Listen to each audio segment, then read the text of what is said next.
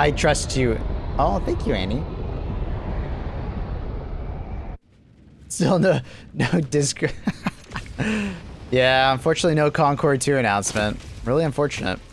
Unacceptable, indeed.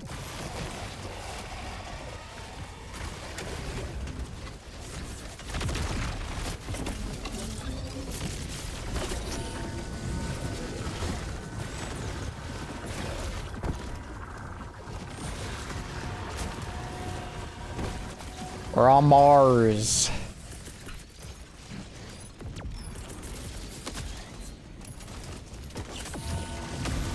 The fucker headshot me.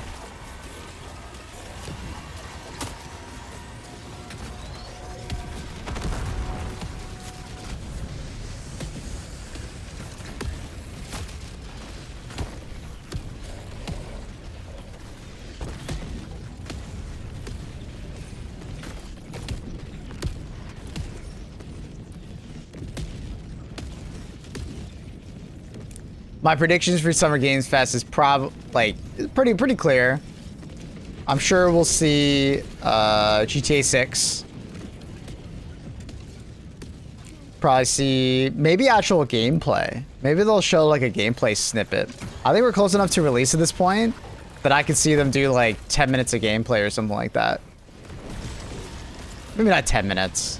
Because I know Jeff's got a big portion of that show probably for other stuff, but I could see a gameplay segment because we have yet to see actual gameplay. It's been mostly just like cinematic.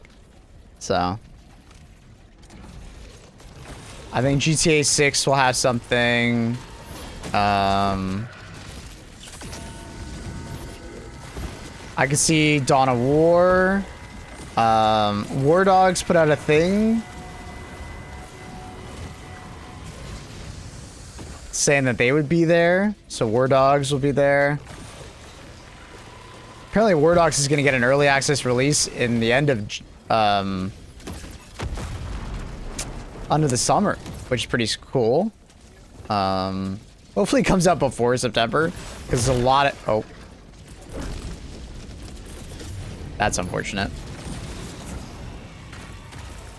You're crazy, man, for walking between like purple barrels like that and not blowing them up first. You're crazy.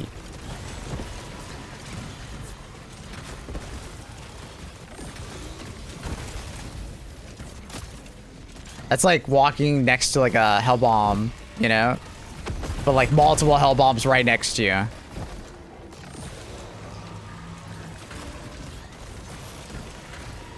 I'm blowing that sucker up. Because there could be me next to it.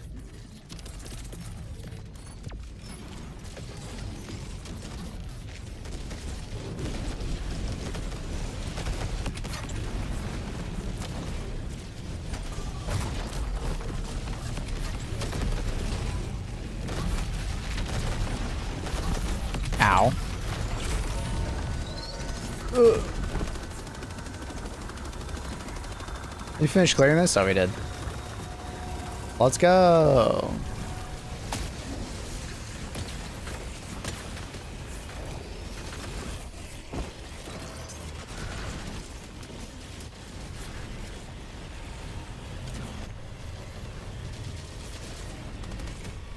It's a lot of gas. Someone have a gas mortar? Nah, it's just gas nades probably.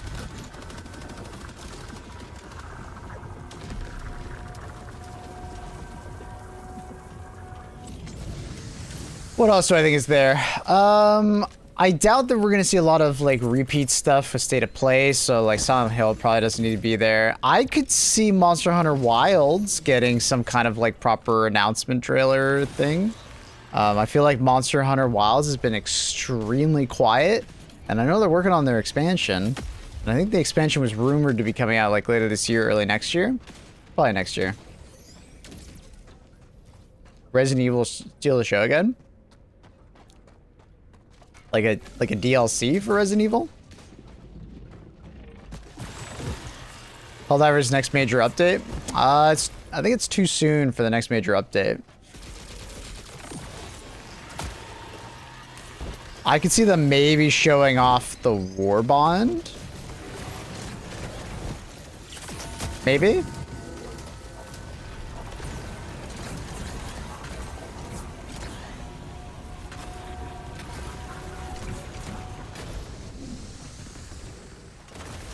I did the whole Leon thing. I don't think we'll see Arista. I was gonna say, like, it's kind of early, isn't it?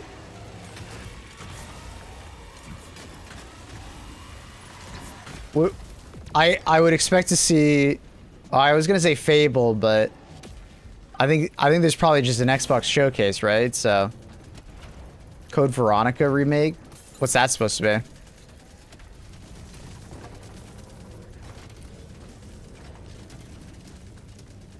I don't even know what that is.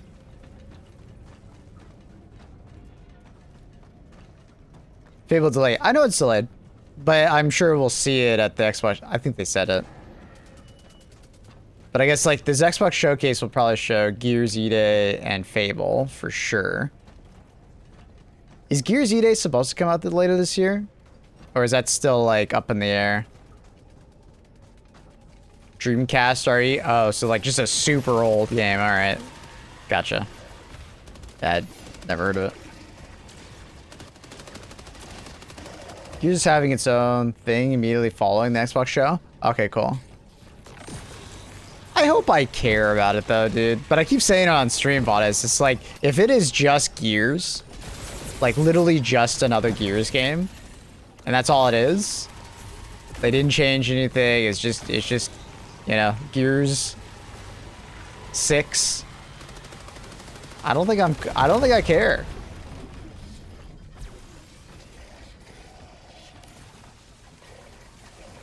I mean, I'm saying the same thing, Vada, but like, every time I talk about it on stream, there's always someone that's like a Gears fan. It's like, I just want Gears.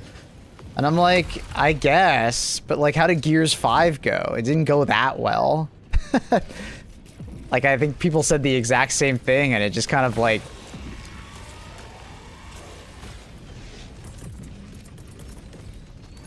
But also, I'm sure they're nervous about doing the whole reinvent itself, because look at how Halo Infinite went, right? You had half the people that wanted something new and half the people that just wanted another Halo game, right?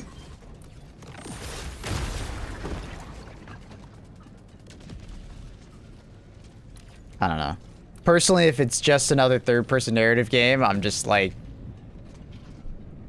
Alright.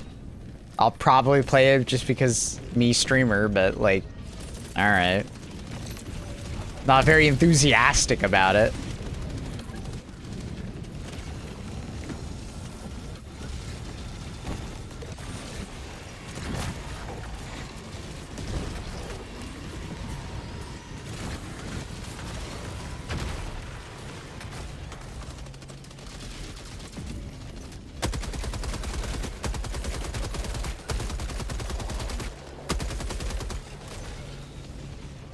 They're gonna be in a very interesting spot. You just see how they pull off.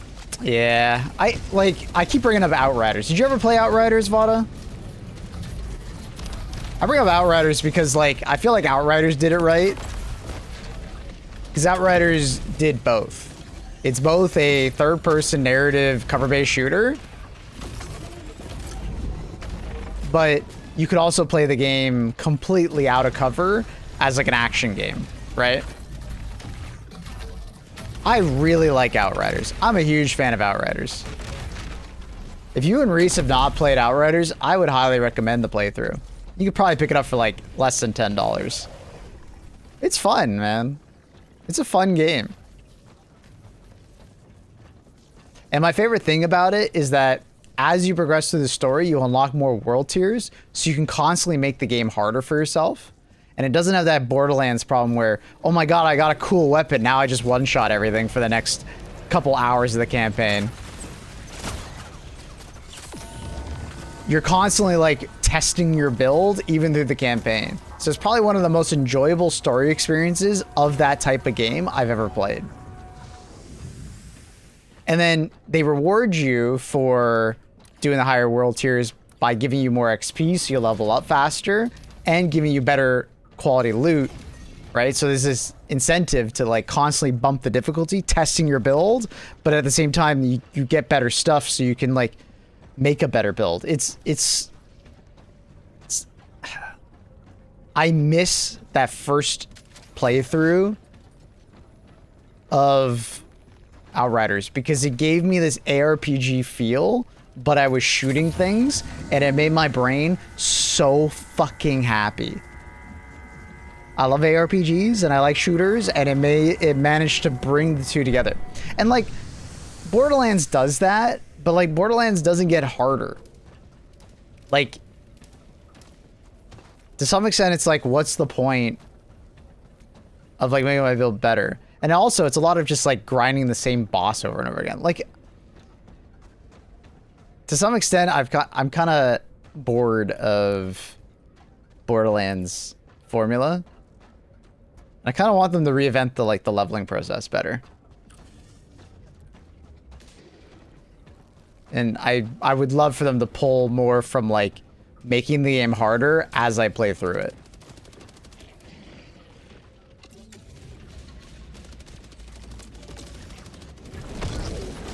Like I feel like the end game should be about like grinding bosses and stuff like that. But I started grinding bosses while I was campaigning through, and it's like that just didn't feel right. I felt like I was wasting my time, and it honestly was a waste of time. I'll be a doomer, but if Borderlands picks up members of the Bungie Red team, that would be really cool if they brought like that raid team into Borderlands, and we got like actual like raid scenarios in Borderlands. That'd actually be really sick. Agreed. Is it good for a solo playthrough? What? Outriders? Oh, absolutely. You don't have to play it with other people. It's fun with other players.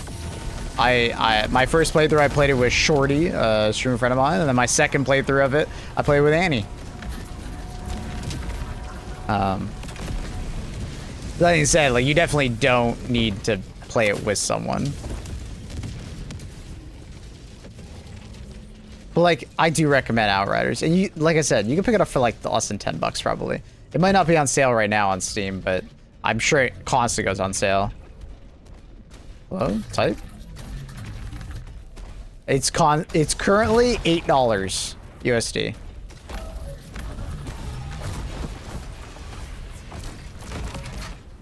Like,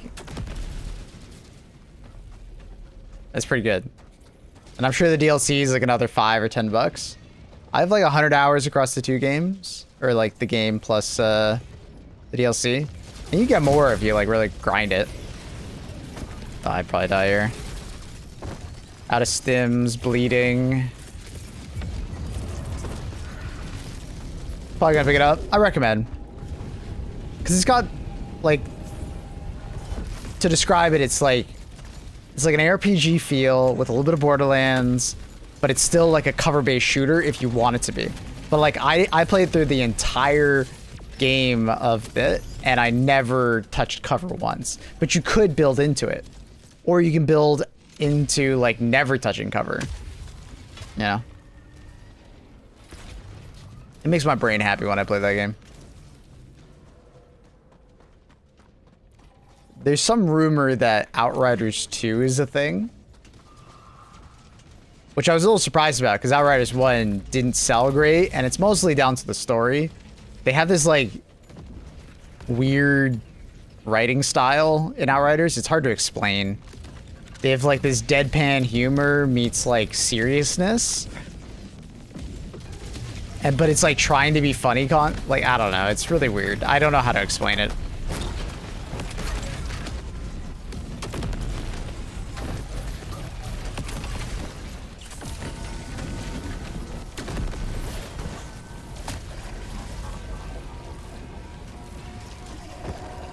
It's an odd way of doing it, I'll be honest.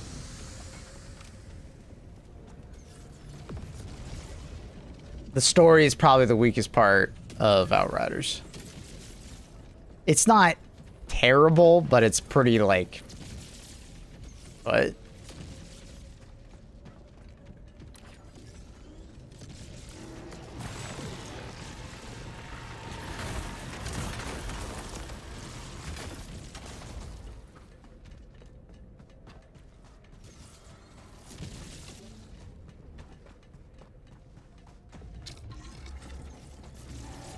It's crazy how much better that tornado looks with DLSS, man.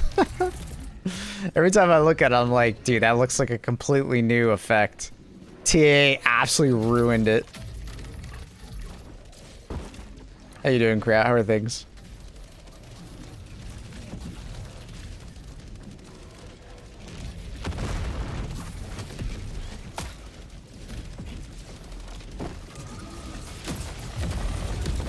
Ah, you sniped me from across the map, bro.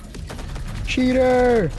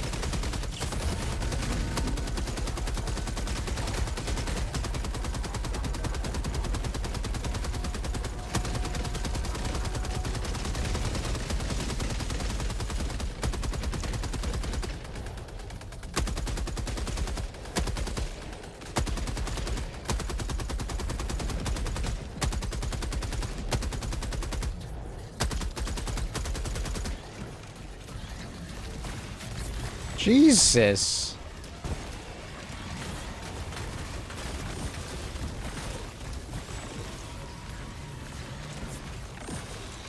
It's like I'm dodging so well. Crazy.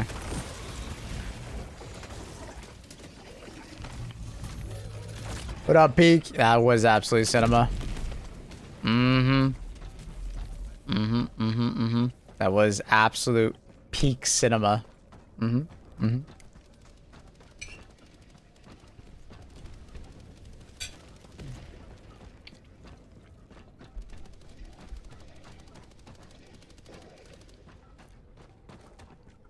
I'm doing good, Pete.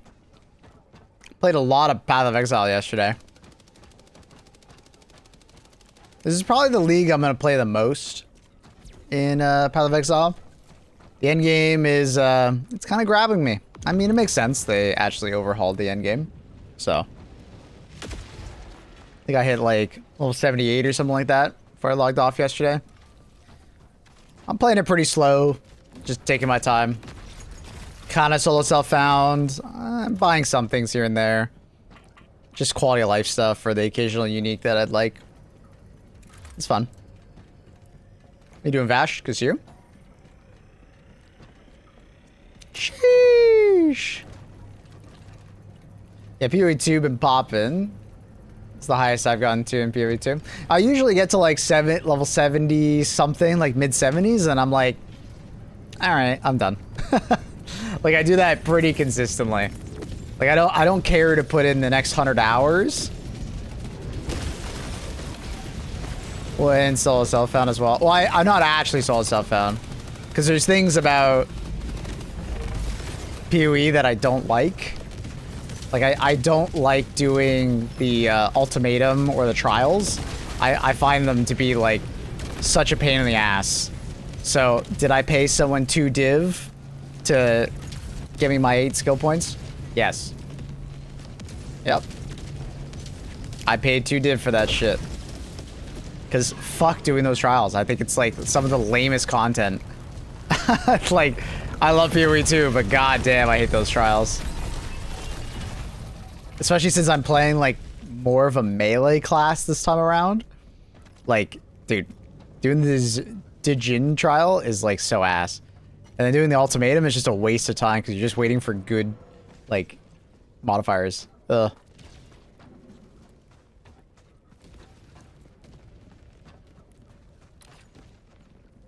I still need to do my last trial, but they weren't really that bad. I'm happy for you, but man, every time I do them, I just find myself eye rolling. Even in the campaign, I'm not a fan of them.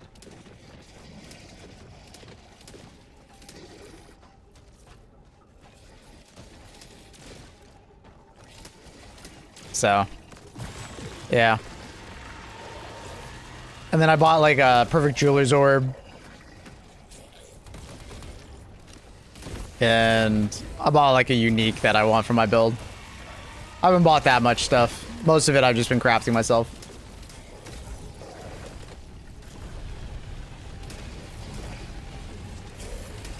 I like pain, so I find it enjoyable. Yeah, maybe that's it. I just don't like pain like that.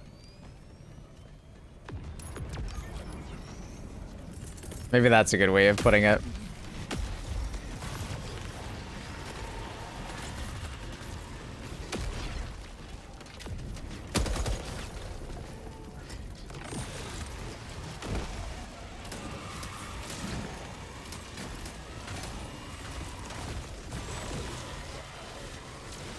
Is there like a wall there?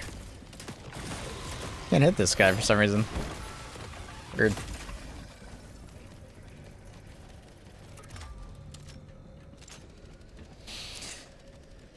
But yeah, I'm still with the martial artist, Fatebringer, Hall of Palm build. It's fun. I do miss making a weapon though. There's something about like crafting a weapon and then like building a weapon and then seeing a big spike in power. It's very satisfying. I'm sticking with the build though, but like I do miss it.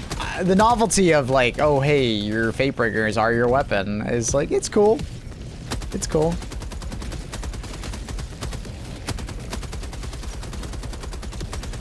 And I do like the hollow form technique, making copies of yourself.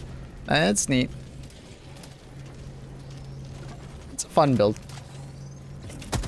I think I enjoyed my druid more from the last season I played. I was slam bear with the meteorites and using some wyvern skills. It was fun. I really enjoyed druid. So I kind of miss that. I kind of miss playing druid now. And honestly, plant druid looks kind of fun. Being the gardener.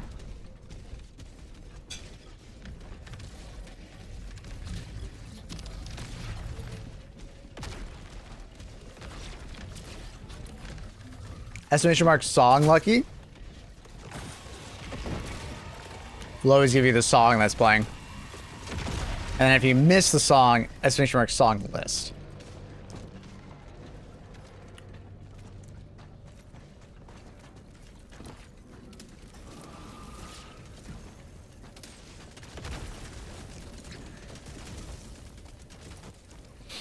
I got all my reses 75, chaos included last night.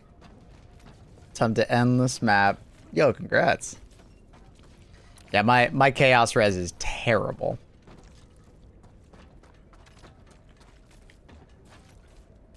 But everything else is popping off.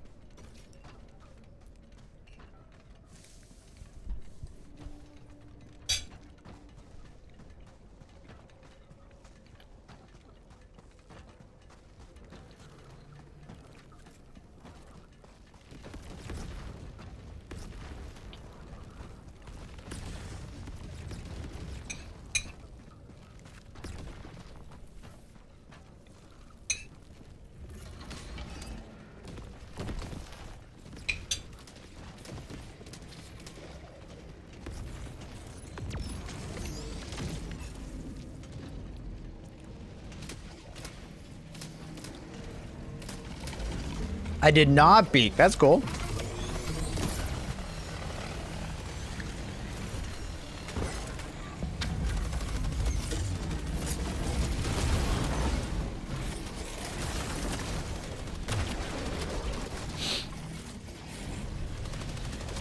We'll have to check that out.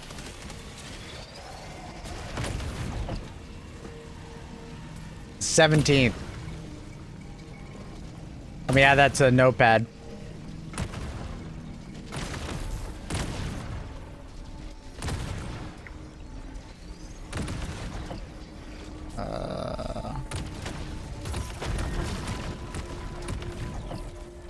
You said June 17th? Wait, what was it? June 17th.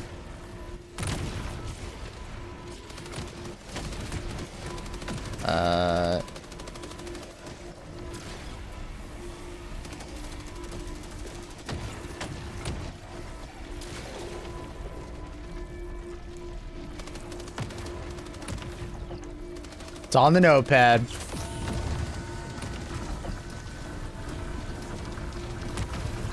All right, that's not worth it.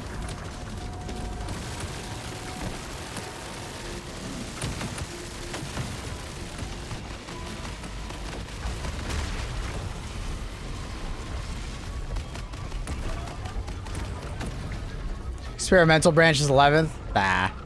I'd rather play the update. Deep Rock Galactic Rogue Core, not normal Deep Rock Galactic. At least I'm pretty sure he specifically said Rogue. Yeah, he did say Rogue Core. Okay, I'll be honest. There's one thing that's rubbing me the wrong way in Rogue Core. Is the devs keep making things cheaper for merits, but they're not refunding you for merits you've already spent. And because a lot of your merits come from challenges that are one time, I don't like that.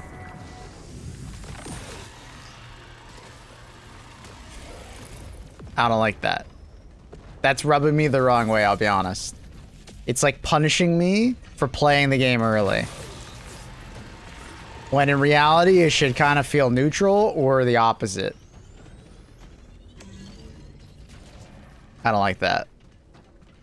So that's bothering me. They keep doing that. They keep reducing the merit cost on a lot of things, because that was like my #1 complaint about early Rogue Core is that, like, dude, you need like 1 million merits, but your merit income is so low and it just feels bad.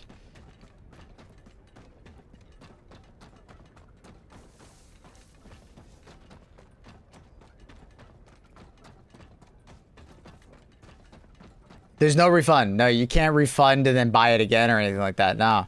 So legit, I just spent more merits than like a new player that started today. So in the same amount of time, they'll get more progression than I will. That doesn't feel good, man. Especially when it's only been out for like a month, man. You know, if the game's been out for a year, okay, whatever. But like, dude, what? If we made a TLDR about the news, I started stream with it. Bought to ask me. Basically, new way to show MOs, more MO rewards, personal rewards coming, new ships. Later this year, we'll hear about them. That we'll be able to like alter our gameplay, customize. So kind of like what I was suggesting a long time ago. And just some like long-standing things that people would like to see changed, like steering, help on steering, and things like that. Also, like level 300 coming.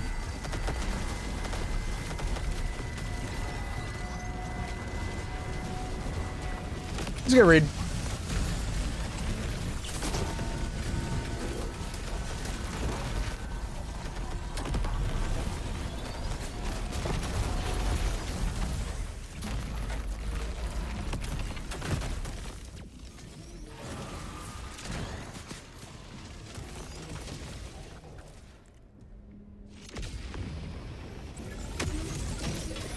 Thorax rocking the spray and pray.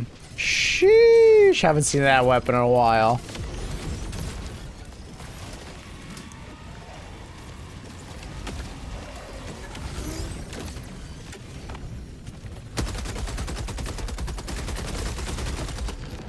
Leveling it? Gotcha. Fair enough, fair enough.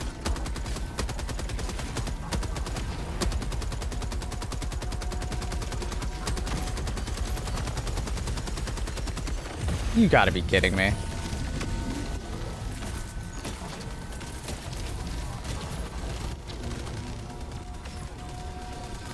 Morning, morning. Mr. Goober. How are you?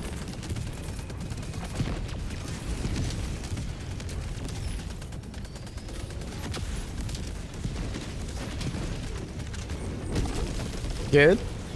Oh, yeah. Just woke up. Good morning. Oh, yeah. Yesterday, chat convinced me to play Gothic. The Gothic 1 remake. So, I have never played the Gothic franchise or anything like that. Unfortunately, it comes out today, but at like a terrible time. It comes out at 1 p.m. So we're not gonna play it today. We're gonna play it tomorrow. But yeah, we'll probably start off tomorrow with like a little bit of HD2, and then we'll jump into Gothic. Never played it, so we'll see how it is.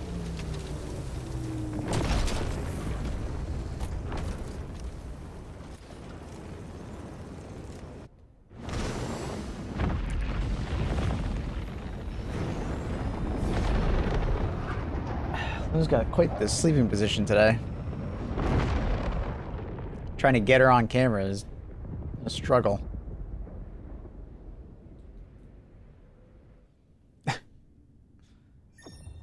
She keeps moving downwards. Hopefully it's good. I never played it, so you gonna hit marathon season 2? Probably later this season. All my friends that I would play marathon with are just so preoccupied with other games that they don't want to play. Like my one group is like PoE'd out of their mind, you know, and then the other group is like PoE plus Destiny. So like basically everybody that I know that plays Marathon is just not playing Marathon. Marathon kind of came out at a bad time in that regard. What's Revo up to? A lot of PoE, and I play quite a bit of Deadlock with him.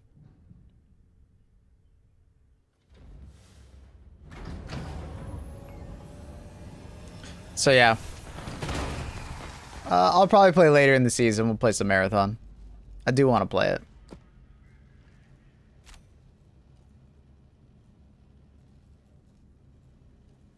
That's cool, Loki. I'm happy you're on PC. PC's a big step. There's a big change. I missed the Revo singing. I asked to play Marathon with Pips, and he's like, I don't really want to play, but I'd play if you play. But it's like, dude, when you say that to me, that basically secures the fact that like I'm not gonna ask you to play. You know what I mean? Like, it feels like I'm pulling teeth when you tell me that. Like I love Pips, but dude, I'm not gonna subject him to that. If you don't want to play, you don't want to play. It's all good. We're kind of different spots though. Like he's really into Arc Raiders still. He's still playing a lot of Arc Raiders. Whereas I'm obviously not playing basically any Arc Raiders.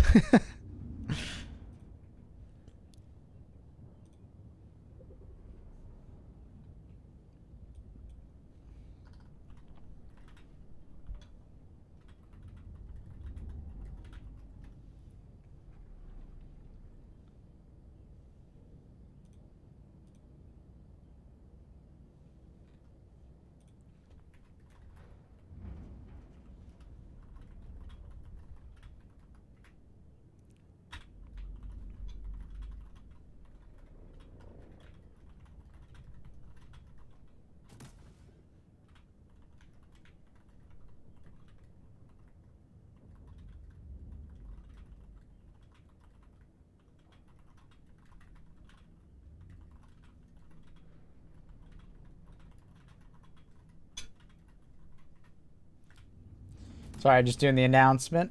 I saw Trindle join my game, and I'm like, there's this thing where I see Trindle's name, and it makes me think about certain things. You know? It's not like it's like negative or anything like that, but it's like, I see Trindle's name, and I'm like, did I do the thing? You know, did I do... PTSD. It's not PTSD, bro. You're just my reminder, you know? How you feeling, Trindle?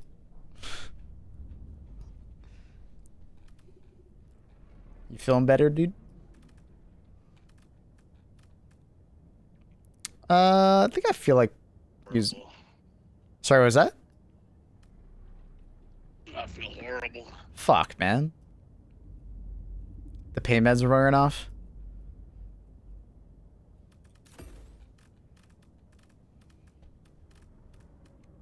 think we'll do that. I could bring my own mech, but I feel like, you know what? Fuck it. We bring our own mech. And then we'll do... I don't know. What do I do? What do I do? What do I do? What do I do? Fuck it. Laser. When in doubt, laser it out. Pavlovian response. Okay, dude. It's not like that.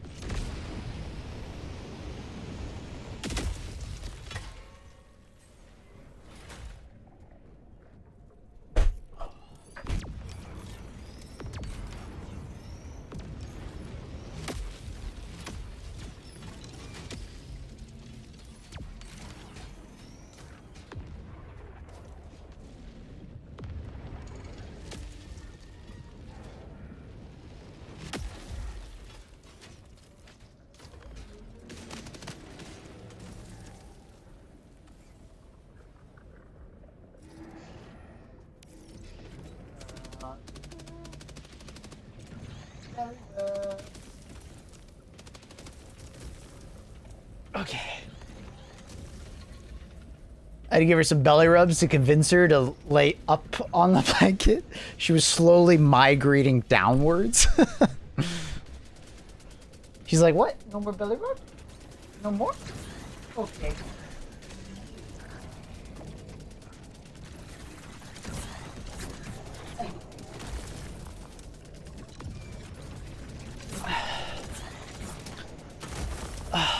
What a cute girl.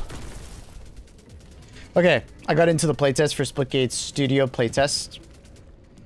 That's a lot of playtests. Playtest. Okay. It's very surprising playtest. Okay. This is for their new game?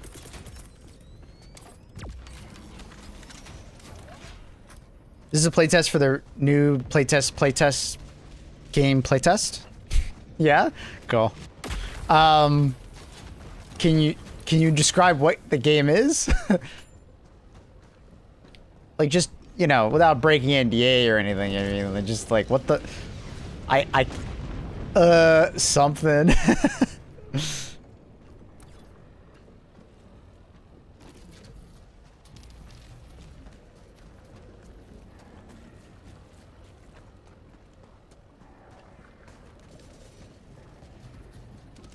It'll be Sunday, so I'm not sure yet. Oh, you don't know yet. Oh, sorry. I thought you had, like, played.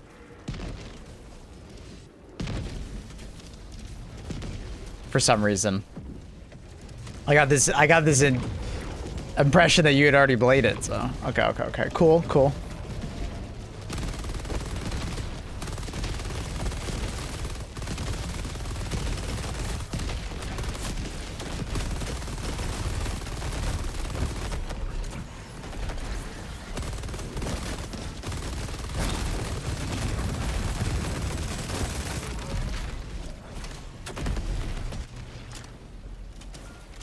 Lean into the Titanfall comparisons. Gotcha.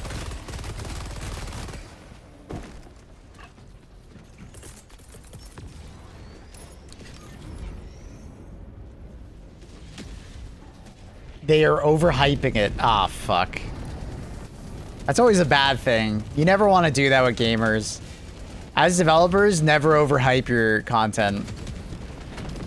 Because trust me, gamers' expectations are always higher than you think. If anything, the best thing you could do is undersell.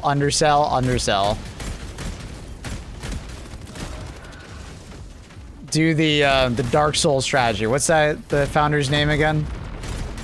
He undersells the shit out of his games, and it always does well for him.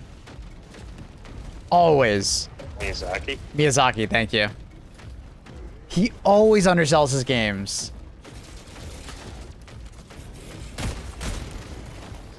I don't know if it's like just a humble thing or he just knows that about gamers, that like if you undersell, you know, and then you over deliver compared to what you said, gamers go crazy. Like, they fucking love it. You know, like, I don't know how many posts I've seen of people just being like, do you guys remember when Miyazaki said that the DLC for Elden Ring was just gonna be the size of Limgrave? It's not. It's like 5x the size. probably bigger than that.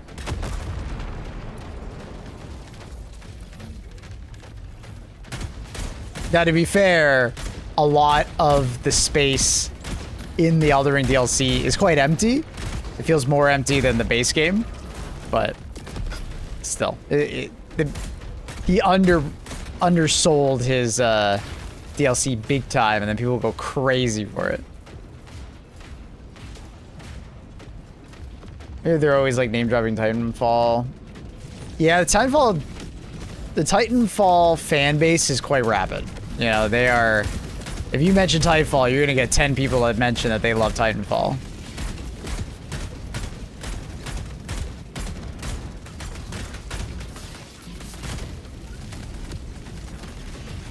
I still think that Titanfall is as not a big of a game as it sounds it is.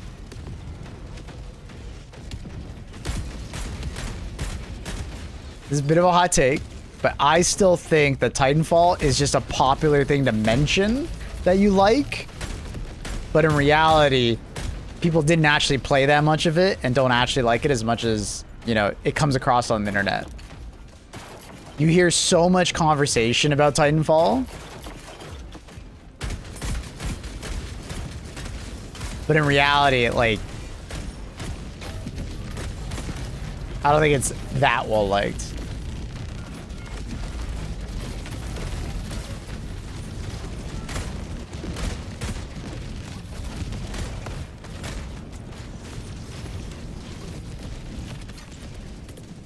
Bit of a hot take.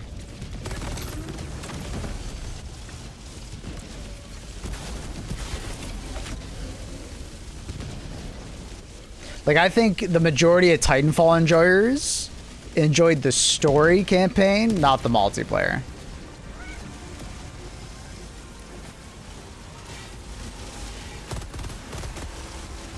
Hi, bear. Hello, bear. I got a cat.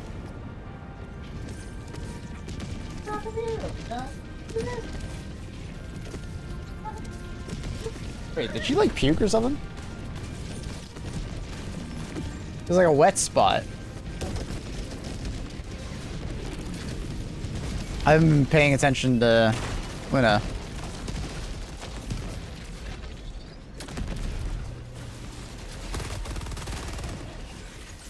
Hi, bear. I'll give you more attention in a second, bear. I'll give you treats, okay? We're kind of running out of treats. Just heads up. I gotta buy more for you. I gotta go on Amazon and buy more. Big bag of whitefish. Played Titanfall for 1,800 hours. As much as I would love to see pilot armor and some legendary weapons from Titanfall, there's so many other IPs that fit held hours more than crossover. I just like Titanfall 2 multiplayer because it's not as good as the original. Oh, interesting. Multiplayer had something cool going. It did have something cool going. I just don't think it was as popular as you as it stated on the internet. Like, I feel like I hear about people that love Titanfall all the fucking time, bro. It's like they're like vegans, you know? They just got to tell you that they're a Titanfall enjoyer. Hi, bear. No, I buy like a bag of like dried whitefish, basically. Factory Shredder. And it's like in chunks. Hi.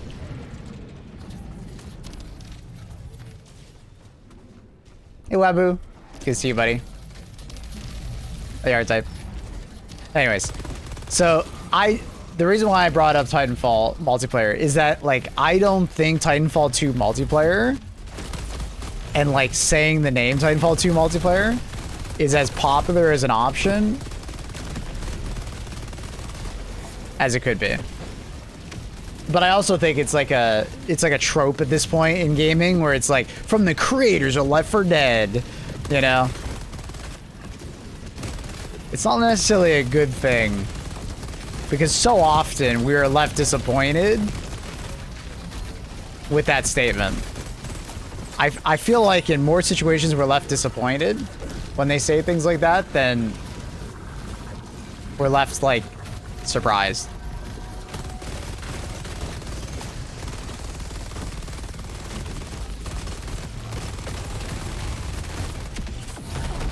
Because we've heard that statement from like, I can't remember what game it was, but there was a game that came out somewhat recently that was like, it had like one of the original, you know, Halo 3 designers on it. I think it's like Halo 2, 3, and ODST or something like that. And it's like, he made a very mediocre game. He made Lightning in the Bottle, you know, 10 plus years ago, 15 years ago, but he couldn't recreate it. Like, just because he made something amazing back then doesn't necessarily mean he's gonna make something now. But get your hopes up.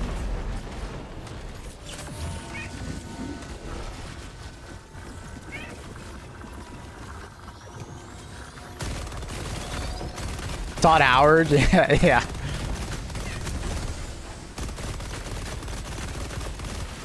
Bear, you're just yapping, huh?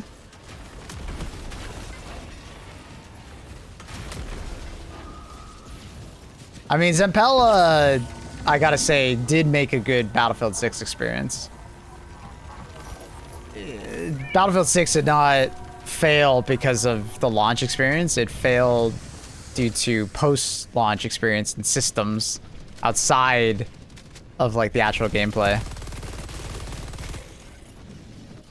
You know, It was made a year too early. yeah, that's well said. It was released too early. I mean, it's pretty obvious that with Battlefield 5 and 2042 underperforming, they needed to push out of the Battlefield. Yeah. They were like, we'll give you 2-3 years to get one out fast, 2.5 maybe.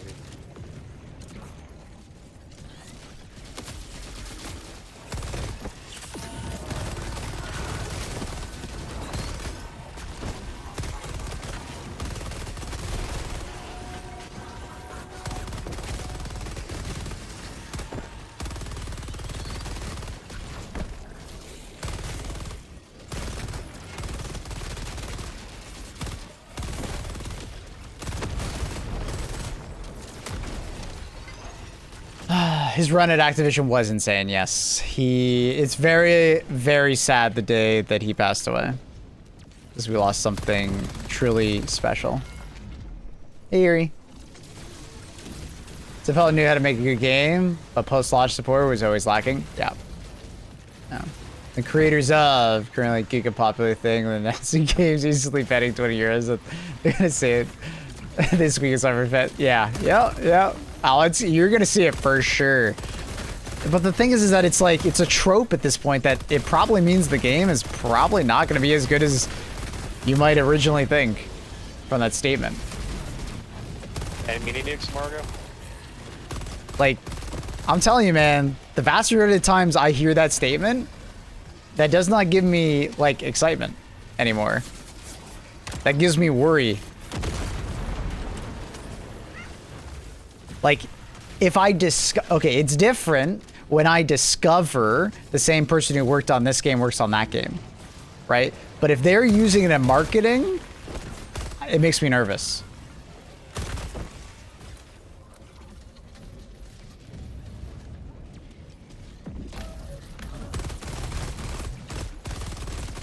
This might be like kind of like an interesting one, but like just because you made a game 20 years ago that was a really big success doesn't mean that you know how to make a game now.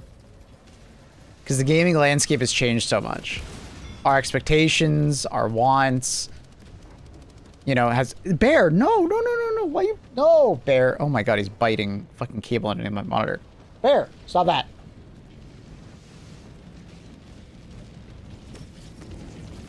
Bear.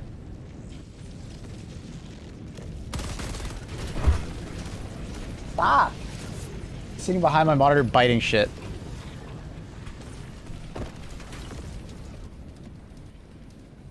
I gotta deal with it. 1 second.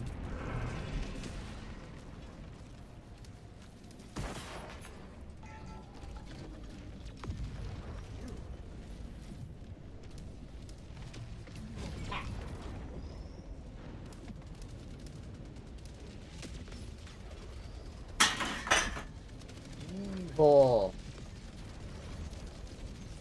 Evil black cat. Evil.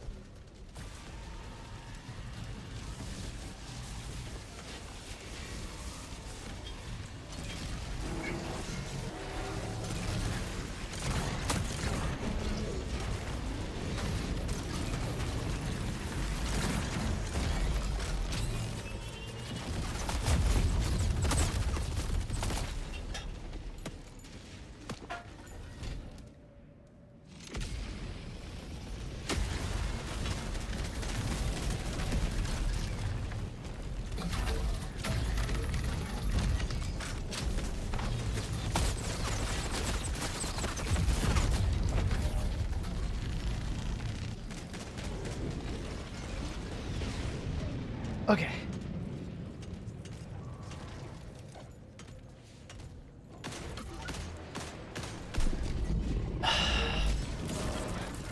Damn cats. You know what I mean?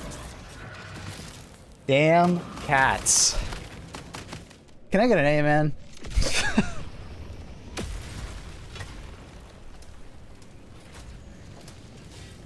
Who you talk to? Another cat? Yeah, there's Bear and Luna. All black cats are evil. He's not evil. He's just mischievous. Anyways. Yeah, the idea that like just because you made a game 20 years ago that was a really big success doesn't mean that like you're gonna make a great game now. Also, just because you have one game designer, right, or like one lead, doesn't mean that that team will make a good product. Because it really is a team effort with video games. Like one guy doesn't change everything. Like even Zampella, right? Probably very influential over the course of the game, but you know, he needs to find the right people to work alongside with, right? Can't just put Zampella, you know, in charge and be like, oh, it's gonna be a great game. You gotta find the right people. And if he's not given the right people, or if they're not a good leader, right?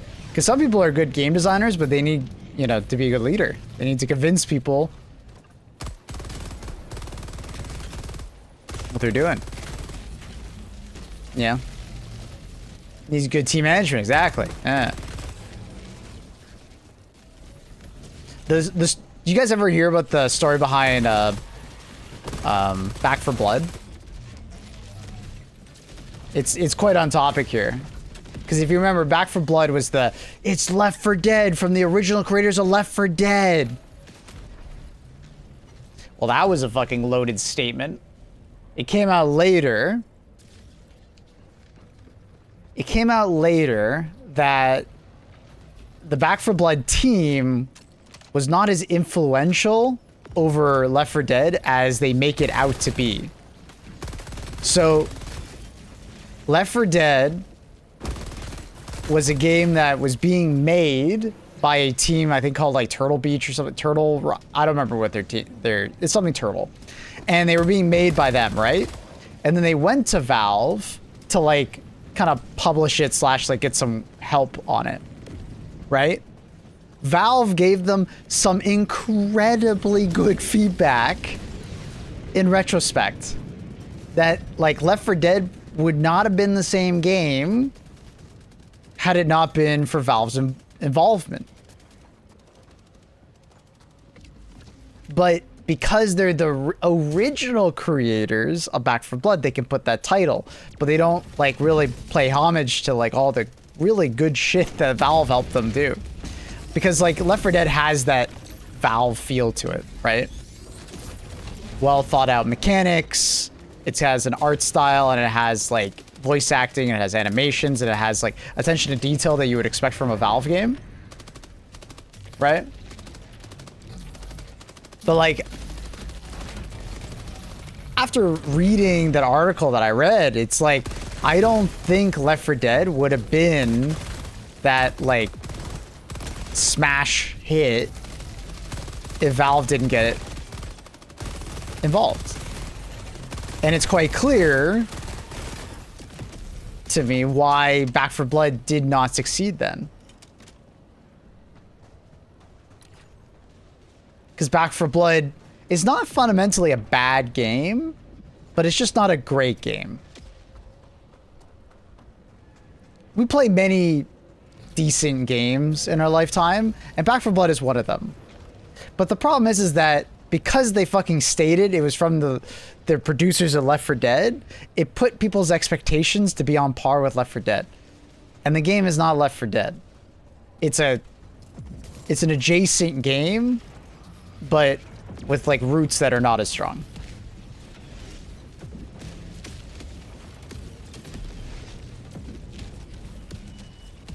Not to be the charts guy, Left 4 Dead charts speak for themselves. People are still playing Left 4 Dead to this day. Now, to be fair, it's the vast majority of it is just mods. But some of it is like the versus mode, and just some people like playing it for the verse.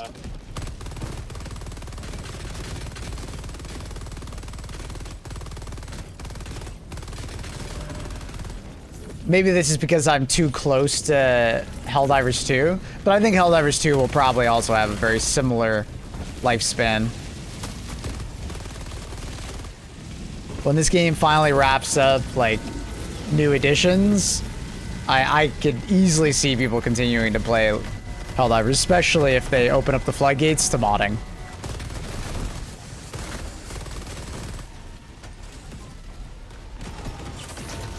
If there's one nightmare scenario, I pray to God Helldivers doesn't become what Payday 2 became.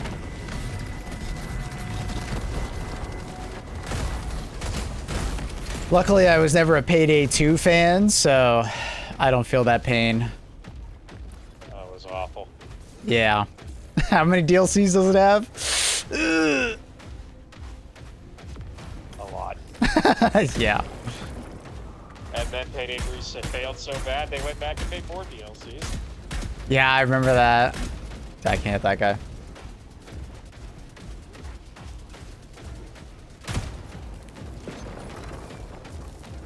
I'm gonna be biased, but I don't expect anything less from the developers of Evolve and Evolve 2. Turtle Rock Studios are masterful fumblers.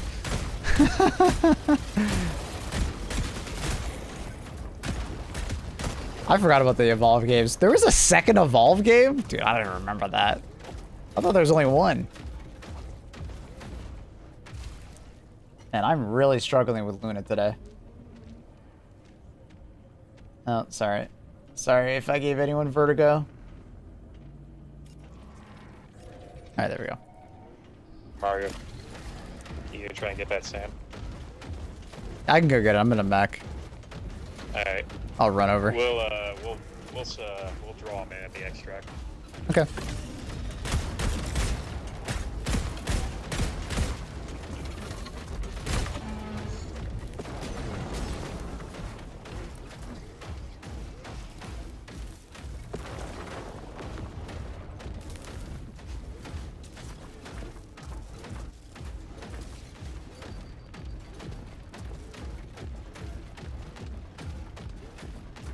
Starbreeze didn't go back to work on Payday 2. Sidetrack Games was formed by modders.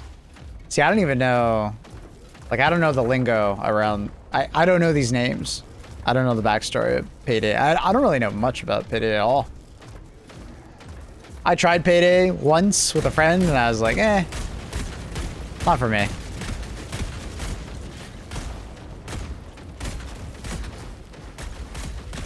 Still waiting on Den of Wolves. That's part of a lot of the original Payday crew. I'm kind of excited for Den of Wolves. I like the futuristic side. Payday, but I didn't get into the end. Mm-hmm. Today I played Marathon. I was pretty surprised that Duo Q was still incredibly limited. It's because they have a small player pool.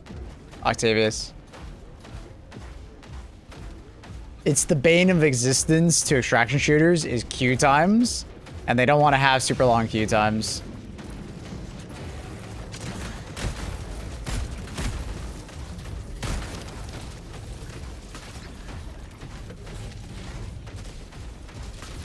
So I think duo queue will probably always be very limited unless they get more success.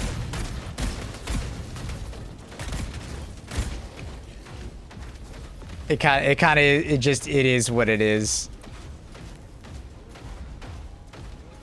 Like at the moment, it's similar to like Arc Raiders, isn't it? As far as player base, I'm not sure. Like I think on Steam charts, it's pretty similar, probably player wise. But the thing is that they probably keep it limited because they also know that once the player numbers go down, they don't want to just take away the feature to people.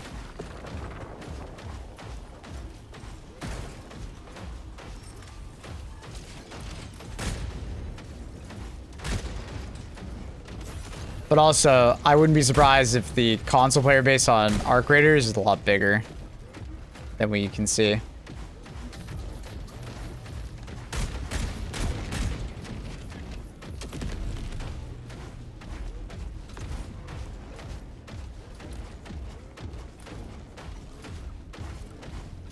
Marathon's way more of like a hardcore extraction shooter, so I'm not surprised it sold worse on console.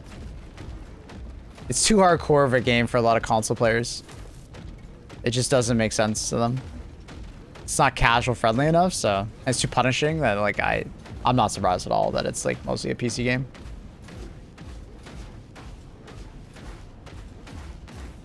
Those are like narrative games. Tell Me Why is free for the whole of June on Steam. Cool.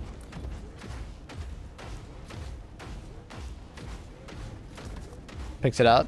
Sick.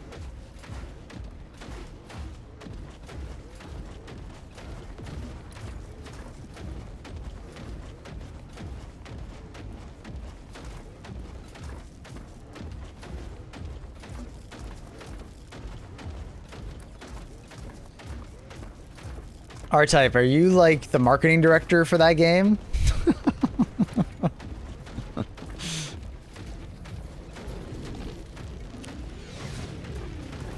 Do you have stock in that company? Help me out for a sec. Is this Games Fest today or tomorrow? I believe the main event is today with like Jeff. 5 o'clock Eastern. Yeah. I think there's more going on later, but like the main event is today, 5 o'clock Eastern, if you heard Thorax.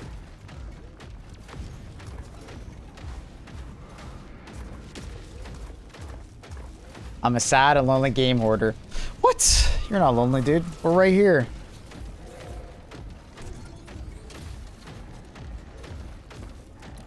Unless you meant to say loony. Yeah, you're a bit loony.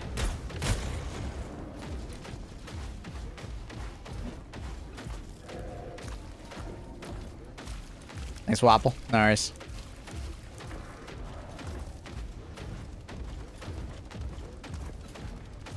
All the above.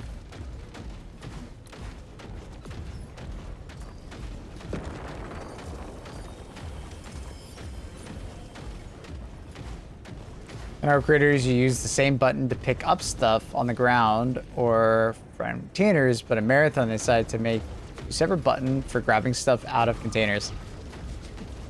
Is it that way on PC? No, it's two separate buttons because you have E to grab stuff off the ground. I think it's like F to like use it, or no, it's hold E to use it. I don't remember. And then when you're in a container, it is a separate button, but that's because mouse and keyboard is different, right? Like,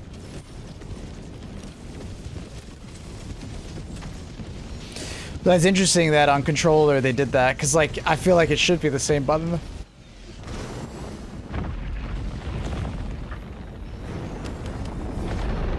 That is odd. What is the player count? of arc raiders right now.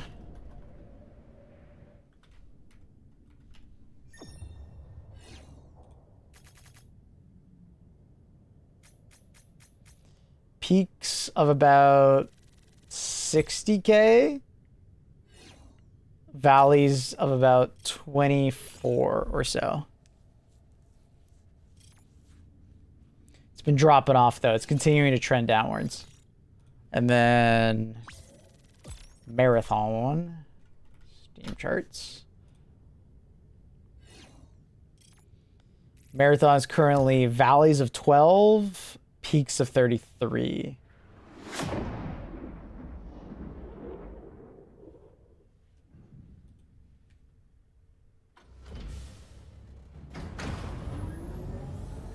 So it's about half the player base. Arc Raiders to Marathon.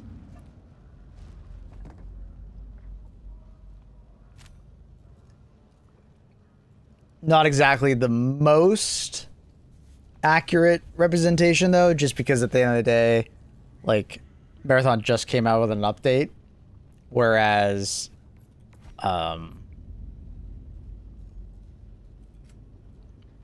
what's it called? Arc Raiders obviously is doing the opposite. Well, like, I guess it kind of just came out with an update, but it's kind of doing the opposite.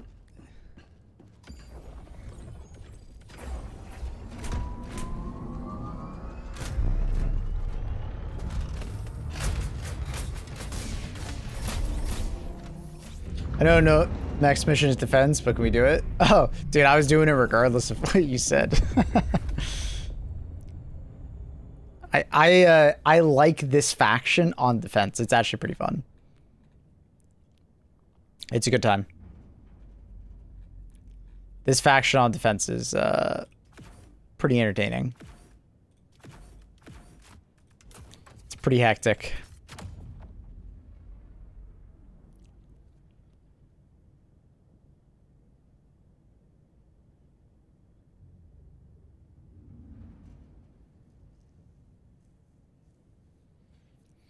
I still really dislike the audio visual cues Marathon uses in combat. What do you mean?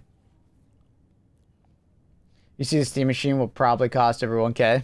I'm not surprised. And gamers are going to be mad because they don't understand how inflation works. And they just think it's greedy companies. Like, I'm not surprised. Things have gotten so fucking expensive lately. The Steam Machine is not exempt.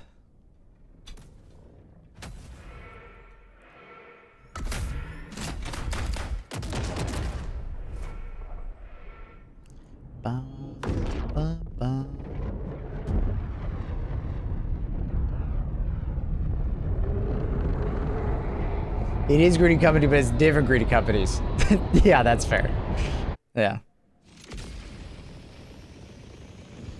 Like, Valve is probably pricing it, so they're probably not making that much off of every Steam machine, but at the end of the day, it's like, they're not going to operate at a loss, you know? That's...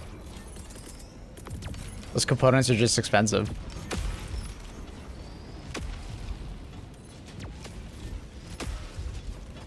I'd say you can't have the numbers for Marathon right now because it's a free-to-play weekend. Is this still free-to-play? Oh, okay. Yeah, for sure.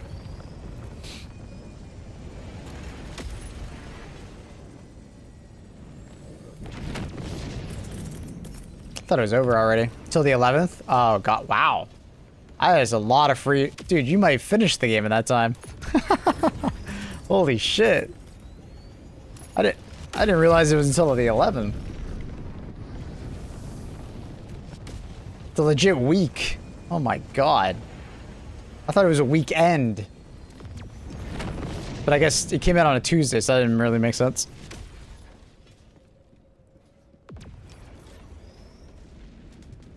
Marathon Charwatch is going to be eating good on the 9th. Oh yeah, it did. Destiny gets its big update on the 9th, if those who don't know. And oh my God. The people that want Marathon to die are going to be so happy on that day. Because they're just going to be pointing at... Because like Marathon, it had been out for a week, the update. You know, so the player base will probably already be dropping off somewhat. And then like... The Destiny update is like pretty, it's a pretty damn good update. It's nothing like super crazy, but it's like a damn good update. But it's gonna be like a lot of nostalgia people logging in. Like, oh man, I haven't played Destiny in like 2+ years. I'm nostalgic. I'm logging in. I gotta say goodbye. So there's gonna be a lot of people playing Destiny on that day. It's like a top 5 franchise update. I mean, I guess if you're counting like outside of like expansion release. Yeah, I agree with that.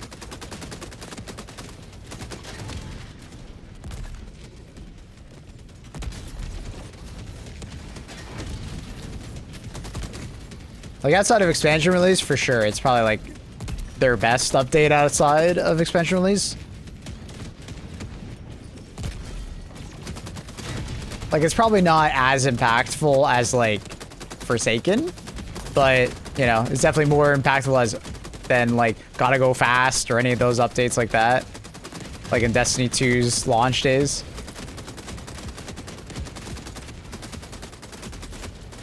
Destiny gets a new update.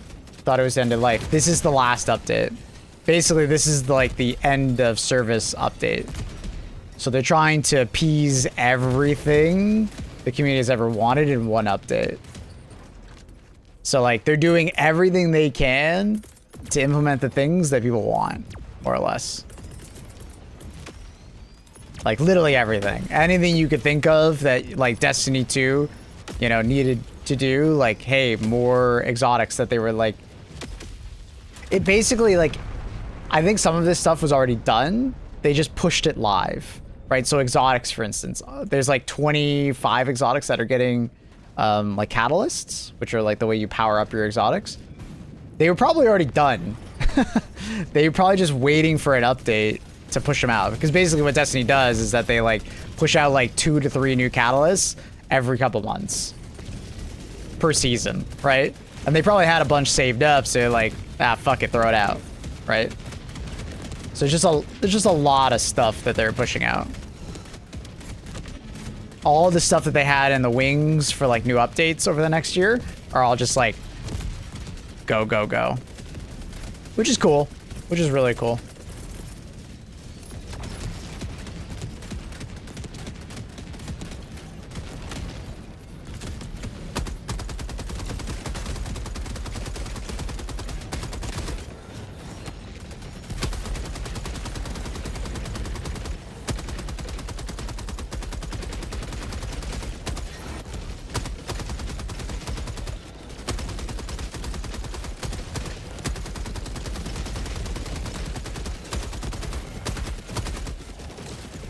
It's a good, like, final update. Like, it's a very good final update.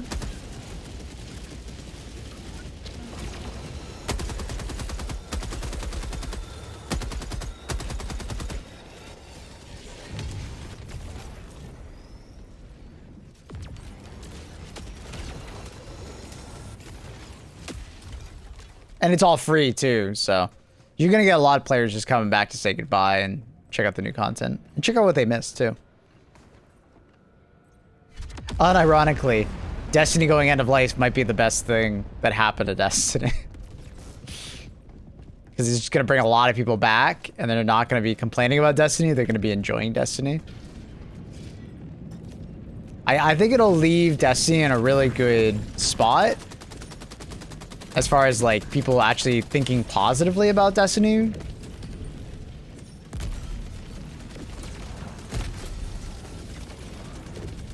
Do you think Destiny 3 would be successful? That's a loaded question. And it's loaded because it depends on who makes it, and do they make the same mistakes that Destiny 2 made.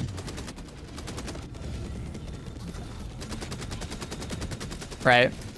It depends who makes it, what team is involved, and do they make the same design pitfalls that Destiny 2 made, right? So, notoriously, Destiny 1 ended its life in a really good spot, right? Destiny 1 had all these really cool features and stuff going on that people really enjoyed, right? Because it had been developed over the course of like, you know, 2+ years, almost 3 years in Destiny 1, right? They Like from Destiny 1 launch to where it ended, like completely different game. And Destiny 2 arguably, or Destiny 1 was arguably like in a really good spot. Destiny 2 comes out and it's like they didn't realize Destiny 1 was good. It's like they designed Destiny 2 without knowing that Destiny 1 existed. So a lot of the same mistakes they made in Destiny 1, they made again, and they didn't implement that like feedback and those iterations that Destiny 1 underwent. So Destiny 2 had like a full year of like just hard lessons that they had to learn from. And Forsaken, the first like big expansion for Destiny 1, kind of saved the game. Well, it wasn't kind of. It did save the game because it actually brought a lot of the things that, you know, Destiny 1 had learned into Destiny 2. Or things that were just a staple back in.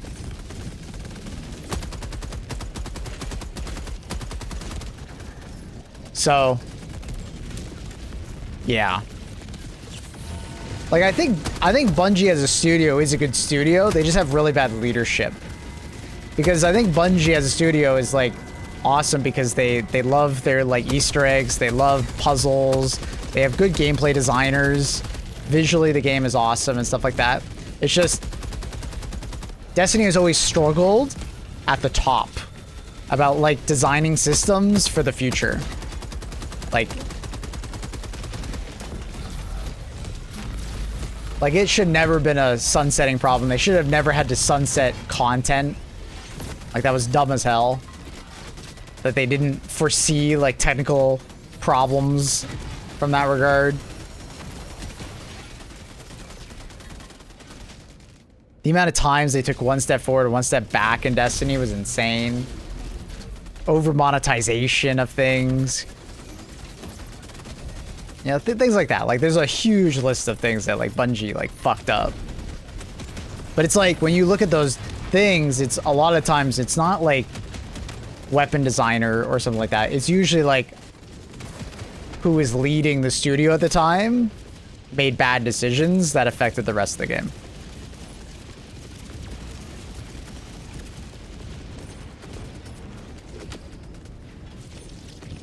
I didn't know they were doing that till you said that last year. So which part?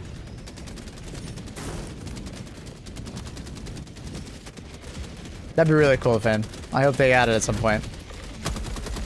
Some kind of repair tool would be sick.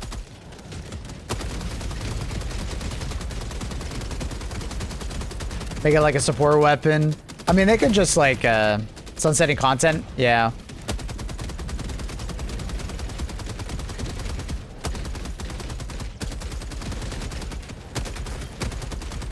It's just a terrible design choice, right? Especially for a game that like kind of touts itself as like an MMO.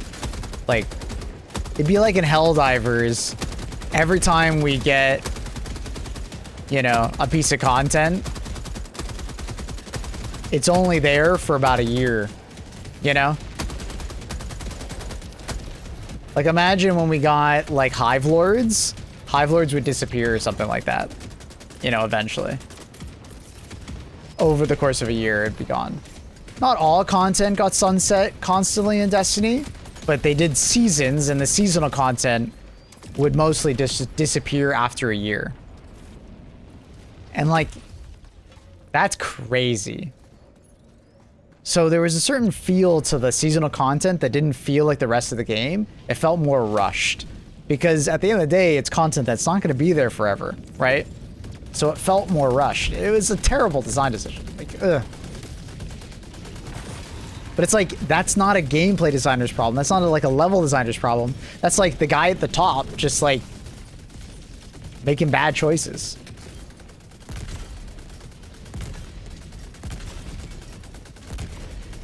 Not caring about like the technical health of the game. Not planning for the future enough. And then, oh dude, then there's like the greed of just wanting Destiny 2 to last forever. The World of Warcraft approach to Destiny 2 is so dumb. Destiny 2 should have been a game that was around for like 5 to 7 years at max. But they got greedy and then they just kept adding to it. Trying to think that they can make a game that is like forever. They can just keep adding more expansions to it to make money off of it. So greedy. They should have been making Destiny 3 like right after Final Shape.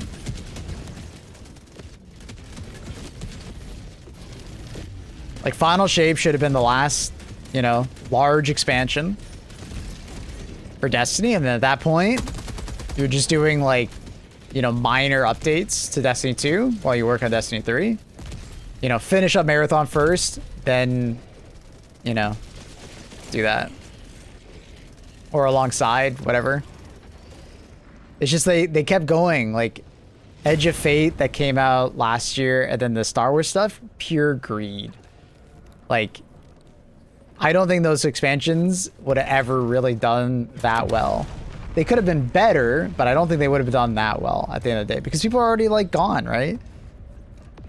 Like Final Shape came out, that was the end of like a storyline, a massive storyline. So people said, all right, buy Destiny 2.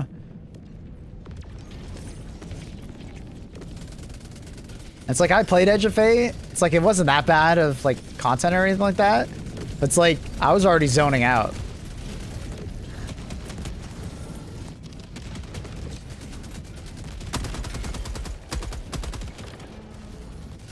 Do you think that's necessary for Destiny? Like, it couldn't pull a Destiny or Helldivers 2 where it just keeps updating the same game? Well, I don't know. It's a good question. I don't know. If you want to talk about outdated engines or like old engines, Destiny is definitely one of them. Right? Like Helldivers, they're constantly like updating their engine and like from like a technical standpoint, doing the things that you need to do for an engine that is like probably gonna be the one that you use for a very long time. Destiny, I never really got that impression that they were doing like engine updates and stuff like that to modernize the game. It felt like the opposite.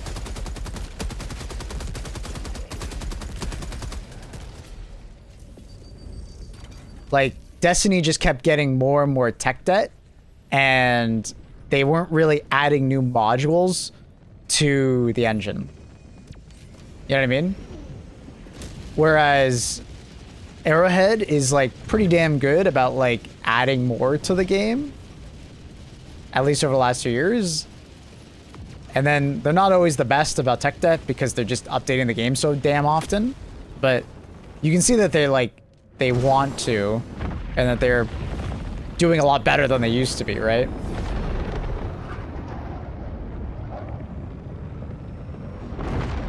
But like, I never got that impression with Destiny. Destiny kind of always felt like it was going down rather than up. It was trending downwards as far as tech debt. It was trending downwards as far as like the game feeling modern. Destiny always felt older and older to me over time. Visually, but also like gameplay wise, because they kind of kept just using the same systems in Destiny. Like outside of Strand, like the green super in Destiny, like I never really saw new gameplay mechanics.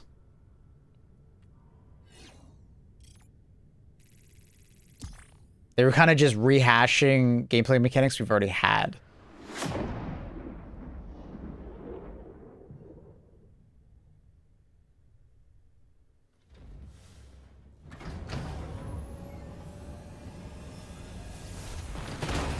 Destiny still works more stable than Helldivers? I don't know about that. There's certain portions of like Destiny over the last like 2 years where I don't agree. It does still look good to some extent, but it does look very dated. You followed any of the Modern Warfare 4 updates? Not really. What caught my eye is the new zombies mode they described. Sounds similar to Far Far West. Haven't they already done that though? They've already had like a Far Far West. It came out in Cold War. That was already like the Far Far West thing. So they're doing it again? The art direction in Destiny is amazing. Yeah. The art team in Destiny has always been industry leading. GG. GG's.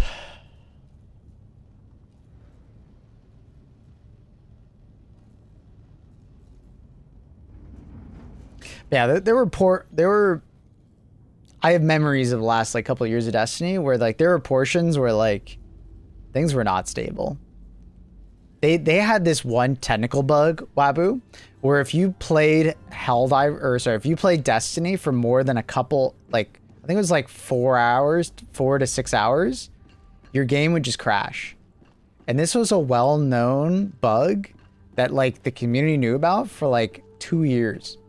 I think it might actually still be in the game. I actually don't know if they ever fixed it.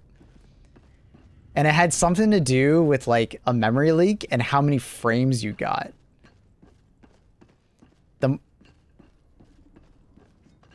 And like they just never did anything about it.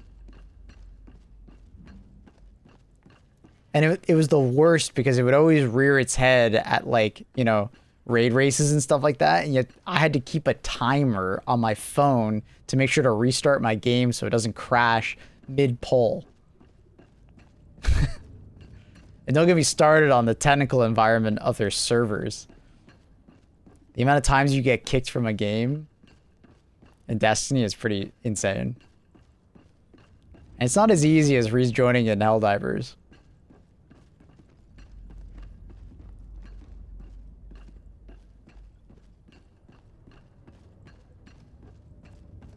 Helldivers is no perfect gig, but dude, Destiny over its life cycle is, I don't know, it got rough, man. There's rough patches. I don't know how it is right at this moment, but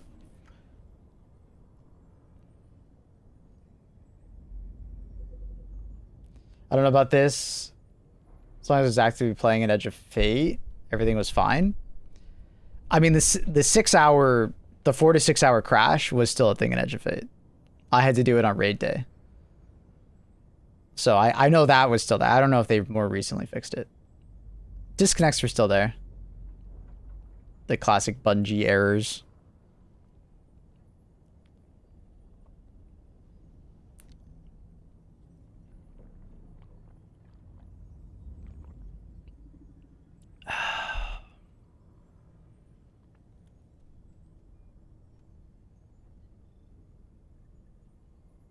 Could be. I don't remember a roguelike card system. Yeah, I guess there is no roguelike card system in Cold War, but like Cold War is what, when you describe a Far Far West mode where it's open world, go do objectives and then like get more powerful, that's just like Call of Duty for me though, right? Like instead of roguelike cards, it's more just like you're upgrading your weapons. But all right, fair enough. But I'll be honest, Cold War did not impress me. I didn't like that zombies mode. I thought it was just kind of meh. Like I played a decent amount. I probably played like 20 hours of that Cold War mode. I think it was good for only like the first couple hours, and then it just got like more boring than normal zombies. I'm not sure exactly why, but I want to say like the maps just felt very empty. Yeah, I want to say it just felt empty.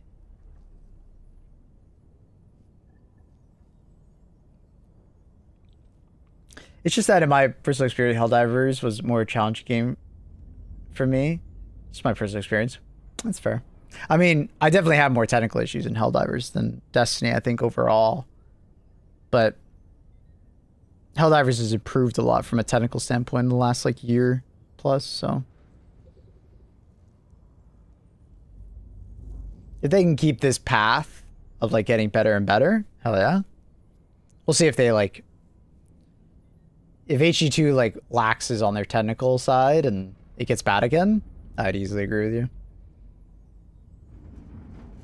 But as someone who's played a stupid amount of Destiny, I've never been super impressed with their technical. Game runs well, like high frame rate, but like The amount of times I've been disconnected or crashed, very annoyingly.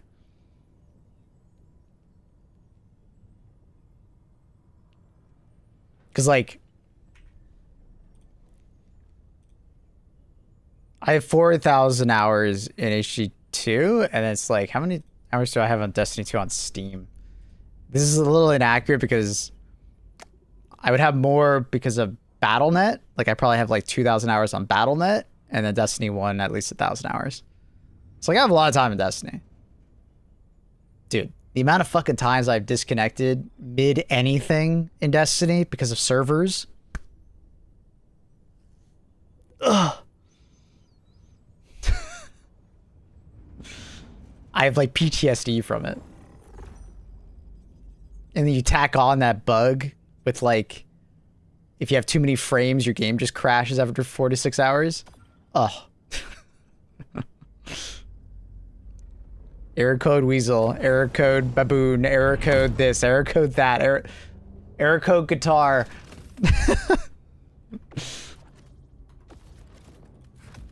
It's like the internet's not perfect, but goddamn, bro, Destiny servers are they feel like they're put together with duct tape sometimes.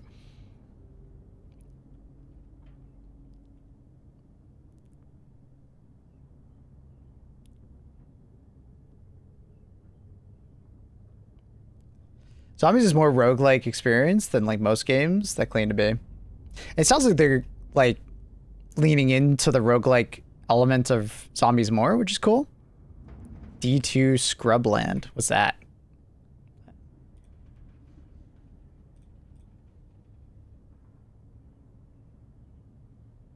The heat map should show you accurate time. Okay, gotcha. Yeah, I don't really care enough to do that. I'll log in and stuff, but yeah, it should be like on BattleNet it should be like around 1,500 to 2,000 hours, I would imagine. And then Destiny 1 should be around 1,000. But like it's not all on my account. I played Destiny 1 release on my account, and Destiny 2 I played on a friend's account, and we just shared the account. Like through Taken King and Wrath of the Machine. And you'll be like, why the hell did you do that? I wasn't playing them as much, but I still wanted to play Destiny, but I wasn't playing as much, so we just shared the account.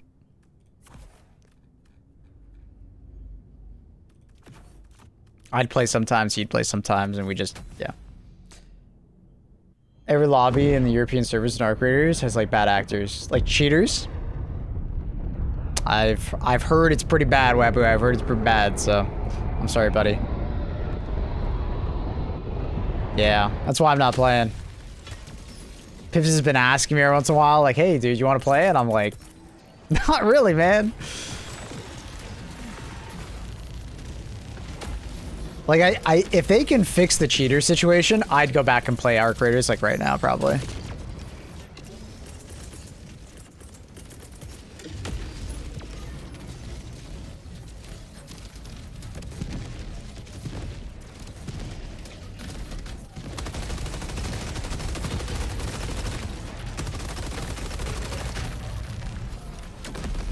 Marathon had Anteater, Monkey, and Weaselairs. Dude, I was saying it. Like, it's super weird to me that, like, Marathon's release was actually really smooth. It wasn't perfect, but it was, like, really smooth. It's weird that their Season 2 release had so many issues. There's something about Bungie's, like, server architecture that's just super weird to me. Fuck that, watching you play. Where you're running into like a cheater every match. Yeah. It's like, and if you're not running into a cheater, you're running into someone that's like suspect and you're like, is he cheating? That's not a good feeling to have when you're playing a video game. That's PvP. When you're constantly doubting that like the player that you're playing against is like legit. That's not good.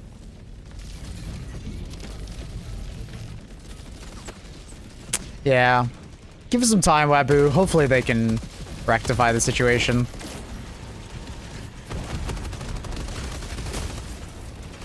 They're definitely aware that the issue's there, and they're investing a lot in the anti-cheats, so we'll see.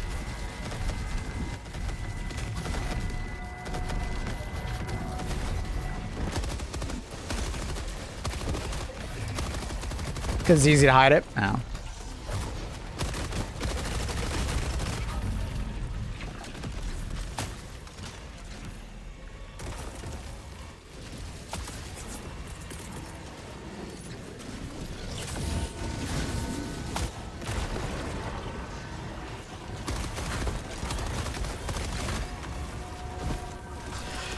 I bought a lot of games for the VR headset. I've been playing. Oh, nice. Any big favorites of yours so far, Wabu? I was not personally a fan of VR. Not my thing. But I get it. It wasn't for me. PvP match you see. But in like a game where like you rat a lot. Hacking a lot of it, yeah.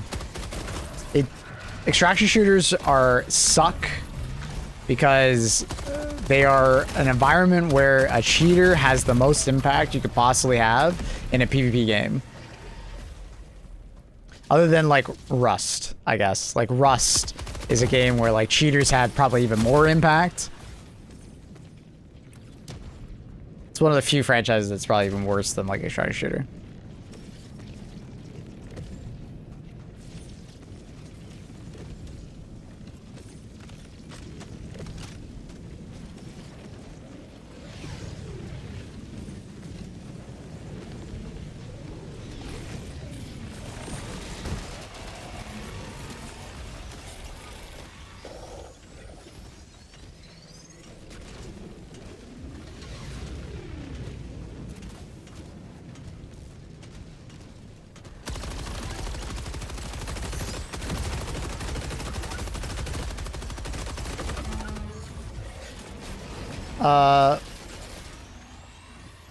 What change got you most hype in the blog? The ship. I mean, honestly, obviously, I say obviously the ship. And it's also something that I remember mentioning a long time ago that like I could see them doing as like a really good way to like add more depth to the game. Is having specialized ships with like maybe certain stratagems or customization for stratagems. And it not just being, hey, more ship modules, but like, oh, hey, new ship with ship modules. Cool. I think personal progression really didn't change much since launch. It's just like war bonds, right? War bonds were like the only personal progression really that we got. Well, I mean, there's weapon customization, which is good. But weapon customization only goes so far.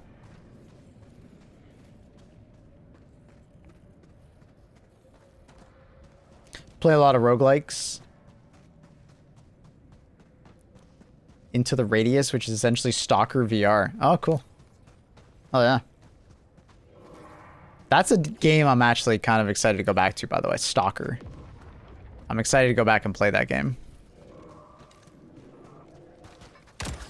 There's been this, like, itch to play Stalker, but I'm, like, kind of waiting for, like, a big expansion or pay DLC or something like that to go back and play.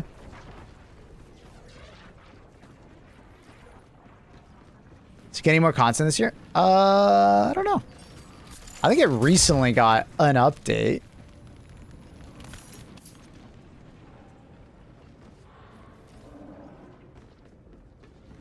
But I don't know.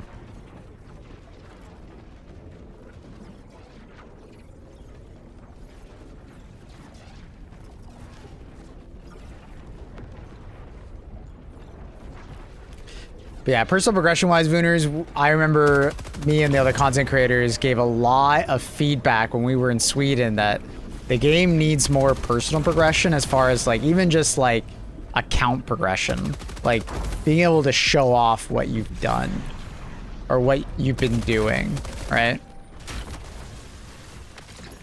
So, I'm glad it's finally being implemented. I think they've been focusing a lot on just, like, content, but I'm glad that they're, like, focusing also on the systems in the background. Because, like, content's important. More war bonds, more factions, more enemies to shoot at and stuff like that. But making all that feel more meaningful is, like, important. So, glad they're not forgetting about that. got that haircut, right? It's short as fuck, dude. You should have seen the floor at the barber. Woo! The lady who cuts my hair is like, Thomas, look at how much hair you just lost.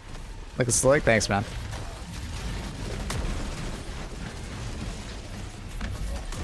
A-Life and Soccer 2 didn't hit like the... Yeah, they've been doing a lot of updates apparently for that. A-Life was essentially just not working at all in Stalker at release. It just like... just wasn't. So...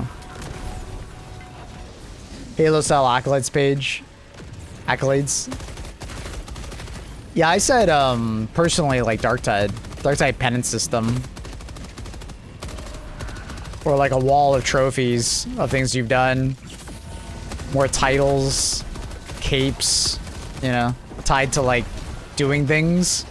Participating in a lot of major orders, taking planets, doing missions. How many Ball Titans have you killed? How many Hive Lords have you killed? You know?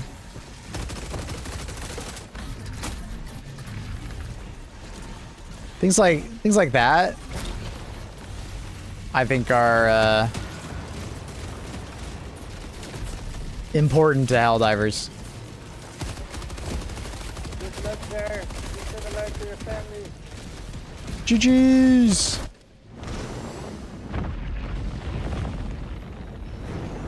Hi, Carl. With an Asian name that constantly flamed the team, ended team killing and kicking us all. Get curious, so I screenshotted the name, asked GGP what it meant. It said, stick my tongue in Eagle 1.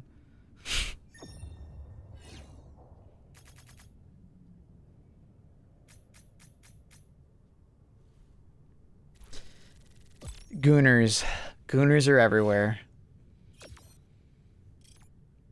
Then that reminds me of the conversation right now around the new God of War game. The new Kratos' wife is not hot enough.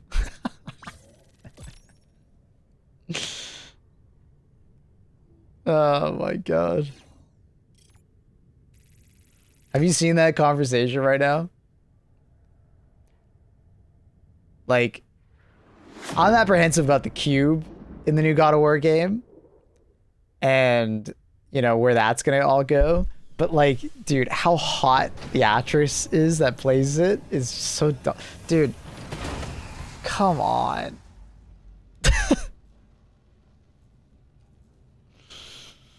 Bro, how hot she is. And it's not like she's ugly, you know?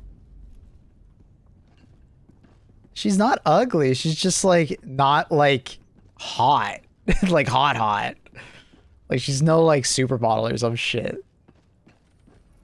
I think she's pretty. I also agree. I think she's pretty. The person who plays Curtis' wife, forgetting her name off the top of my head, Faye, like, is pretty.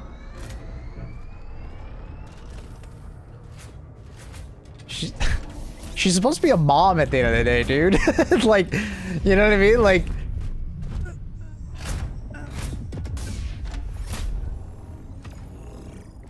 oh shit, I accidentally denied that. Oh, my bad. I accidentally denied that auto mod. Fuck, my bad. Moms can be hot, Maple. I mean, yeah, they can be. But I mean, she's a mom, bro. She's also dead. I don't like God of War. There's a sniper on this map.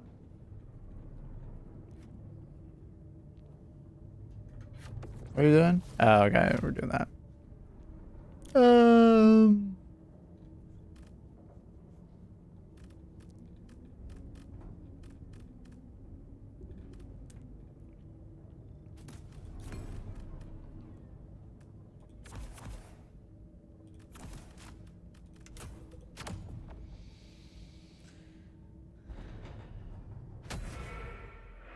Thing I'm confused about for the God of War is like, why did they mocap Jack Quaid when he's just a cube? So one thing about mocapping that I learned along my journey of learning about video games is that he's not actually being mocapped in the way that you think he is. So when they are doing that mocapping, it's like acting, right? but they need to have him there because they're doing dialogue back and forth. And it's also due to spacing. Where are you looking, right? Right, so like where the characters like they need like a reference point to know where the cube is, what the cube is doing, where the cube should be positioned in the world, because like the character is going to be talking to them, right? So it makes everything feel more authentic rather than adding in the cube later in post. Do you know what I mean? Aloy is way worse. Well, the problem with Aloy, and I actually understood that one more. The thing with the Aloy is that Aloy was actually better looking in the first game. And then in the second game, they genuinely just made her like less attractive. Right? Which was weird. In my opinion. Like it seemed unnecessary.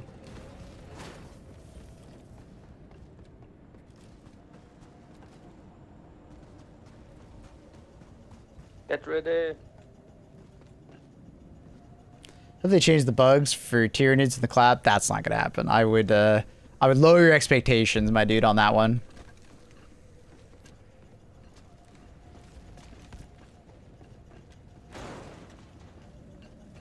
Maybe there'll be a mod though for that, though, having the Tyranids. Here they come.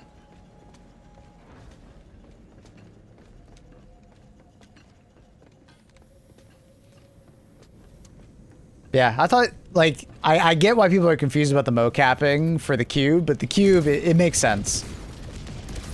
Like, the cube actually does talk, and the cube actually is important to where it's positioned in cutscenes, so they need to have that position marked properly. So having him there deliver lines is probably quite important. New Laura Croft, yeah, I mean, that's Gooner Croft over there. They were being authentic to the original games. Originally, one of the first Gooner games there ever was. We were joking about that when we first saw it in State of Play. I was like, okay.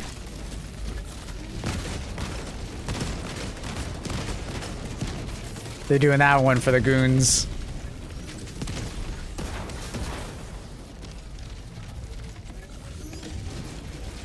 Shooting, guys.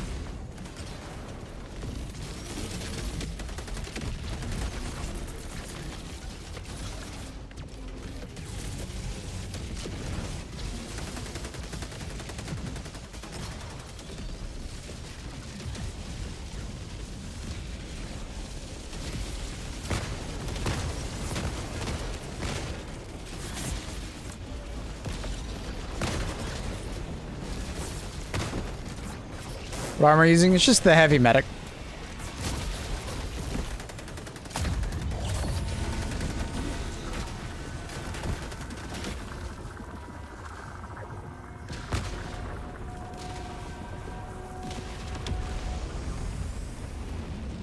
Some people just like looking at sex, you know? Dude, But the conversation that like she has to be attractive is so dumb to me. in the area. It's so dumb. Like, you can have your Gooner games, but like, dude, not every game needs to be a Gooner game. Like, it's so ridiculous.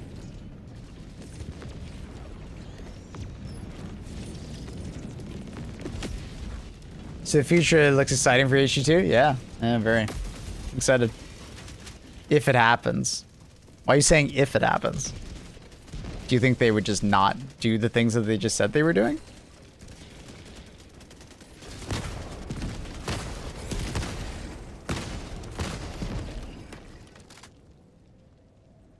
In my M&M CDP settings, so do my video game characters. Trying to do more dives, but was wondering what armor or setup is best. Heavy medic and what weapons are you go to? I constantly swap it up. It's hard to find like something that doesn't work. And it's mostly just like how you pair things together, right? Protect the gates. If you have like a light pen, what is happening? If you have a light pen weapon, for instance, you you know, make sure you bring medium pen somewhere else in your loadout, right? If you bring a weapon that doesn't have particularly great ammo economy, maybe making sure you have a supply backpack.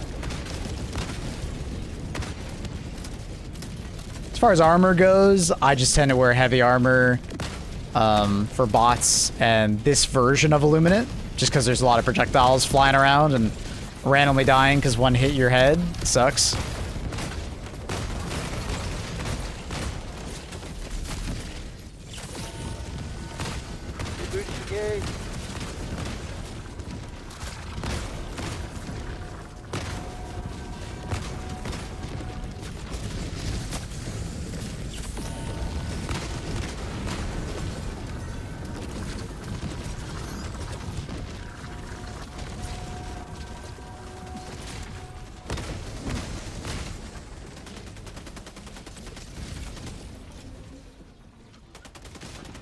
So far, Arrowhead has been delivering on their promises, even if it takes them more time and iterations to do. Mm-hmm. Everything that they put in dev blogs comes to fruition. The problem is that a lot of people will call out Arrowhead when they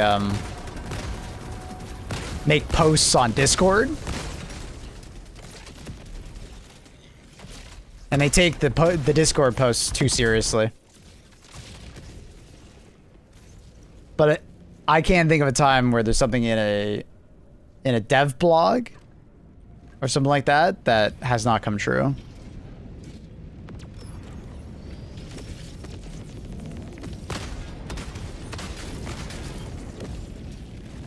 I think people just put too much weight behind like individual devs making comments on Discord.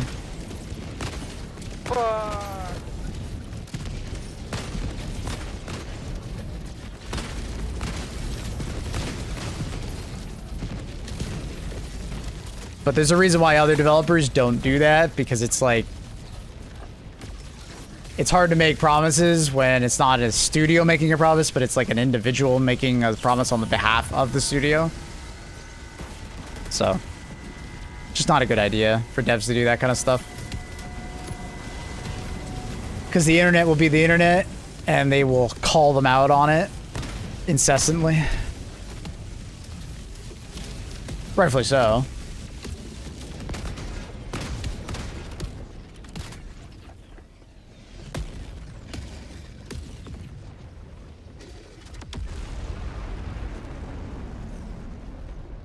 That is true, Carl. There's a lot of people that read between the lines a little too hard, or watch a video and the person might be talking from like speculation, but they assume it to be true. Like, do you remember the DSS stuff? When the DSS was first being teased by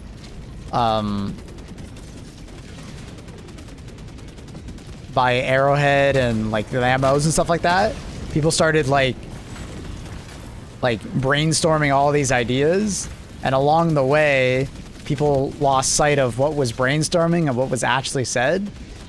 And then when the DSS actually came out, the DSS was not great when it came out, just for clarity, but like people had all these like expectations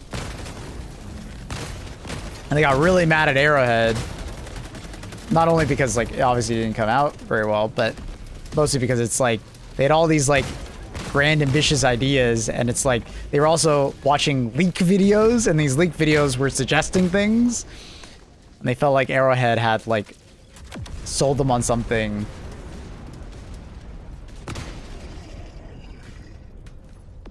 Didn't come true. It's like a lot of that was just the community like bubbling over and making up their own stories.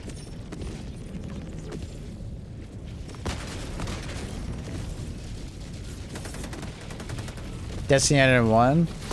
No, Destiny ended with Final Shape. Final Shape was really good.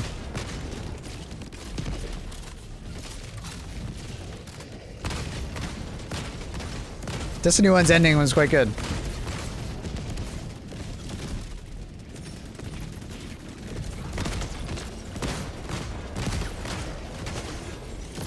Like, Destiny 2 is definitely better than Destiny 1.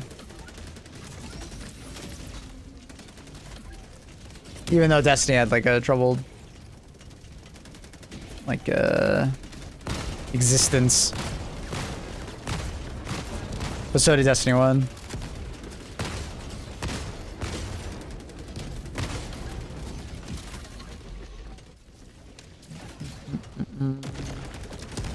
DSS people were like building it up that they were like gonna be player housing and stuff like that. Yeah. There's gonna be a clan system tied to it. Like, dude, the stories were crazy. You gonna go back to Destiny? No. I might be convinced to from like friends, but I don't know. I said bye to Destiny like a while ago.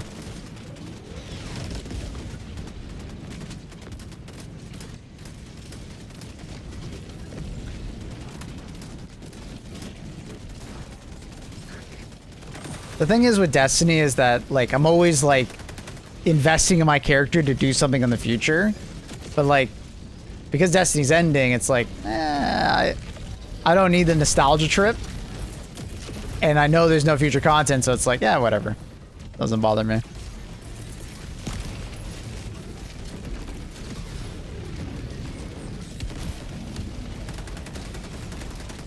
Shall do a last goodbye for New World. I'm sure Annie will want to do that. Are you surprised it ended? No, it should have ended sooner.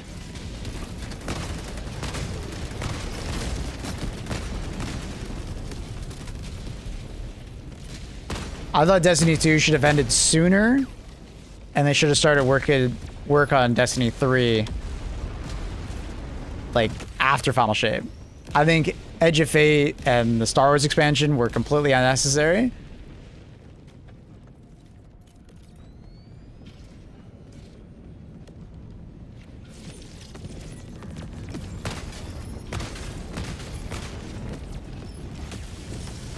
What up, Geed? A lot of people on Reddit are predicting it's pretty much accurate in a thread stumbled on. Anything else? I don't know. Wait, sorry, what are we talking about? Any takeaways from an ending, like gameplay-wise? Destiny 2's combat has always been like very iconic and fun, but it got dated over time. It didn't change enough.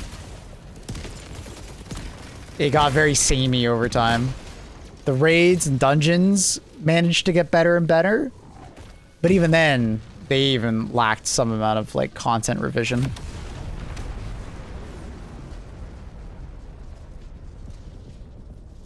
So it's still the best game of that type, you know, MMO-esque looter shooter. No other game can really touch it. Games get close, like Warframe and stuff, but Destiny has this way of actually making first-person raids, you know? No other game can do that, like an FPS first-person raid. Nobody's done that. Which is crazy.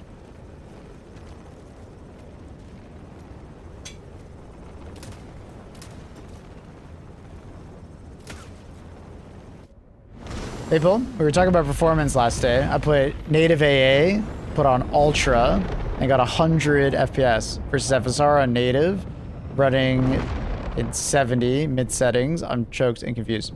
So FSR does take some amount of like processing power to do the anti-aliasing, right?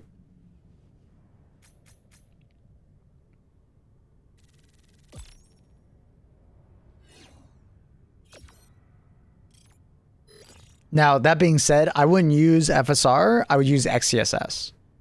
And I would mess around with the settings. Yes, weird. It's not weird. It's doing processing to do the anti-aliasing, right? TAA doesn't do as much. It does some, and it does take some performance. Like if you turn off TAA, you do get some more performance, right? But it's just like a much faster version of it, but it doesn't look as good. But what I would recommend is if you're going to use XCSS, don't use native, turn it down like 1 or 2 notches, right? The game will look maybe a little bit blurrier, but adjust your sharpness setting, right? What am I? I'm at 1440p using native DLSS.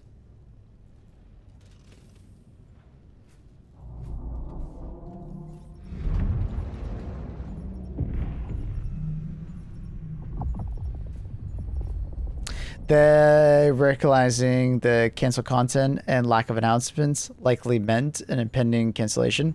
Oh yeah, yeah. I mean, Destiny. People were suspecting that for a while because they kept pushing out the next release date for content, and I think it was mostly because the Star Wars content came out, didn't do very well. So it was 2 expansions in a row that like didn't do very well. I don't know if I still have the Steam charts up, but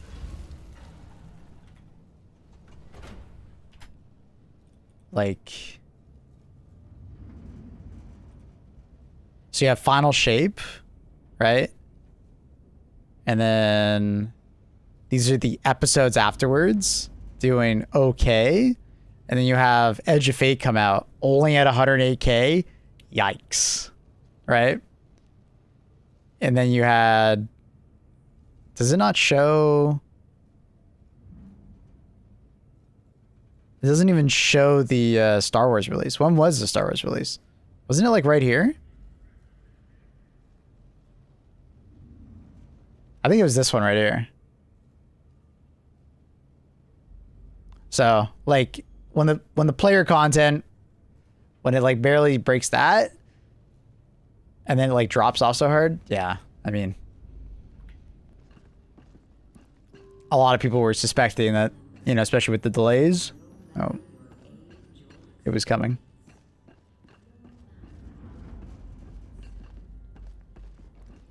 This guy always yaps about Destiny, but never responding to the the raid group chat. I'll be honest, I muted it because you guys were yapping so much. You guys been talking in there?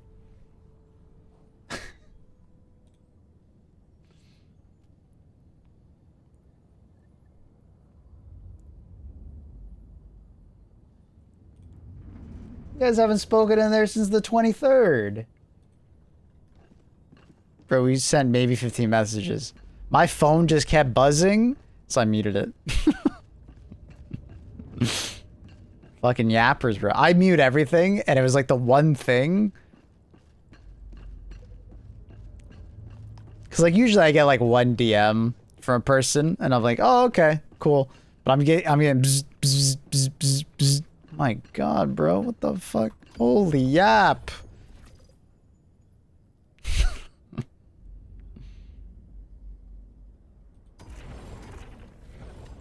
People are saying that the L profile in the video app is sincerely good. Is it working now?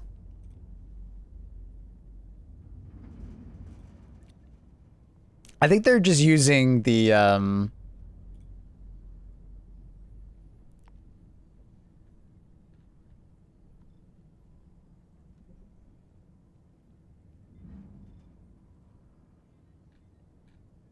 here it is. Oh, you can change it now.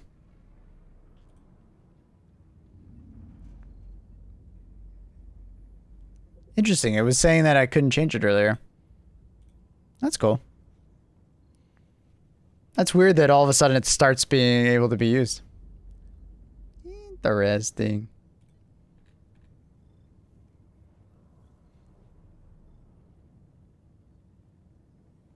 Yeah, we were talking about doing like a Pantheon run with the Day One boys. Old time sake. Yeah, I'll log in and play. That's weird. I was trying to do this on the day it came out, but it wasn't working. It just said unsupported. But now I can do it. That's nice. I'm not even sure that guy has a PC. he'll be booted up on console, bro. Here, let me restart.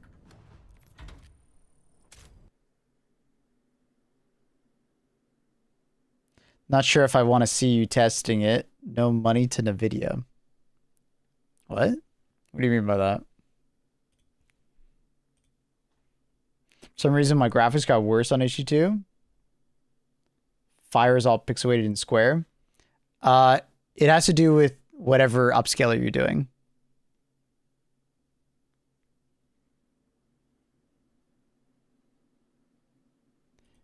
if you logged in and didn't touch anything, it's probably because of that. Because they automatically turned on dynamic resolution scaling, which is a good setting for some, but not for everybody. Some people will notice the pixel peaking and stuff like that. So by default, I believe this is on now. So just turn that off and then select, you know, the settings that you want.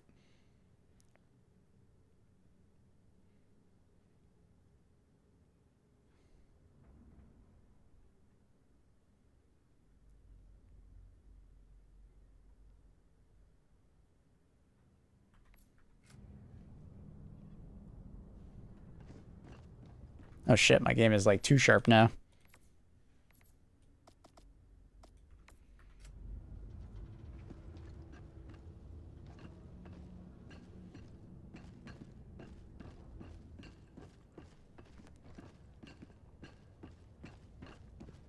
It does look good. Wonder how the quality preset looks.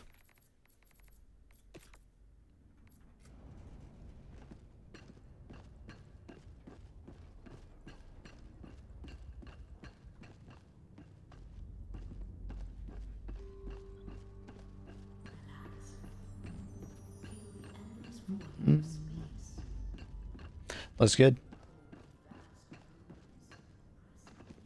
But another one, Red, is just making sure you pick the an upscale that you like. You couldn't just stick with like TAA if you want, if you don't want to like mess around with it too much, like TAA native for like ultra quality or something like that. But depending on your graphics card, you know, I would use DLSS if you have available, or XeSS, and just mess around with the settings. Adjust the sharpness setting alongside it. I would not recommend putting on variable rate shading unless you just have a potato computer. And then NVIDIA Reflex, wouldn't really recommend using it unless you're using like, if you're using like lossless scaling, I would maybe turn this on, but I don't recommend using it if like you're not using something like that. It's not necessary.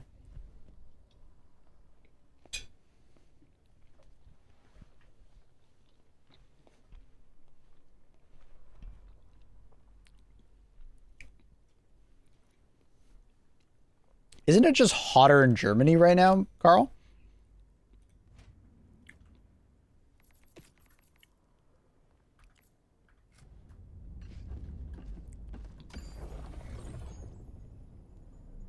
Does it hit performance if I have on plus boosted? Yeah, it does.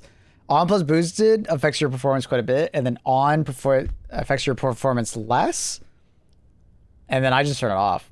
It was weird. I've never noticed it in a game affect your performance. I don't know why it's so heavy in this game. I'm not sure.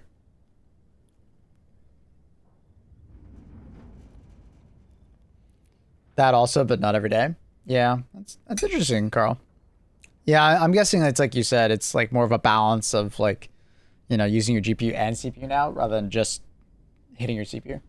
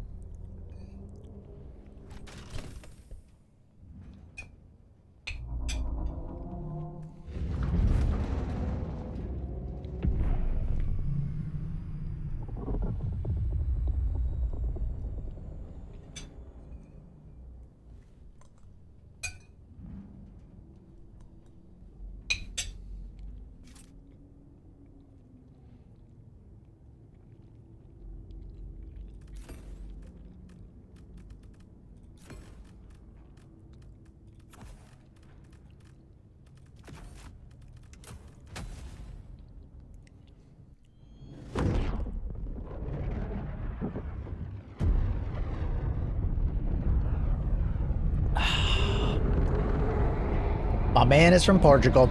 Do you know Taquibo? He's also from Portugal. Love that guy. I miss playing games with that guy.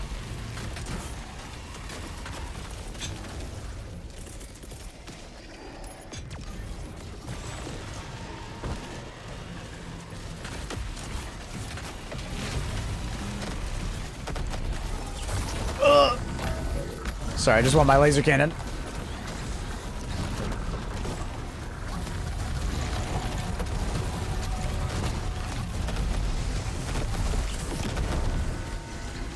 From Australia? I'm no Aussie, mate. Did you be PoE? I'm like level 77 or something like that now. I could probably do like a tier 11 map or something. But I've been getting fucked over on waystones.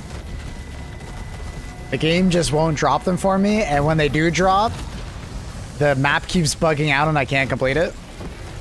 It's really annoying.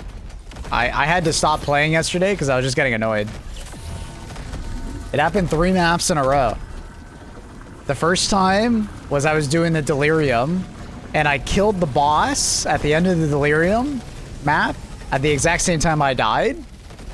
And when I respawned, no enemies were on the map, but it said kill the rest of the rares.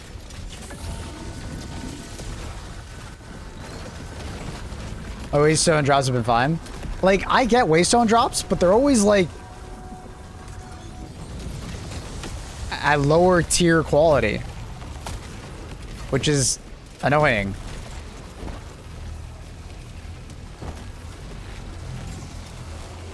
Like, I'll do some 9s and then I'll just get level 6 drops, and I'm like, what the fuck?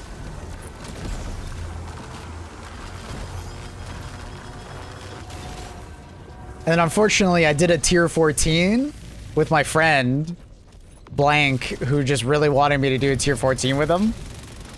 And unfortunately, I can't buy the highest level I've completed now.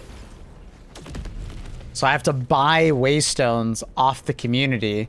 And dude, it's like 2 exalts for like a tier 10 gray. I'm fucking pissed. And then they keep bugging out. So yeah, I was pretty frustrated yesterday, Reese. I was pretty fucking frustrated. Other than that, I was kind of flying yesterday. I think I'm like level 77 or something like that.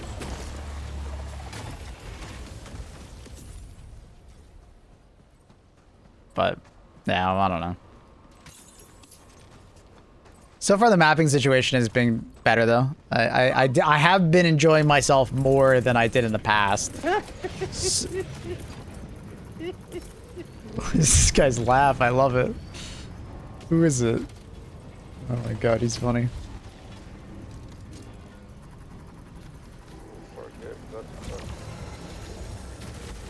Yeah, I don't know. I've never had this kind of issue either. But I just keep having it, bro. It's bad.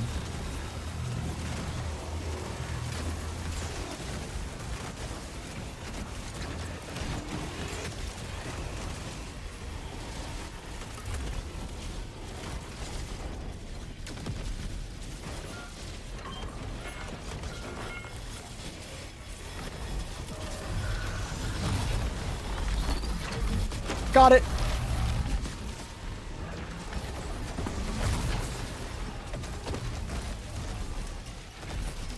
Dude, it's super weird. I keep seeing lower maps drop.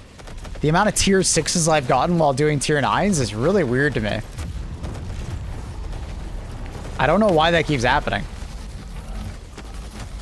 You putting mods in them? Oh, yeah. Yeah, I always have a mod in it. Breach, radiated, whatever. Yeah, there's a massive... Like, I feel like I'm... It is...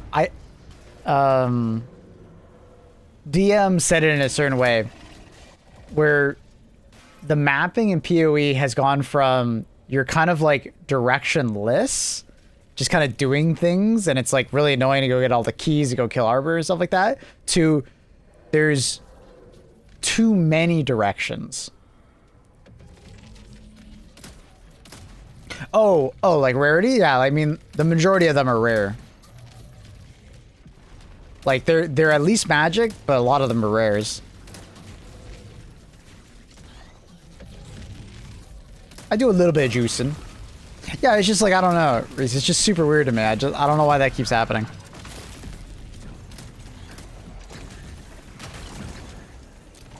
I don't know if like accounts bugged because like I did like a tier 14 map with a friend or what, but like, I don't know. Just seems super odd. Because basically when I first hit maps, Blank was like, hey, come do a map with me. And I was like, all right, I'll just try and stay alive. And then it's been kind of messed up since. Because I've been, after doing that map with them, I've been kind of just progressing normally.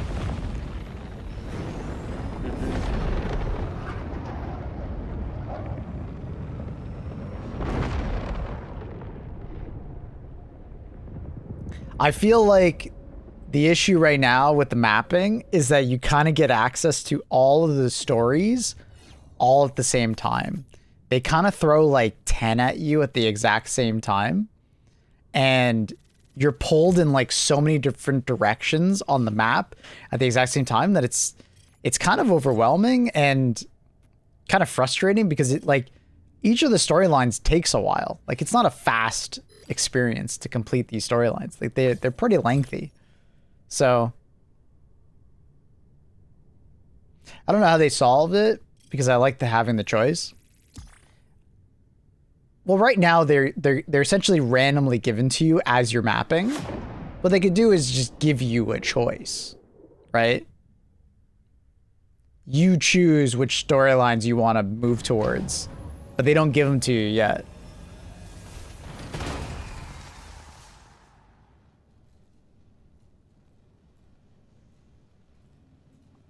Or they just say, eh. So wait, how did you unlock the ability to buy tier 14s from Durrani? Because I completed a tier 15 with Blank. Durrani sells one less than your highest you've ever done, if I'm not mistaken. I think I remember that being the case. So he's selling tier 14s to me. And he won't sell anything else. So just do tier 14s? Well, my ass gonna get wrecked, but yeah, you're right. I should just do tier 14s, nut up.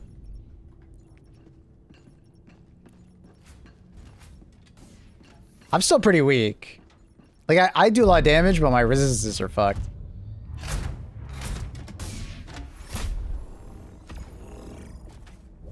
Weird situation? Yeah. I kind of just wanted to keep progressing, you know, leveling up.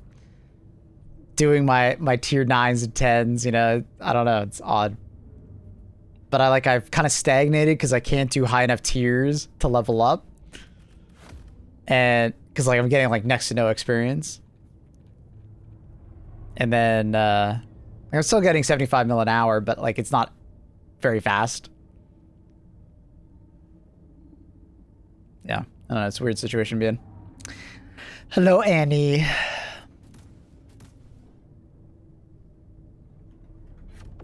Sorry, guys, 1 second.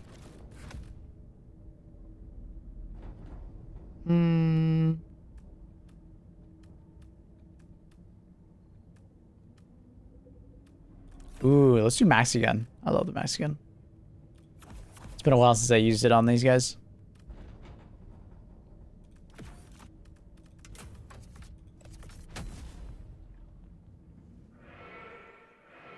Annie really wants me to go pilot. She is on this.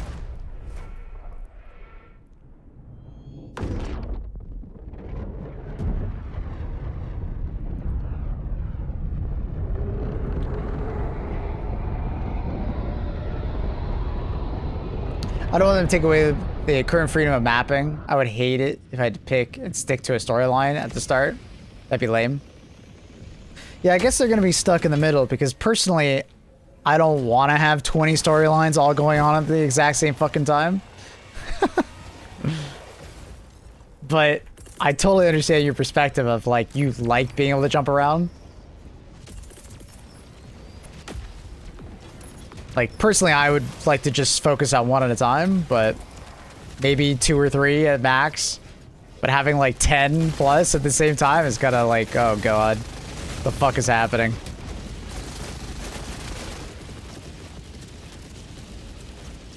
I feel like I'm confused at which way to go.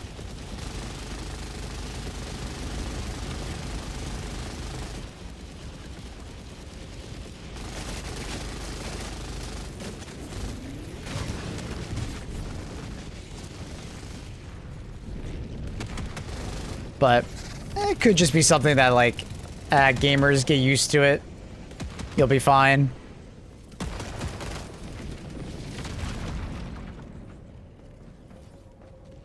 I enjoy jumping back and forth, my variety mapping. That's fair. Have you done any of the cool bosses yet? Or you're still like normie maps? I've opened up one of the gates and that's about it. Pretty normie stuff. I don't like the new Delirium though, I'll tell you. And I'm not even talking about like, I just don't like it bugging out.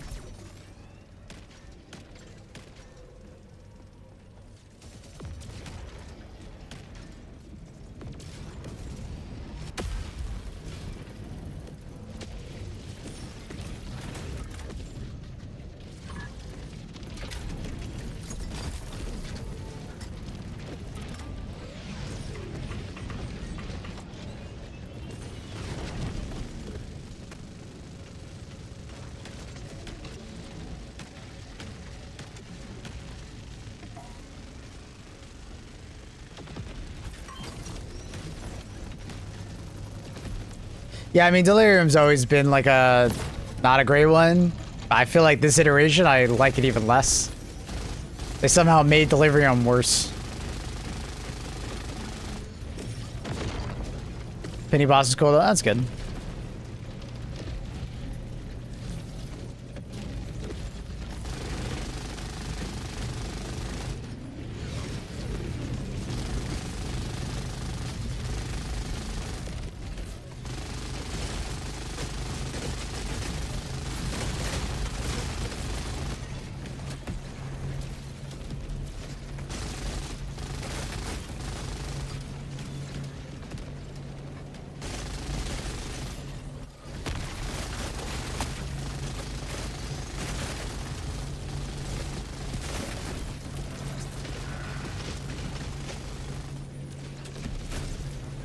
Out of ammo.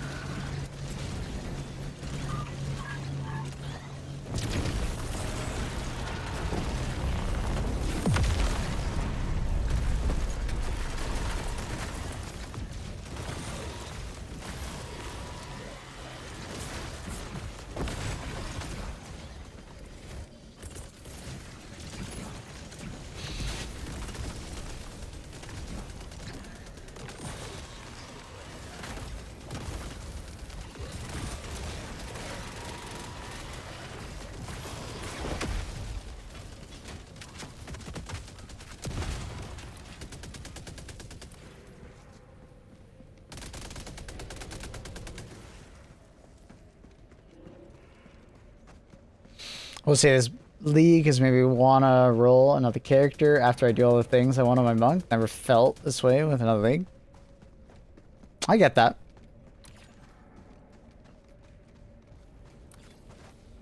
I get that. For sure. It's a good league. I think they're really getting to a point where the game kind of feels like it's getting completed.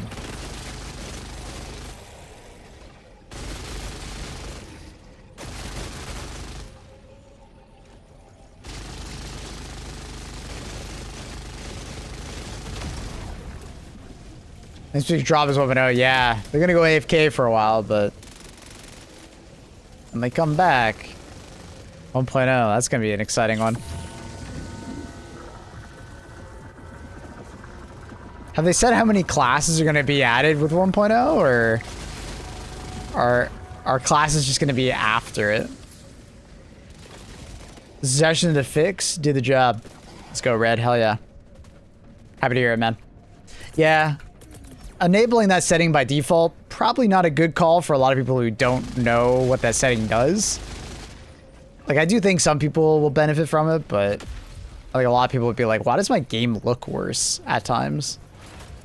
Especially if it doesn't set up the setting properly. It'll just make your game look objectively worse all the time, and it's like, what? They said it still won't be all of them, but there will be some new ones coming with 1.0. That's exciting. New classes have been definitely the most exciting part of PoE 2's development for me. Especially if they keep making them like Druid. I fucking love the Druid release, man.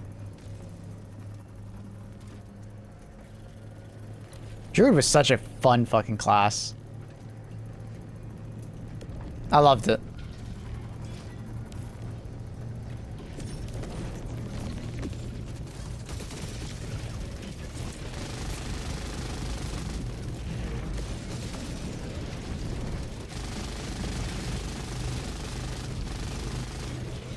Really want them to release the Templar so I can finally be a paladin. For sure.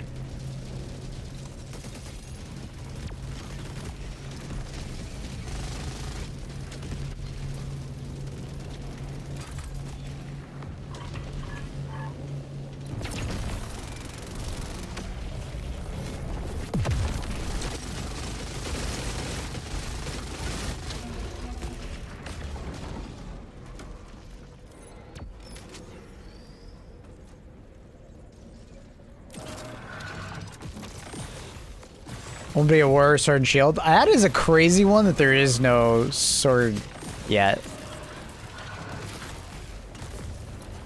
Like, that one actually, like, genuinely surprises me. I feel like it's just such a, like, a cliche, like, add to a game that is wild to me. No swords. No skimmies. Nada.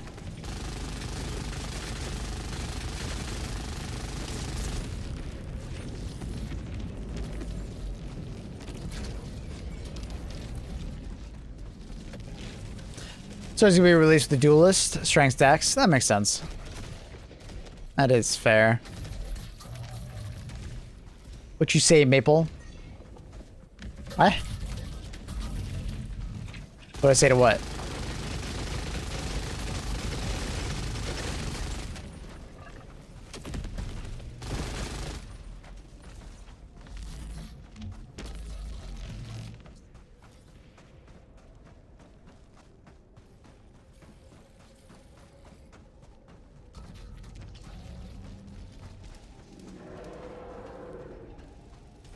Any news on when the updates are coming?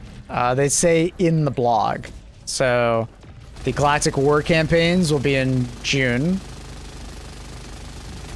The ship, like the additional types of ships, we're gonna get more information about later this year. Sounds like tail end of the year.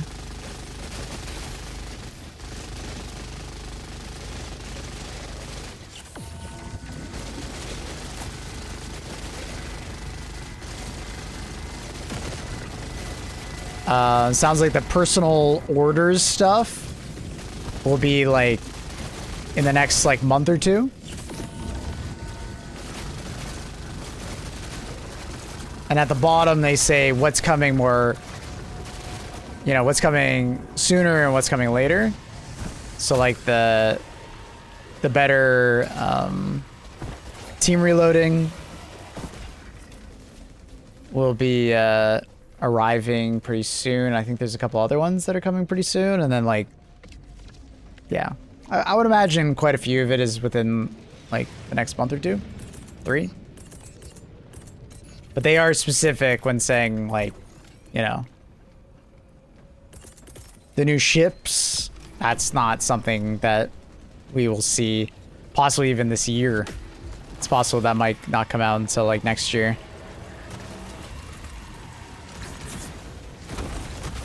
That's so unfortunate.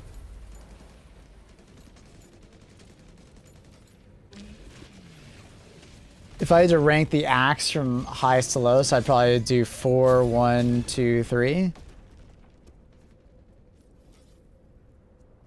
Yeah, I'd agree with that.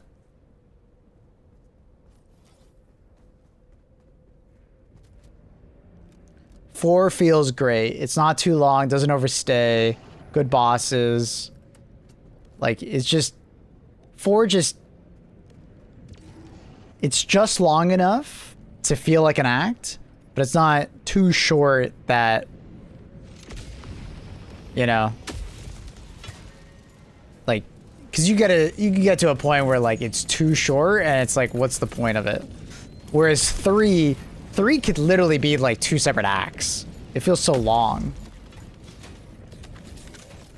And I saw that they updated it and they made it easier to find certain portions of it. And you know, the canals is better, but it's like, it's just such a slog. Like, it's the best way to describe it. It's a slog.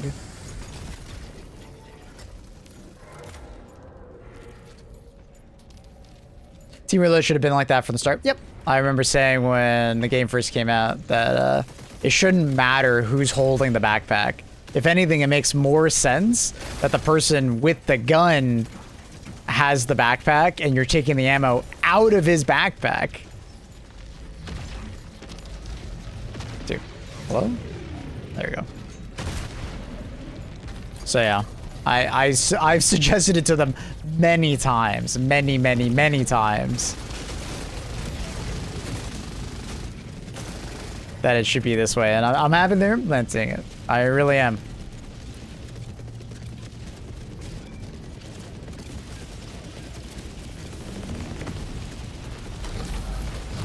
Like, team reloading is such a cool part of Helldivers, but like nobody does it because it's such a pain in the ass.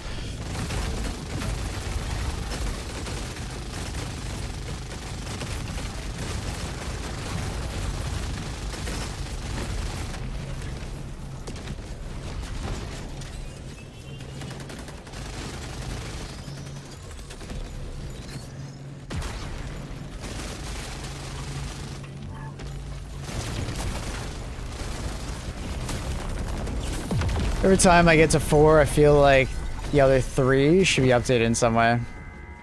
At least they're bosses. I don't mind that 1 is the way it is, because it should be like more simplistic. It should be like an opening act, and I feel like it does well at being an opening act. 2. How would I change 2? 2, I just don't like a lot of the mapping in that one. I feel like a lot of the maps are just very awkward, and I don't enjoy mapping in them.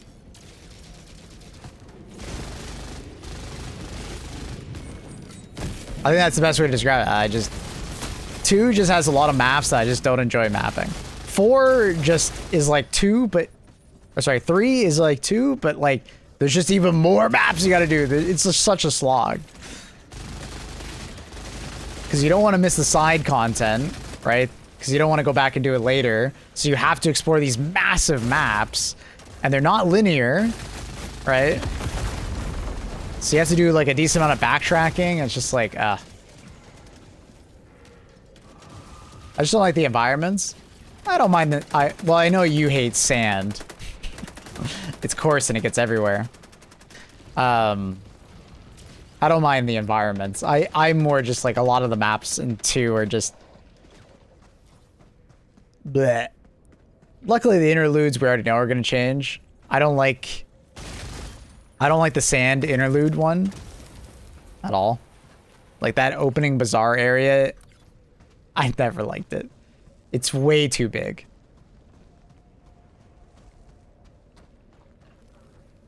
They even have that thing to tell you which direction to go, and I still don't like it. It has the best bosses, though. That's fair. It's true.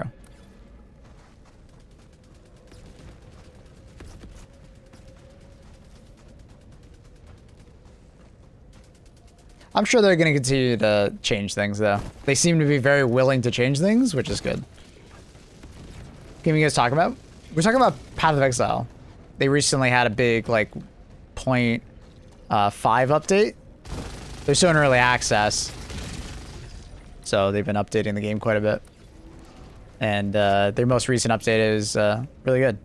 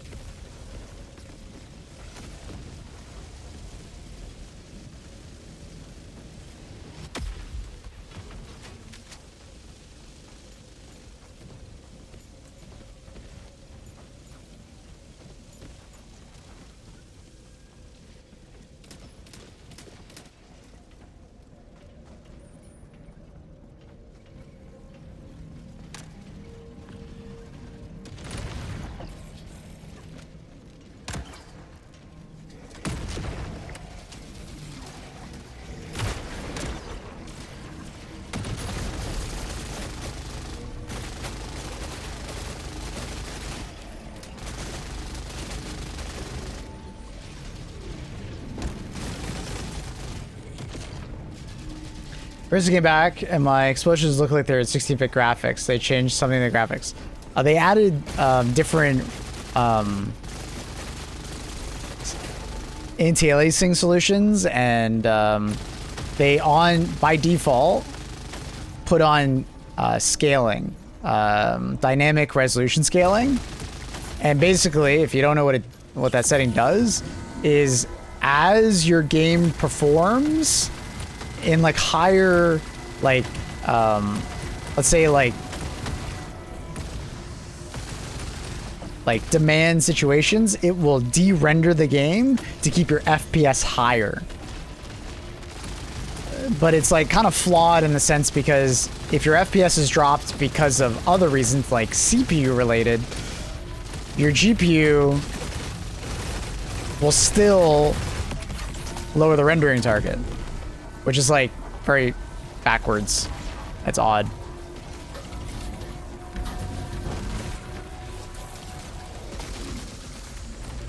So what I recommend is turn off dynamic resolution scaling and then mess around with the two settings above.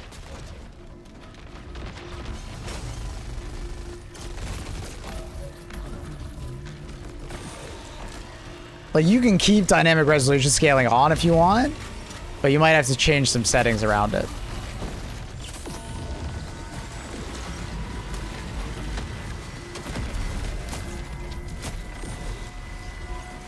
Where are my teammates? They all just like die outside or something?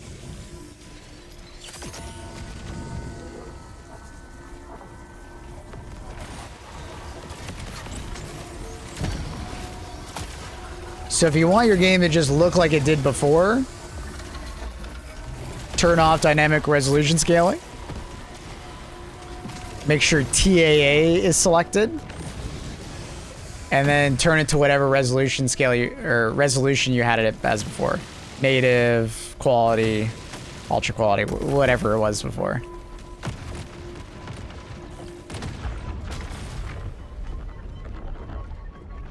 But you might be able to get it looking better if you mess around with like using DLSS, adjusting the sharpness setting, right? If you're on an AMD card, I would recommend XCSS, not FSR.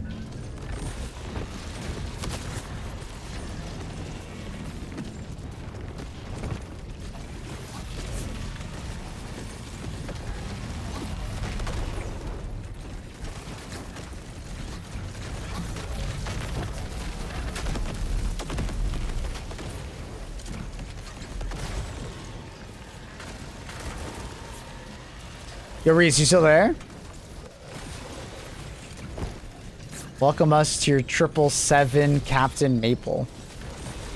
Annie, you really love the idea of me becoming a pilot, don't you? But Annie, I don't want to become a pilot.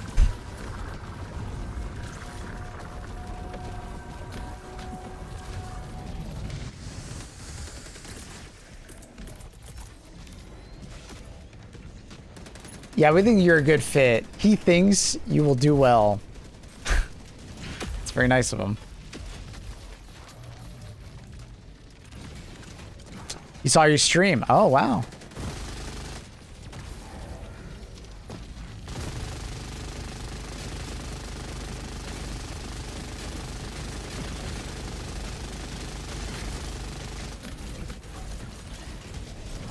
These missions, but blasting all the pods are a pain in solo. Oh yeah, I bet.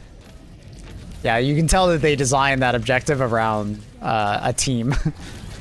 Unless you bring like something like the crossbow. Like if you bring the crossbow, it's really easy. Kind of depends on the weapon you bring though. Stalwart's really easy. Minigun's easy. Surprisingly, the laser cannon is really good at it.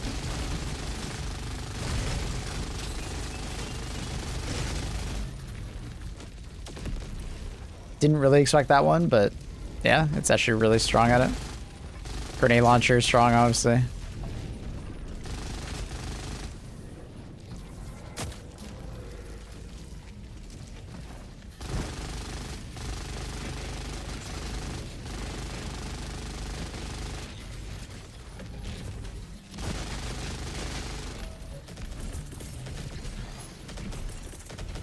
Gatling seemed to be okay, I see. Yeah, it's pretty good at it.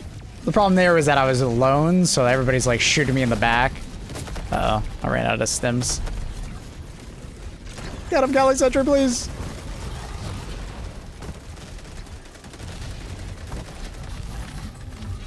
Did I call in respawn? I did. I walked by it, didn't I? I was like, I'm pretty sure I called it in.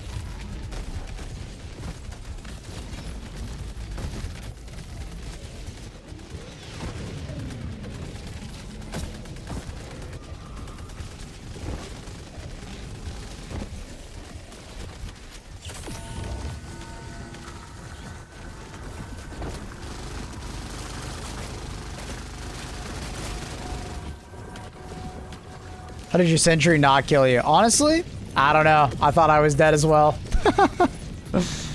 I was saying the same thing in my head, like, you know, I'm taking it.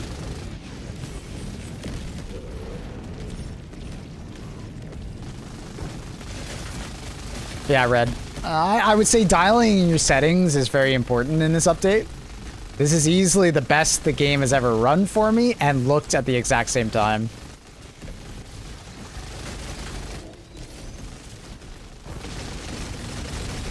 My cape is in the way.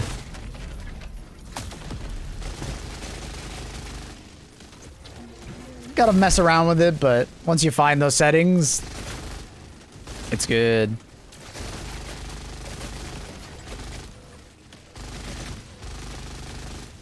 Of course it looks great when it's a blade on a 400 Hz OLED. I don't even have the 400 Hz enabled.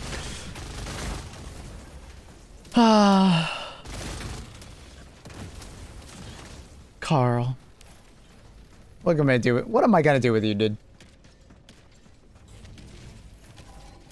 So humble. Shut up, Carl. What was I gonna say though? I was gonna say something. Oh, Carl, did you try Sulfur?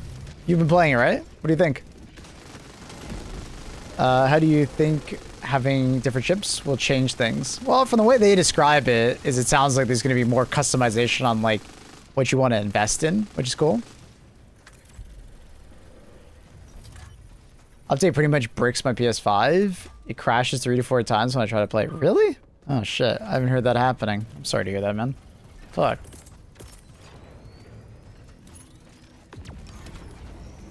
I have a bunch of viewers that play on PlayStation. They haven't told me that. That's not good.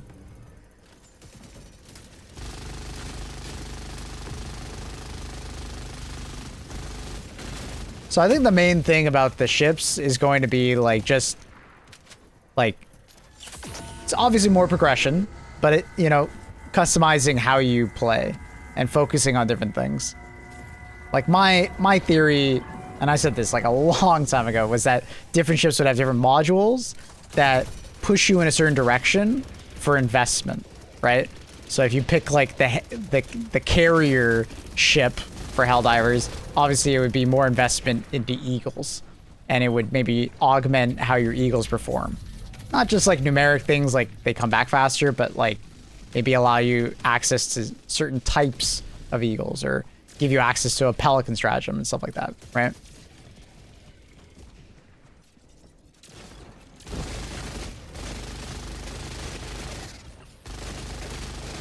And as long as they make it pretty easy to swap back and forth between your ships, you know, I think it's a really good idea. Plan is this? This is Hydrobius. Hydrobius. I bet I butchered that. I want a ship with a sauna. I also do hope that they add customization to the ship's interior, so you can kind of personalize it. And I'm still hoping for like a wall of medals, you know, to display, you know, accolades, you know. You get a medal for like killing a fuckload of Bile Titans and a medal for, you know, doing a certain amount of terminate missions and so on and so forth.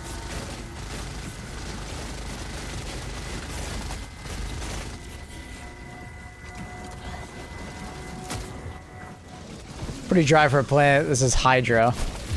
That's probably the joke. All devs love to. All every devs love to.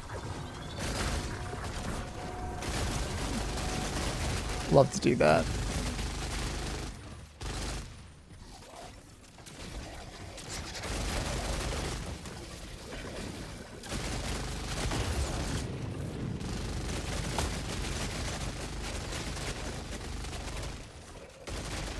Very strange on my side. I feel like the guy has made the game run better. I'd probably say maybe reinstall your game. Maybe there's just something like you need to verify, like something corrupted with the update or something like that. So it's very odd, because I haven't really heard of anyone having issues with the new update on PS5 really.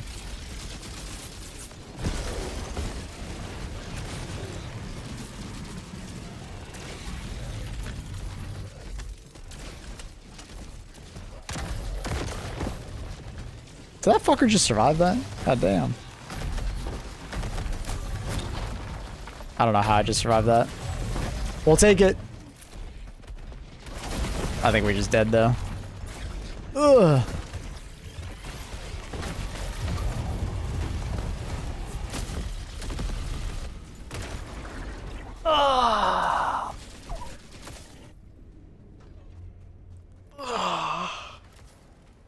What's up, Teo?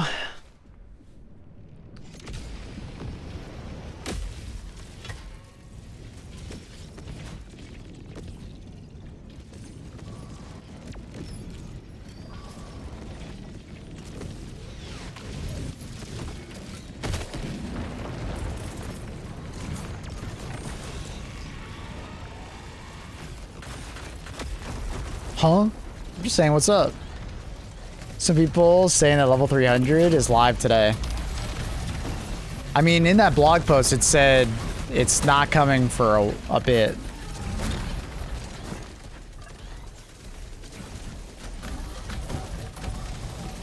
Like...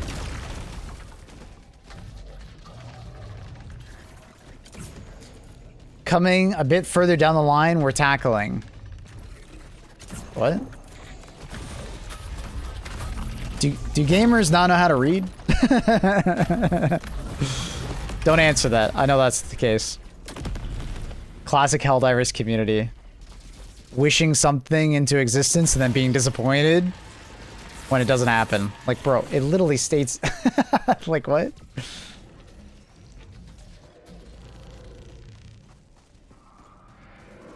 Level 149. Gotcha, gotcha.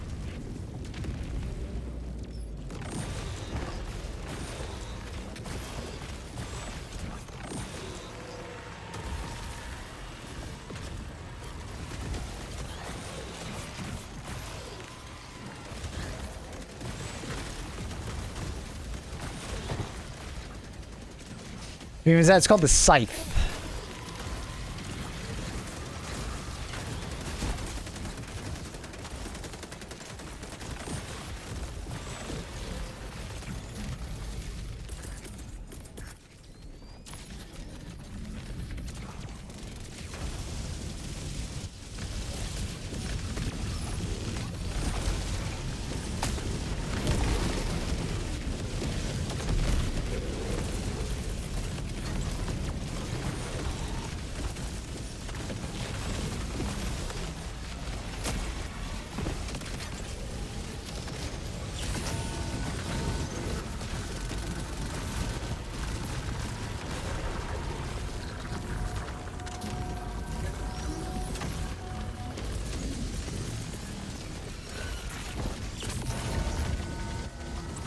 Warbond reward?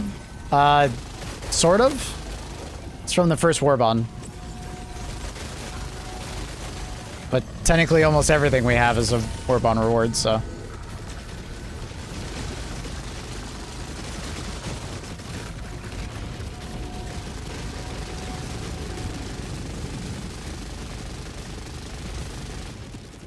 It's from the very first Warbond you get for free. It's like midway through, 4th page or something.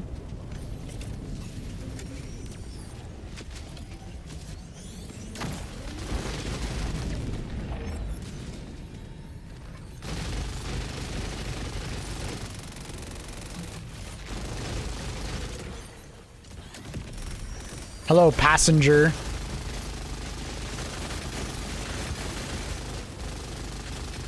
Annie, would you be my stewardess?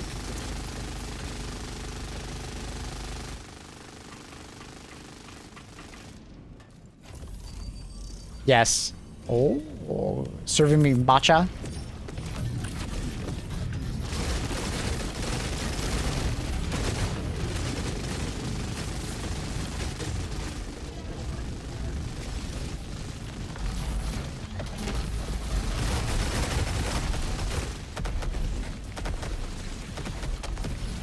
He's dead.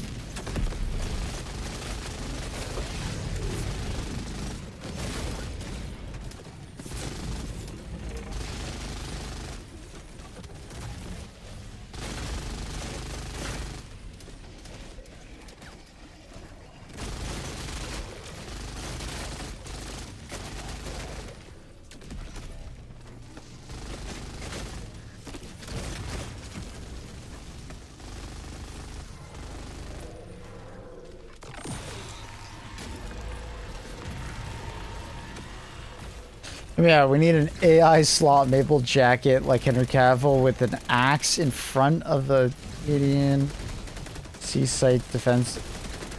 That is a lot of words. I think I need to see a picture of what you're talking about.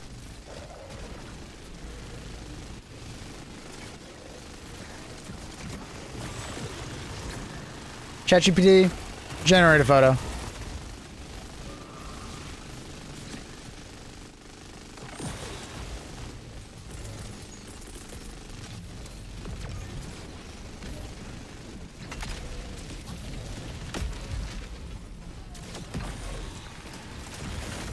I trust you flying the plane. I know you said that. I mean, you trust me driving the boat in windrows, so it's kind of the same thing.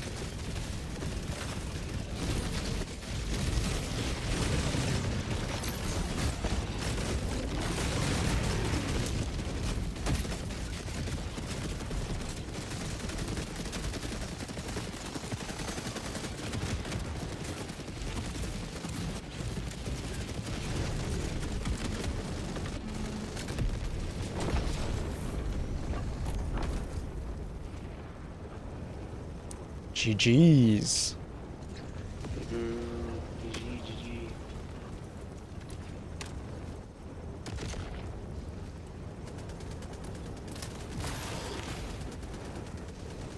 You be hot captain pilot.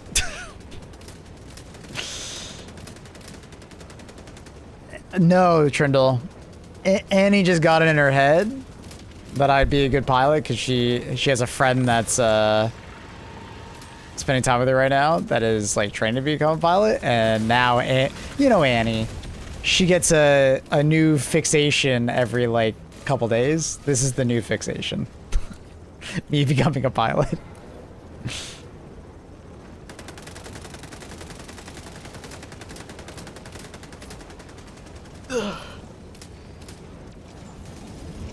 Sorry, he is a pilot.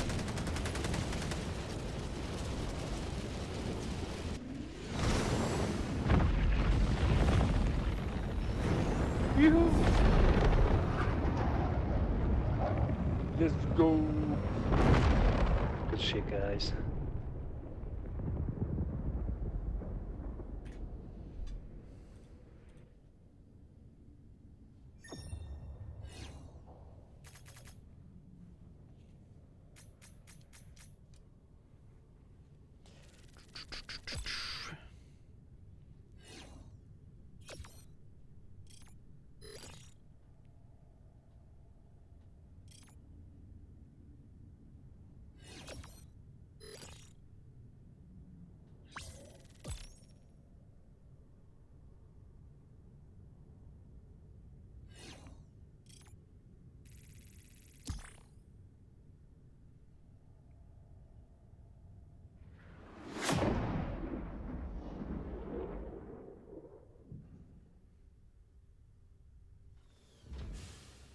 Ba, ba, ba, ba, ba, ba, ba.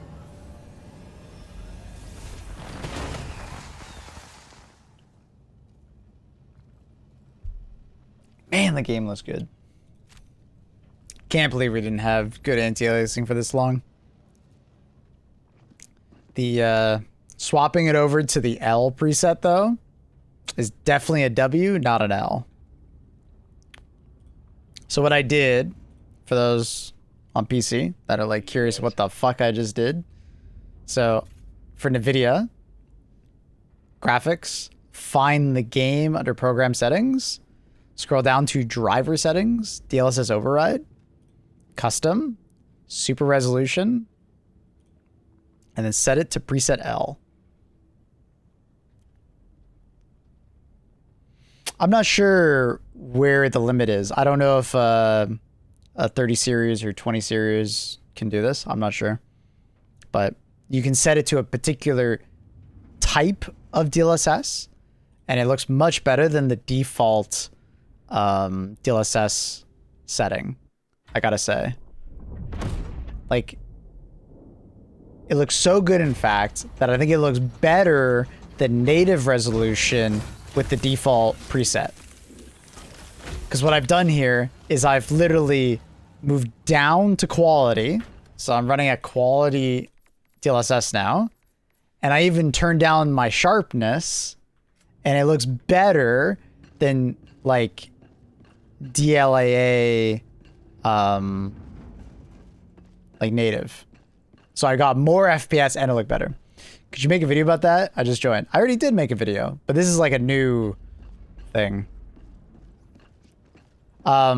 This is kind of new. This won't be in the video because I already made the video. Because this wasn't working originally. I did mention this as like you could do this with another program, but now you can do it with the default NVIDIA program. This wasn't available when I made the video originally. But basically, NVIDIA app, Helldivers, DLSS override, select preset L, and profit. Now, if you have a 30 or 20 series card, it might not run as well as it is for me. Because I'm pretty sure older cards don't run more modern versions of DLSS as well as the 40 and 50 series cards, if that makes sense, right?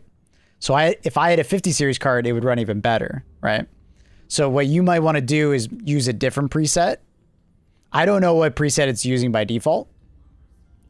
But yeah, mess around with the different presets. Provide different levels of performance and quality, right? So L hurts your performance more, but it looks better. But if you can gain more performance by, you know, using a different like DLSS setting, aka using quality preset, I had a net W here, right? The game looks as good as DLAA, but runs like 20 plus FPS better. That's a thumbs up in my book, you know? Maybe I should run K. Give it a try. I don't know how it'll run on different cards. So give it a try. I'm just giving you some advice that if you notice it doesn't run very well, drop the setting to a different preset.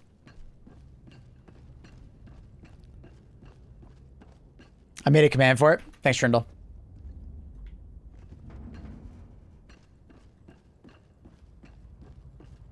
Gotcha. Just fit. Yeah, a lot of this is just you got to mess around with it. You got to mess around with, you know, what preset you want to use. You got to mess around with resolution scaling, you know, what sharpness, because it'll all depend on like a lot of different things, like what resolution you're playing on, what generation of graphics card, what's your preference, you know, like do you want more FPS or do you want it to just look better, you know? So many different ways to look at the same problem. This is where the older cards are starting to age the most. Yeah, it's the tech, the software, and how good the hardware is at running the software. Would you buy a Men Enjoyer Warbond? What do you mean by that? It does work. It looks very crisp, but it adds a shit ton of like drag delay. Yeah. So maybe like maybe try a different preset.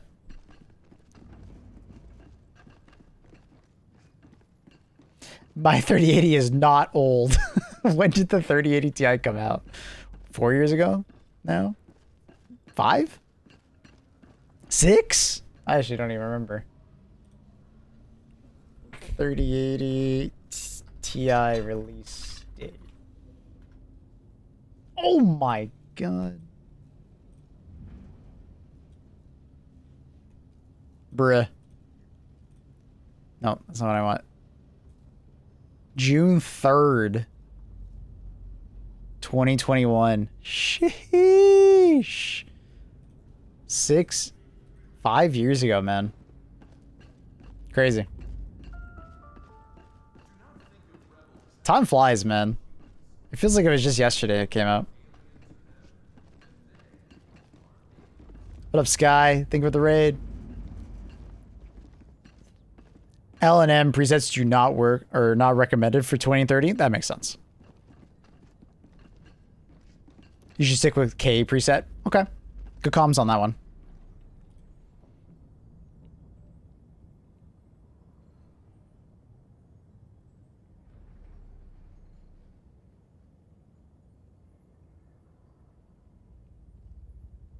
So, good to know.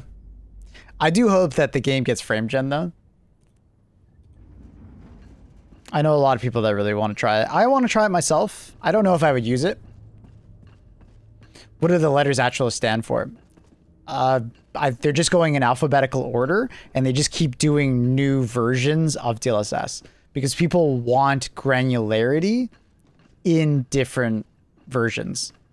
Because like I was just saying, some people want more performance and don't mind if a particular version doesn't look as good, right? And then some people are the opposite. They want ultimate look and they don't mind if it fucks over your performance, right? And then in some environments, some games look better depending on the preset, right? So it's like a game for game thing. Like some games will look better on K preset, some games will be better on the L preset. So it's like depending on how the model was trained and how well it handles that type of game. Because different art styles will greatly affect DLSS, right? Some games might have more ghosting or less ghosting, depending on which model you pick. Some people are more tolerant to lower FPS, yeah. And some people, like, they don't mind lower FPS, but they want, like, a very clear image, right?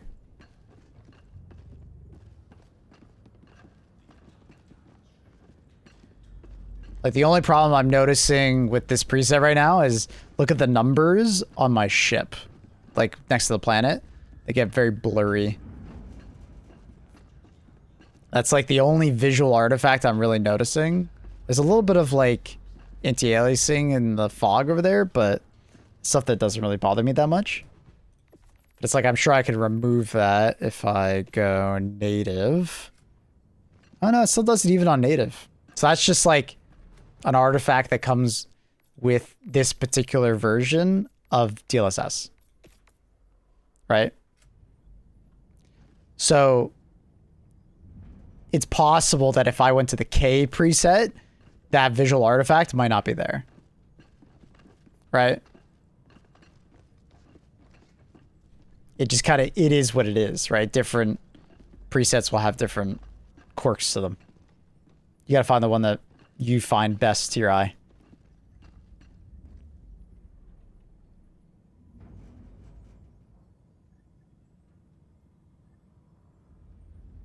Sent you a screenshot.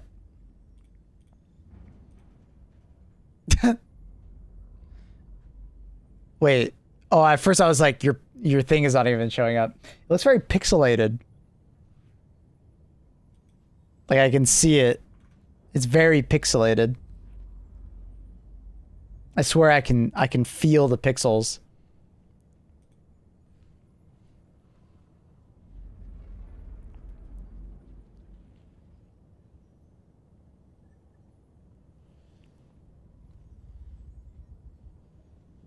But yeah, this is by far like the best Helldivers has looked and played for me though.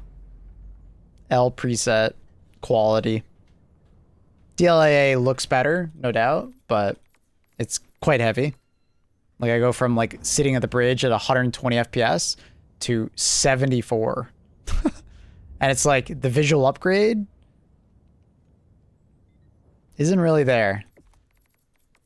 Right? Like, so I think I would gladly go back to like 115 FPS and it look about the same. Got to figure out what works for you, you know?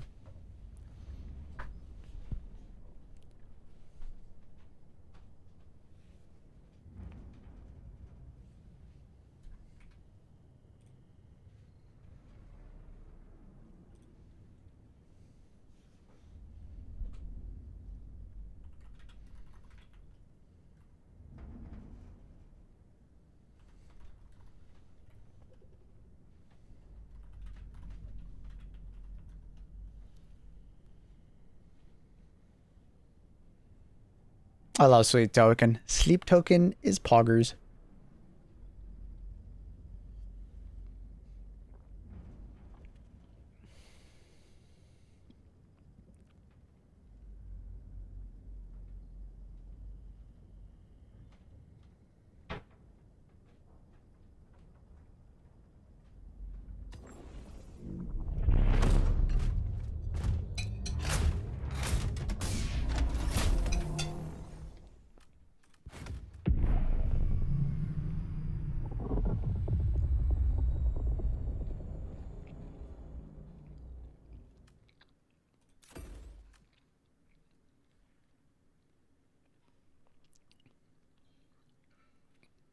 Wife loves you. She came running into the room like, worship. Love that. Glad I could do that for your wife. That's funny.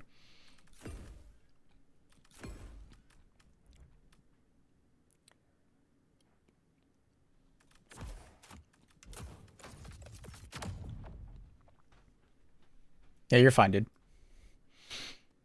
Also, Sulfur runs at 144 FPS at 30% load, so why bother? Maybe we should invest in a 5800 X3D once they're out, but on the other hand, I don't really want to upgrade my old rig for one game. Yeah, I mean, if you're not really playing any other games that like the 5800 X3D would benefit, yeah, there's no point. I do think you could get a decent amount of money for your CPU to offset the cost. And it's not like you'd have to buy RAM or a new motherboard. But it would be a nice gaming upgrade. You know, I could see you getting like some solid FPS boost.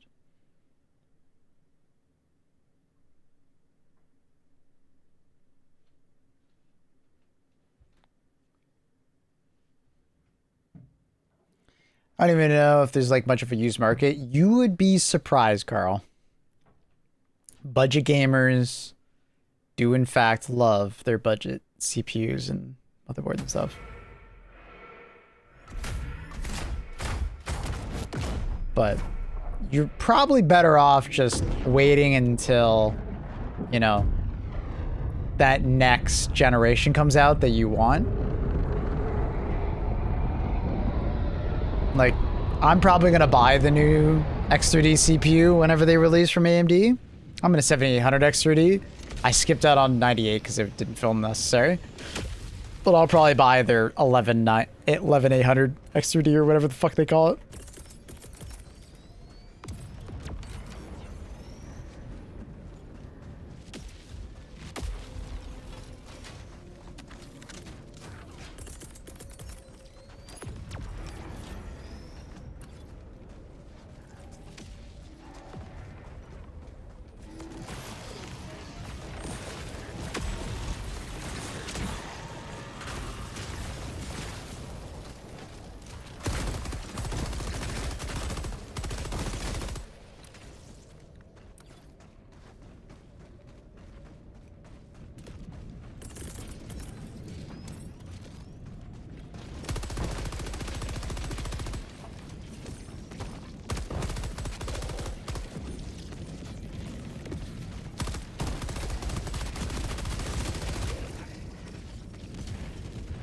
I'll wait for the 12 core single die extra chip. I don't feel like I need more than 8 cores at the moment, so it doesn't really bother me. We'll see how the next round of consoles go. If all of a sudden they go to 12 cores, that'll kind of force the hand of the industry. But I just don't feel like it's very necessary to go higher.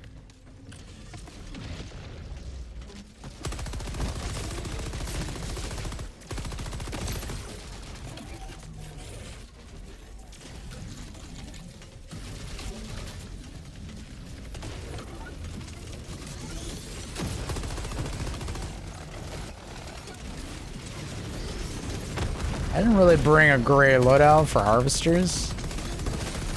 Admittedly. But if you use a computer for rendering, fair enough. Yeah, that's a grave point for core count. Unless you can do a lot of that rendering through GPU.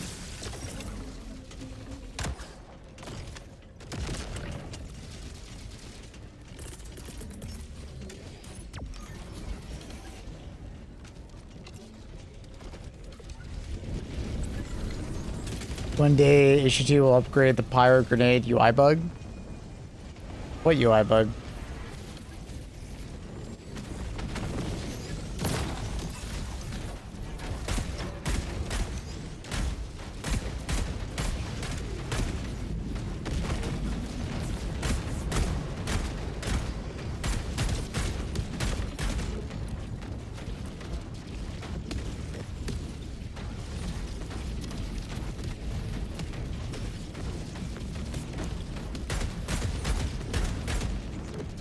It says 6 grenades, but when you pull the grenade out, it says 4. What? I don't think I've ever... I use them all the time. I don't think I've ever noticed that. But I also don't pull nades out. I just press the keybind. I have never looked at that. That's probably why it hasn't been fixed. I don't think people notice it's a thing. That's hilarious. I've never noticed.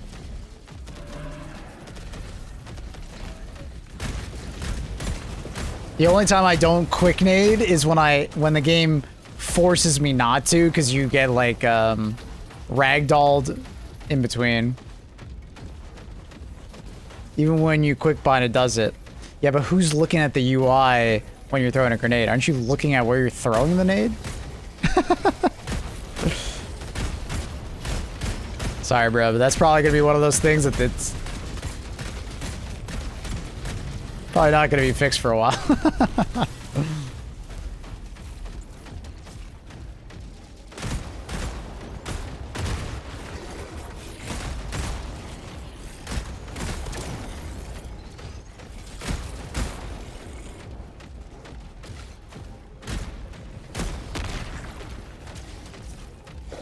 Bro, I have over 1,000 hours and I've never quick naded. Is there an existing keybind and controller? Wait, so if you want to throw a grenade, you have to select grenade, then throw it every single time? You can't just press the grenade button? I love Kungurin's comment. You can select a nade? Dude, this is a hilarious conversation. I love this. This is awesome.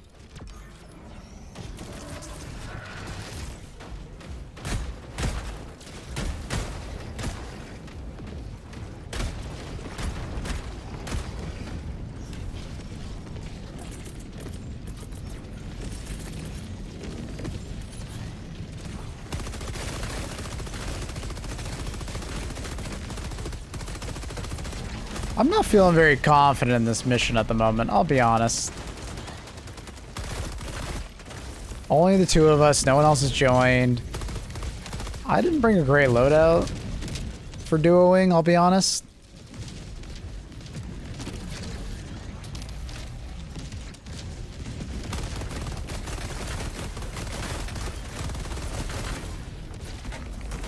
I don't know why he just walked in front of me.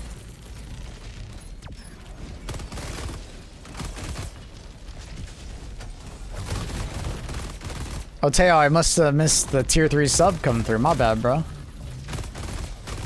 Why is he just meleeing? Weirdo.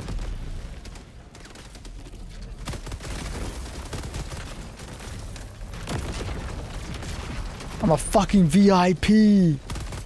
Oh, God. The E-God is coming out.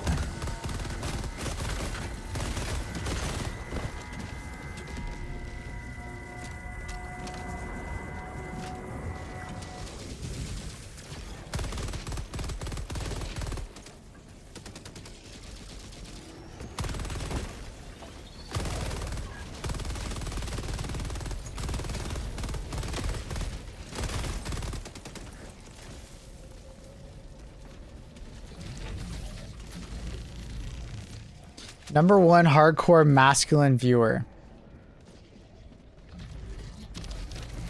Well, that's a collection of words that doesn't have much meaning.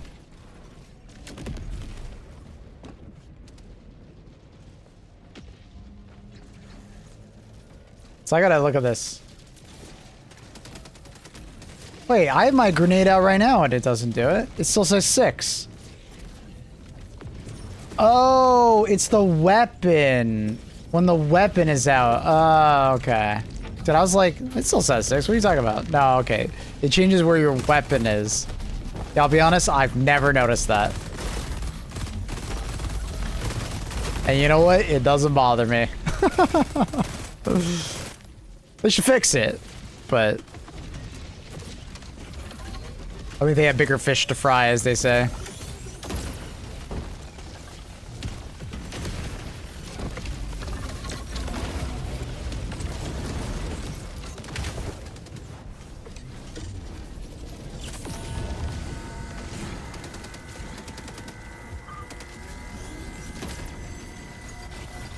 Yeah, our team, we're having some trouble here.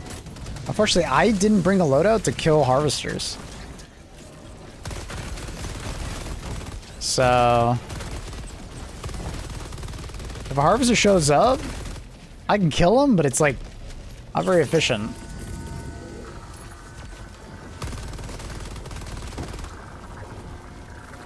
This thing is fucked.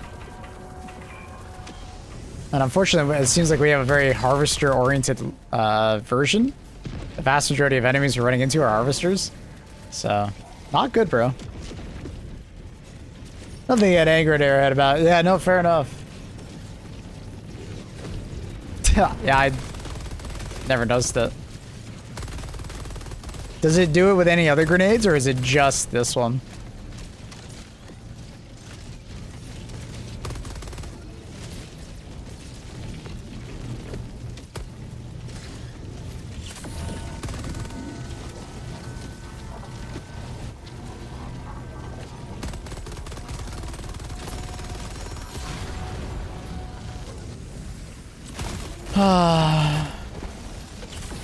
It's feeling like one of those missions, bro.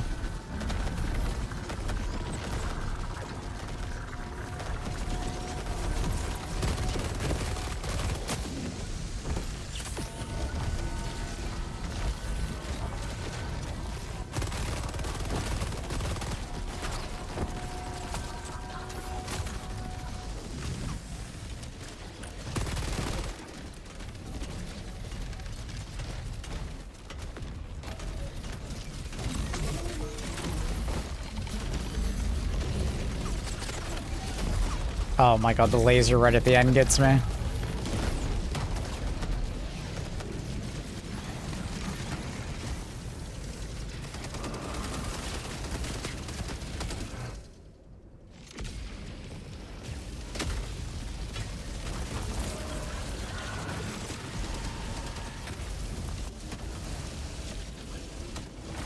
Unfortunately, I don't know if this team is going to be successful. We'll see, but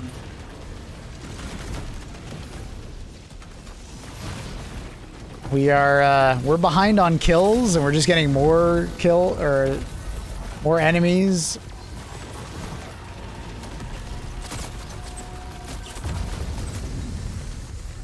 But I didn't kill him, honestly. Oh yeah, this is only the first generator. Like, we are completely failing at just protecting even one.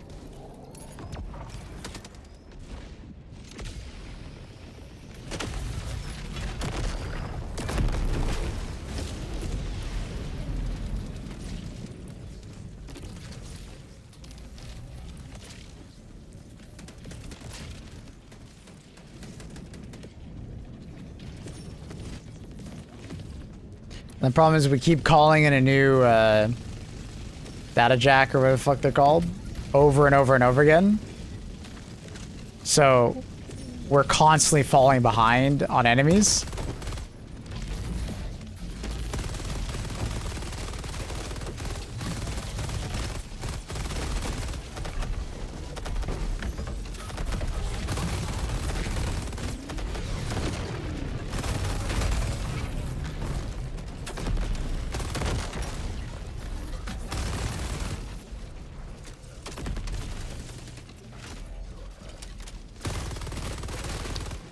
Yeah, I think this is GG to go next.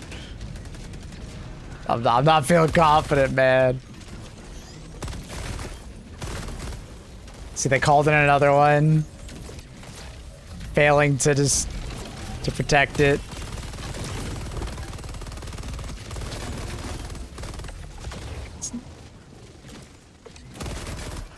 We just got another Illumina drop. Like, dude. We're so fucked.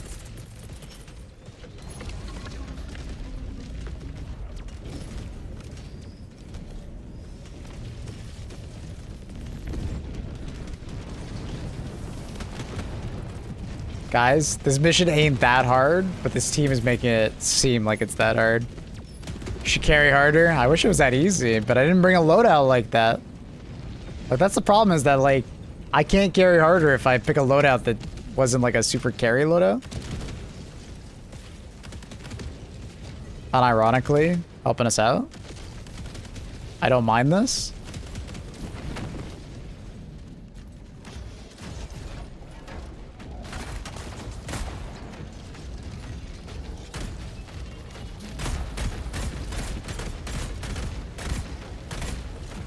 I feel like I gotta just take this and like go somewhere else with it. Like I'll do another mission part.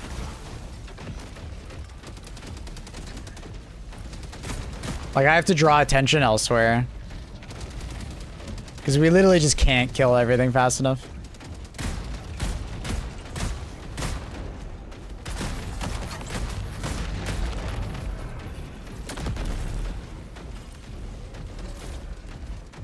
I gotta grab their attention and just go elsewhere.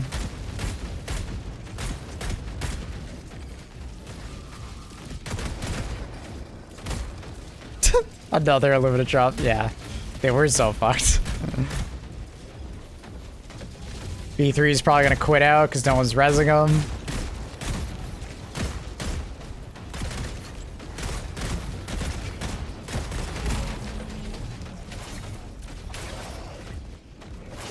Whew. Repositioning. Unfortunately, this is not a reposition. This is just a runaway.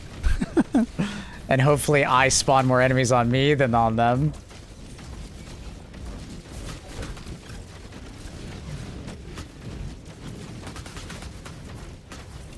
Jesus Christ, bro. These guys are not missing. They're literally just gonna kill my mech. It's like 10 overseers.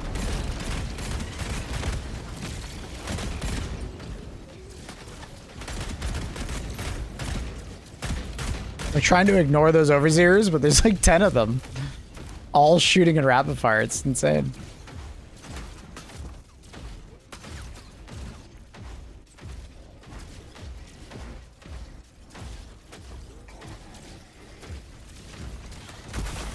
Yeah, they just got me. Dude, there's so many of them. What the hell? That's wild. It's a big patrol.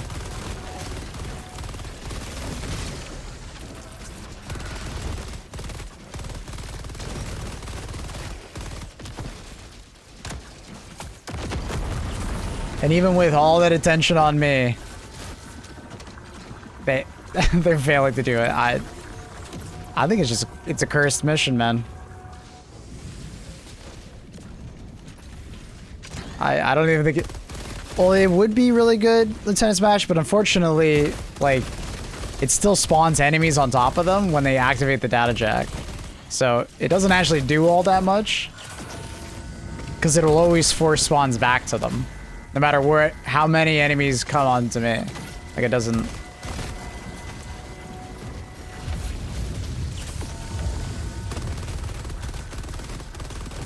Like, I have all these enemies on me, but they probably still have done.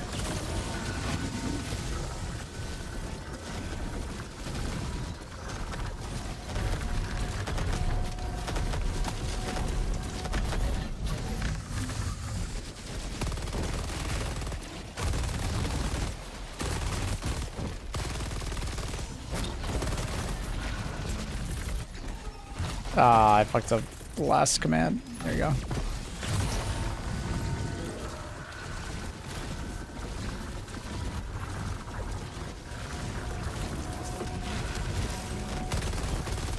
Which objective failed? Oh my god, the fucking... the fucking SAM site died while it was setting up. That's a rare one.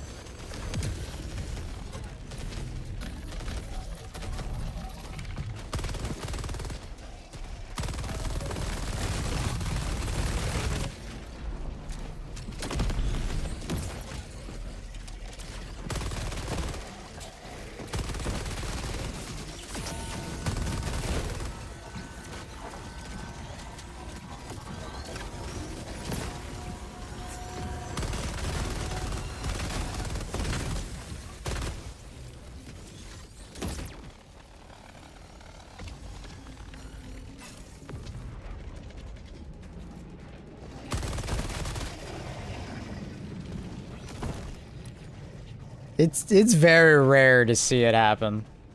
I'm kind of impressed right now that a SAM site actually died. It's that weird invisible wall again.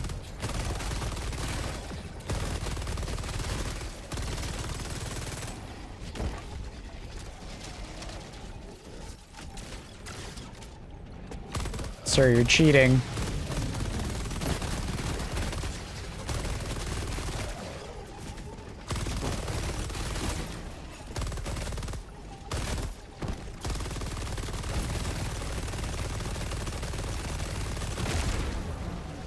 Unfortunately, that same harvester is still chasing after me. I think I just fucked up, man. My last, like, 10 missions on this planet have been so chill and so easy that I just didn't think I'd have to bring such a hardcore loadout, man. I fumbled. I fumbled the streak.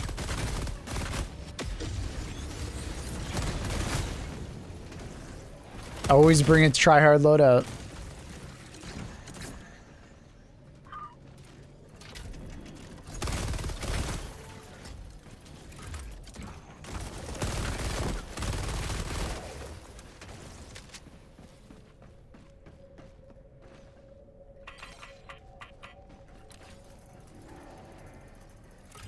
W4U, Coleman.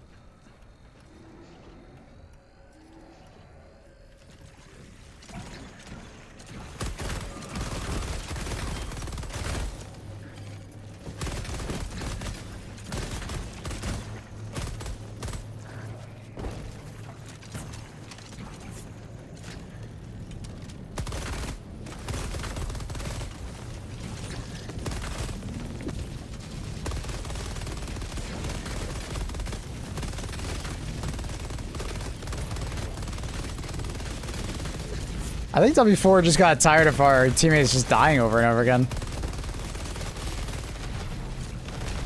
I don't know if I'll be able to do this.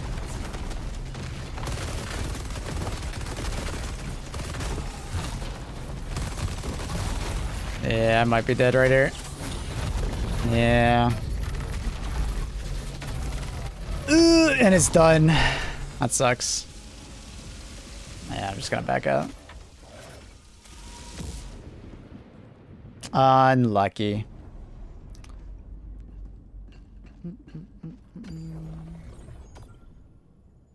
What strategies was I using? It was stalwart,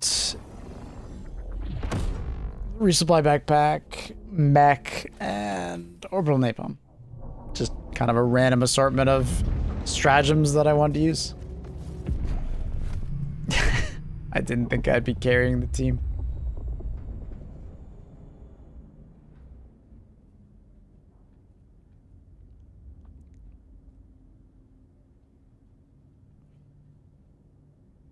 Well, did good. Unfortunately, not good enough. It would have done a lot better if I brought different stratagems.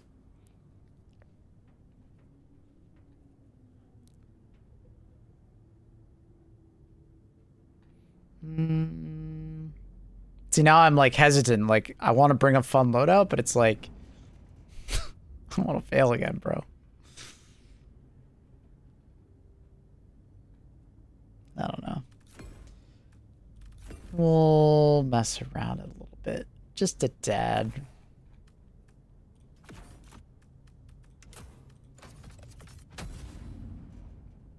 I'm scarred from the last game.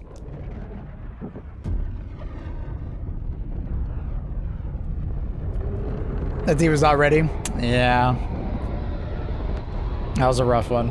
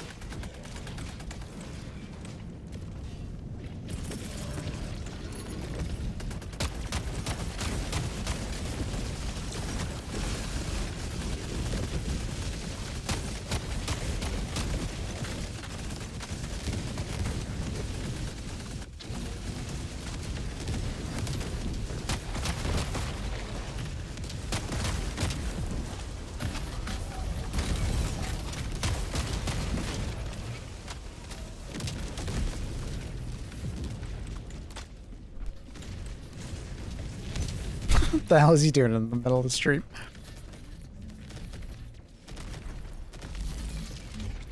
I think he might need some help.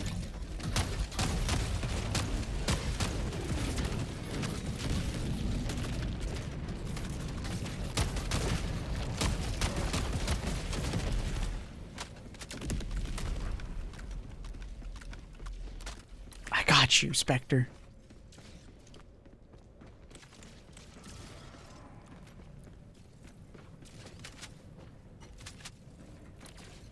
The ammo economy of this game is, or this gun is always so good.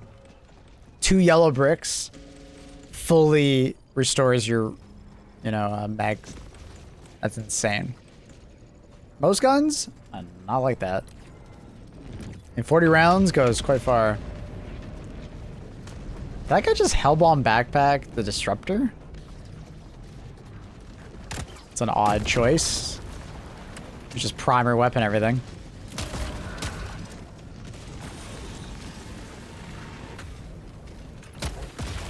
Ooh.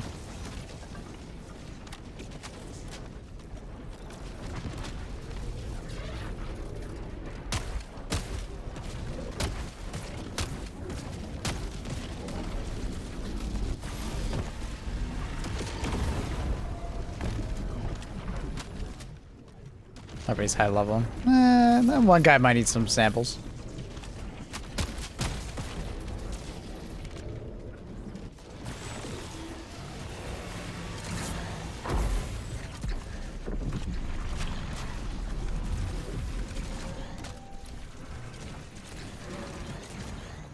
Lose a tire? Nope. Oh, it did. The back right tire is actually not there. You want in?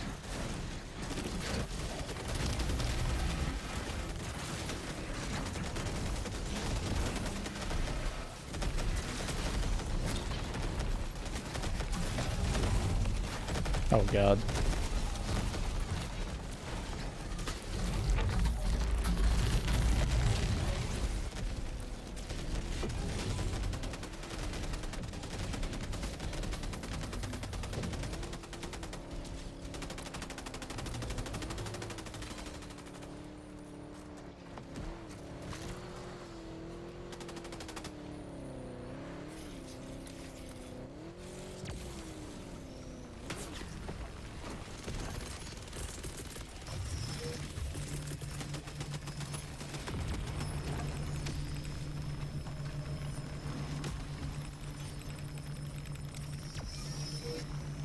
Does no one reinforcing this difficulty?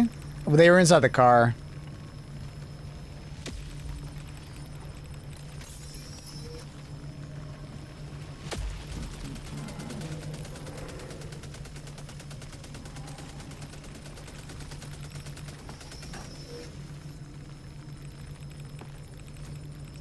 You can reinforce inside the car. A lot of people don't know that. To lean outside the car and then do the stratagem. A lot of people don't know that. It's a pretty niche thing. But also, it's not like it's imperative to revive the guy. Guys, it's okay if you're dead for like 30 seconds. It's okay. Beep, beep. Especially when his body is like on the other side of the map. It's all good. Don't be that teammate. You guys are being that teammate without being that guy. Hey man, you died. Be a little patient.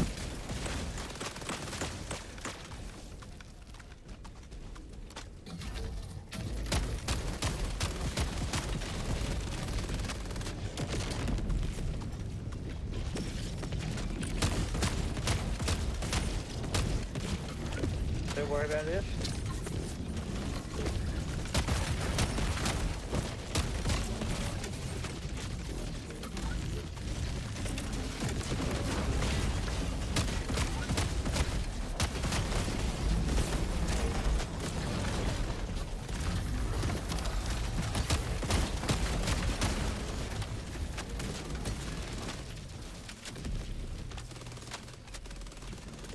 Bum bum bum bum bum ba-dum, ba-da-ba-da-bum, bum bum ba-bum.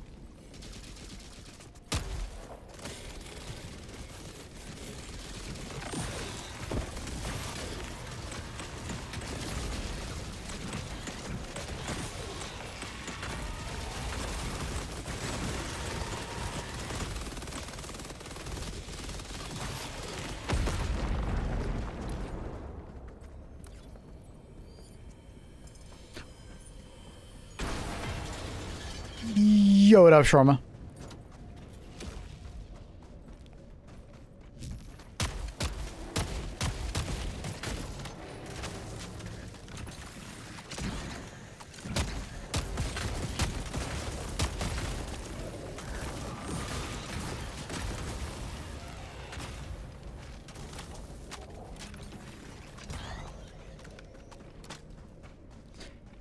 I just learned that at difficulty 8, it's okay to run away from a fight and just not die.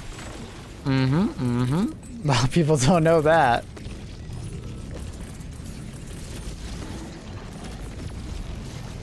Hi, Luna.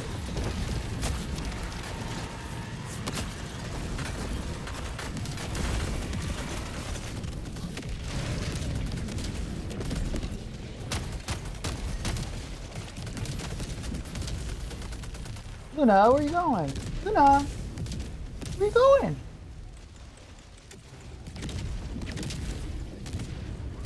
Do you think Helldivers 2 will die soon? No. The opposite. Why do you ask that? Is there a particular reason?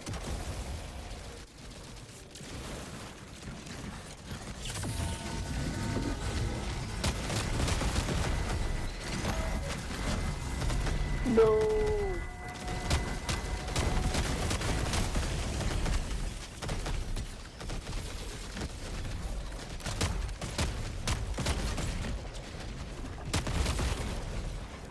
Oops. Thought I had another shot.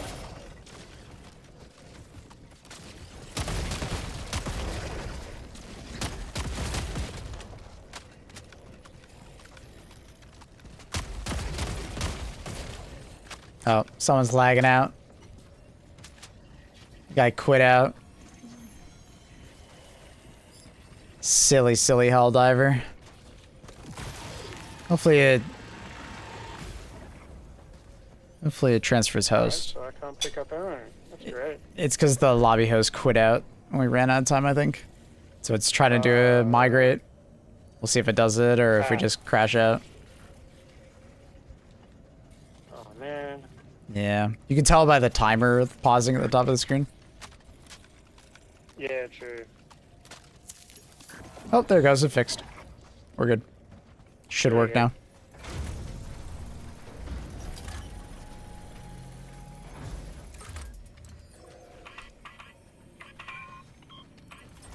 Never seen that lot take that long to translate. Yeah, it's a weird one.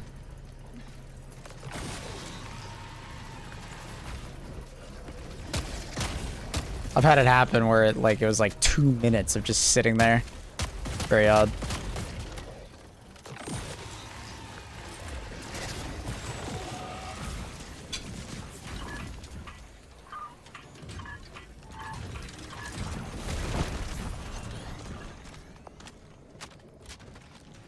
Bum bum bum ba-da.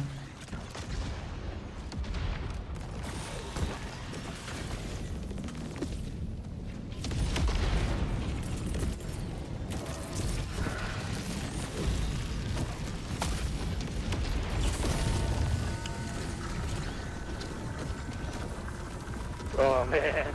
Damn it. Trying to do a jump attack ultimatum. Oh well.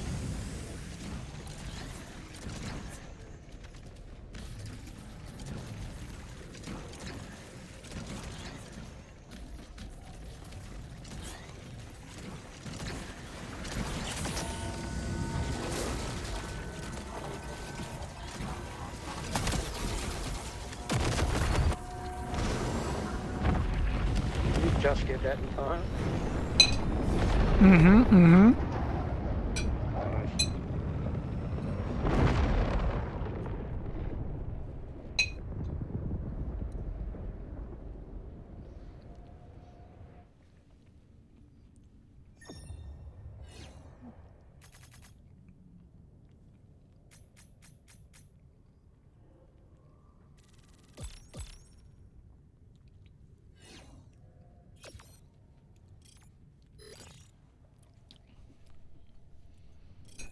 Man, I love this game.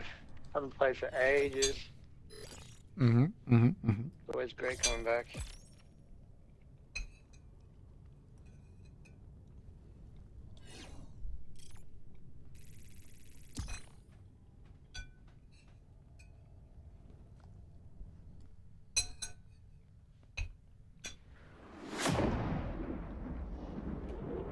Hi, Annie.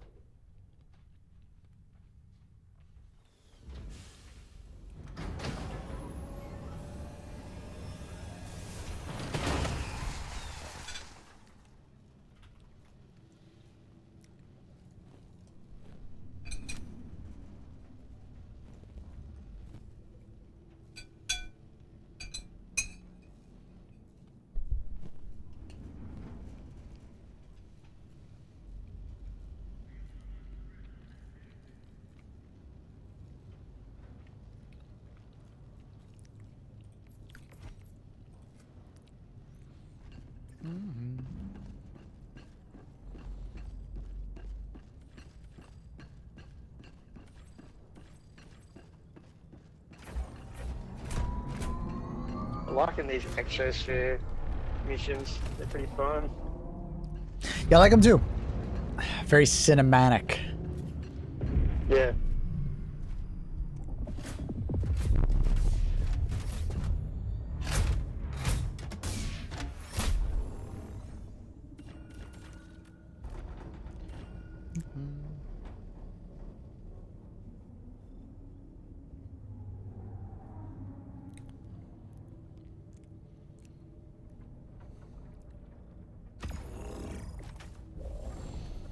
All right. Oh.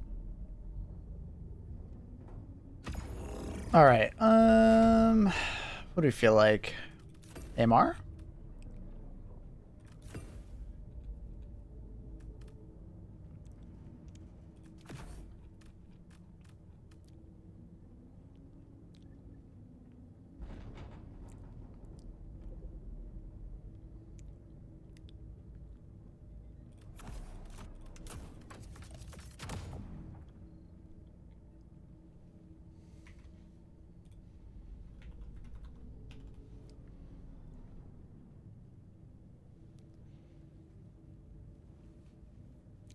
Or Mabel likes the gas thrower.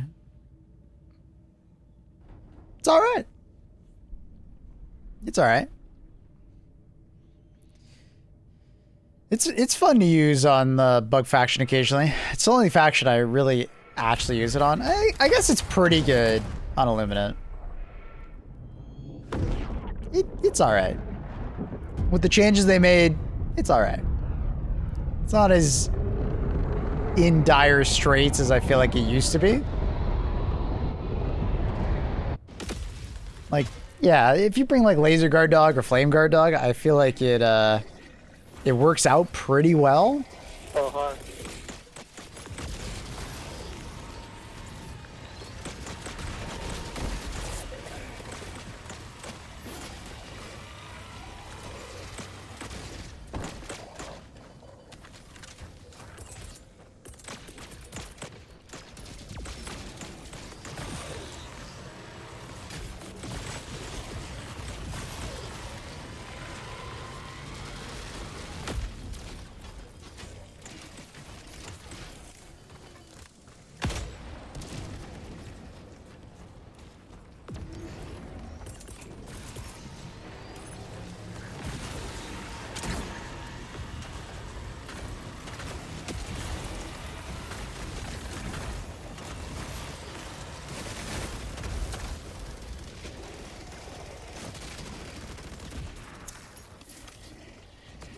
Anything works with the dogs. I like using them with the sniper. Yeah, but the thing is with the sterilizer is that the enemies are going to be AFK, and you can just like run around and ignore them, and then your guard dog mops them up, right? So that's like the gameplay loop of the sterilizer, at least on like bugs and Eliminate. Bugs and squids.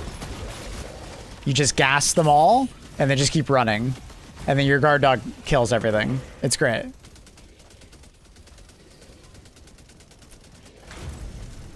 Now, at the end of the day, you know, maybe worth using something else instead, but... Dude. DLSS is so good, I've never noticed there's scratches on this texture. I've never noticed that. There's scratches on the monitor. Anti-aliasing, aren't you fantastic? Fine detail. DLSS better than the shadow. Yeah, the shadow is super low resolution. It's pixelated as fuck.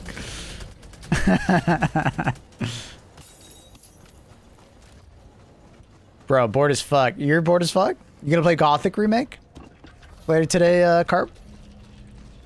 I wasn't really planning on it, but I'll be honest, chat kind of convinced me that I should try it.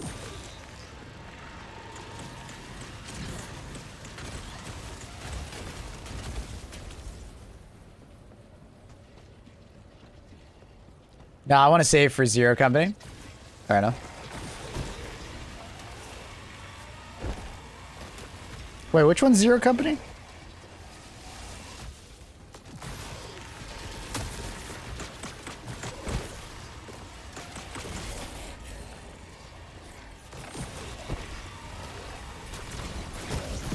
Oh, yeah, that's right. XCOM. XCOM Star Wars. Yeah. Fair.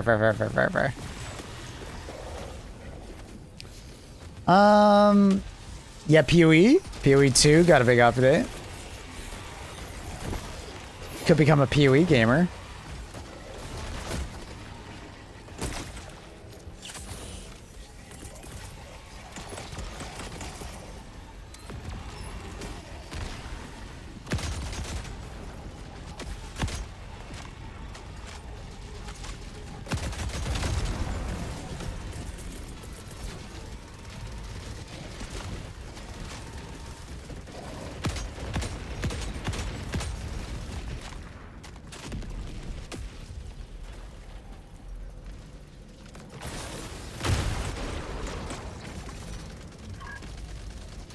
Destiny rating in 4 days for me, gulp. Ooh.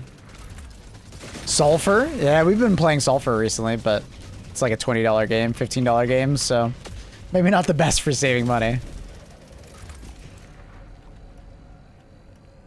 Gulp.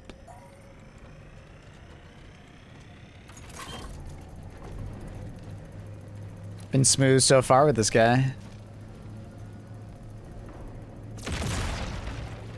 He knows what he's doing. We fucking love that.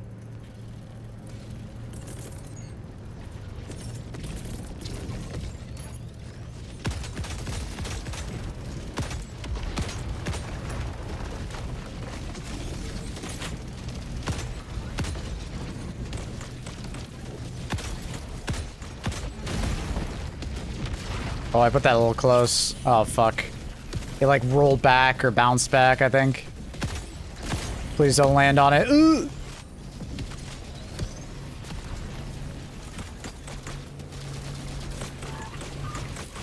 Alright, we're good. That was a little scary. I almost fucked the mission. I didn't realize the 120 landed so close. I was trying to get it over that lip, but I think it like bounced back.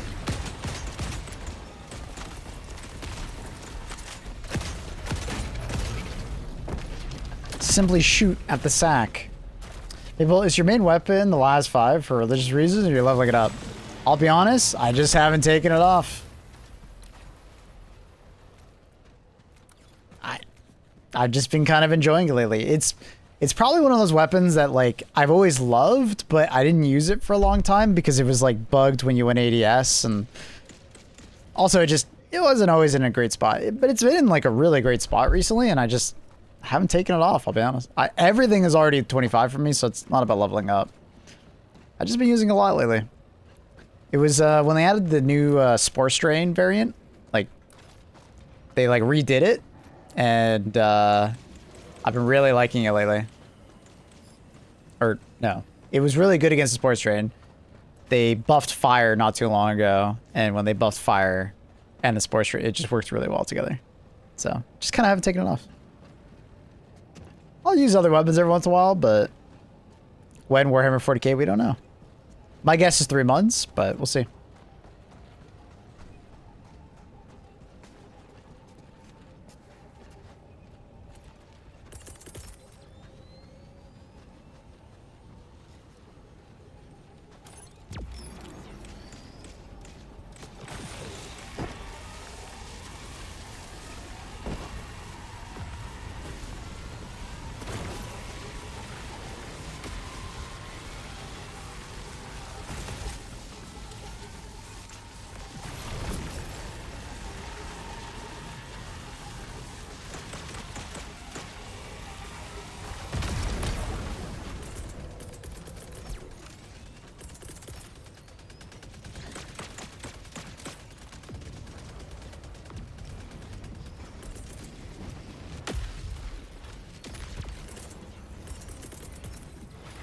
You want a guard dog, dude?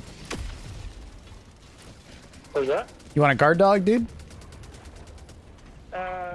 Might as well. Yeah, sure. Go for it, all you. Winning room. Just realized that he doesn't have a backpack on, so, you know, might as well.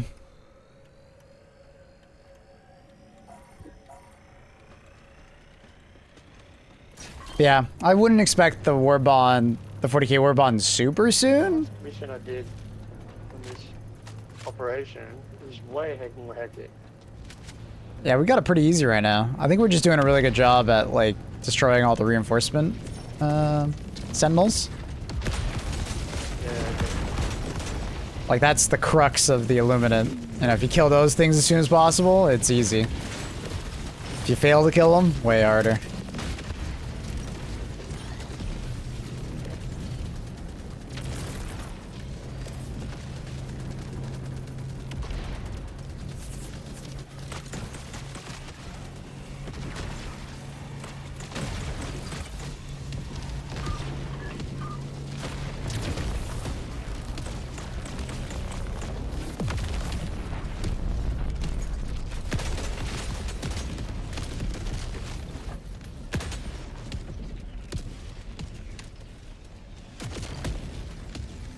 Fucking miss. Oof.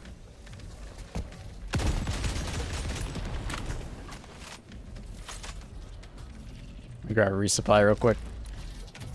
Might as well.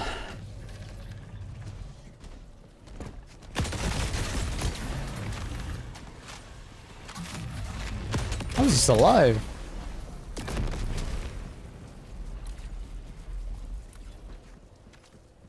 I thought there was a Tesla next to me for a second. I saw the flash and I was like, oh no, we're about to get zapped. I don't think he was running that, but apparently he might be.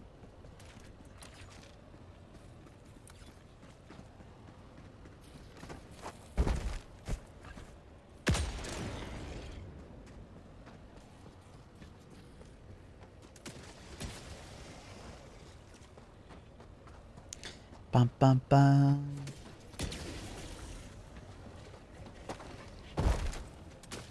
What's your most anticipated game you think is going to be at State of Play, or not State of Play, Summer Games Fest, chat?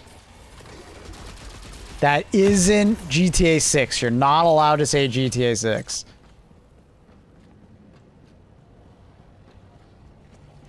Press, you guys are pulling off difficulty 2?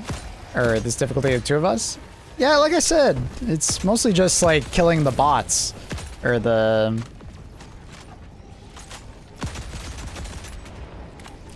reinforcement drones, the watchers. Like, as long as you kill the watchers, like, it becomes a lot easier for you.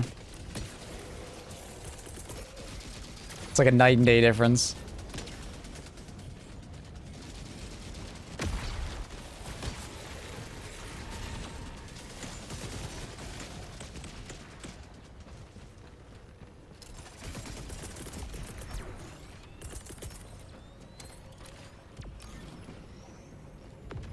Oh no, that supply's gonna land on the roof.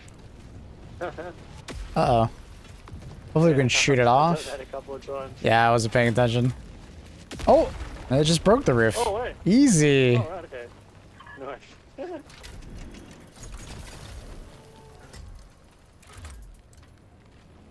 Honestly, I don't actually know where the patrols are right now. I think we're staying close enough to each other that we're staying inside our spawn bubble. That's another thing. Is in multiplayer in HD2, there's a certain range where you're playing next to your teammate, but you're playing just far enough away to get bonus spawns. If that makes sense. So there's like, you can pick... my turret betrayed me. There's like a certain radius around you as a player where enemies can spawn. Right? And you can picture it as a bubble. But if you and your teammate are close enough together, you only act as one bubble of spawn. But if you separate just enough, you're close enough to affect each other because there's so many spawns. Right? That like you have to fight both together. But you're just far enough away that you're not like overlapping properly.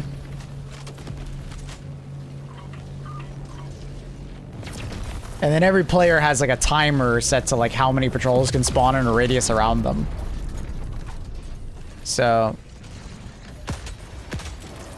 playing together and somewhat close, the game ends up being easier than if you were, you know, playing maybe like 75 meters apart rather than right next to each other.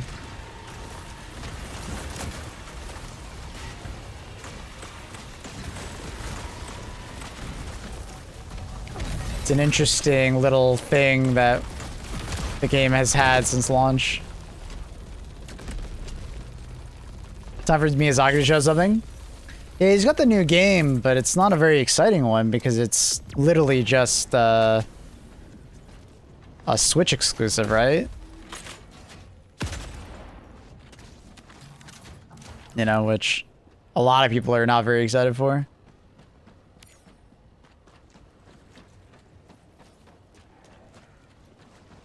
Total War 4 or 40k? Yeah, I'd like to see some proper combat for that, for sure. More Dawn of War 4, because that's coming out real soon as well. The next Horizon game, but I feel like it's too far out. They would have probably shown it at State of Play if they had something. I guess they could be saving it for, you know, a bigger stage, aka Jeff's show, but nah, they probably would have shown it if they had something.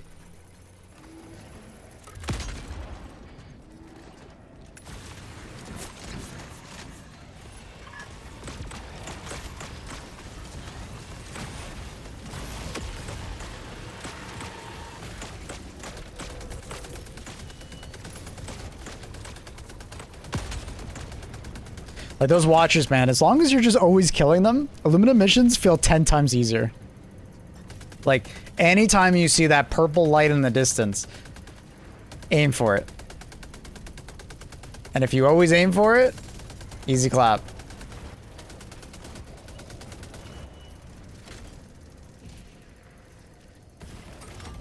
Oh, you don't even have to touch it. Easy.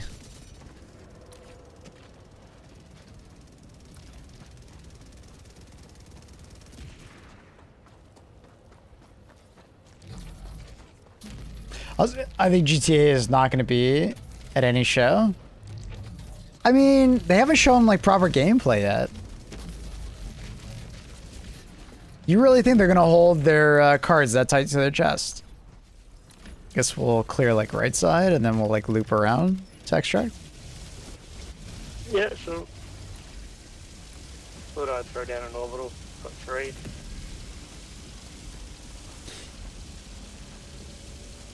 Easy to say, but for a new player, everything needs to die. Fair.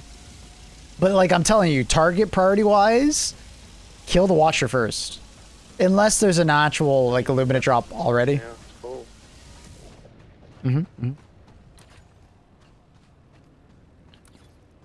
Like if you have an illuminate drop happening, you can ignore the watcher. But if there is no illuminate drop at the top of your screen, like that notification, always shoot the watcher first. It's target priority number 1.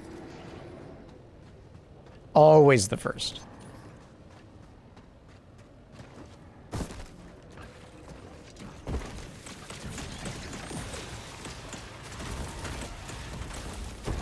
Surprise, motherfucker.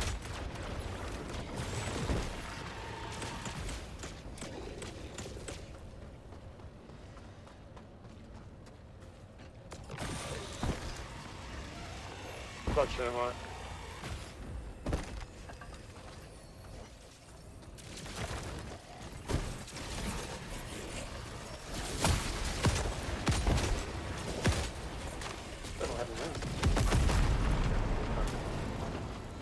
As a new player, do you really know what does what? I mean, I played 2 months and I still don't know weaknesses and stuff.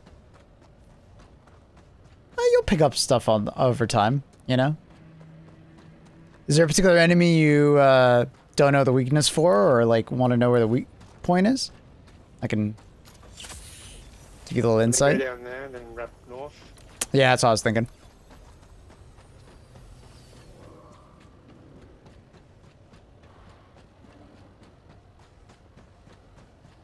Faction Strider, so you know their red eye on their head? That's one weak point.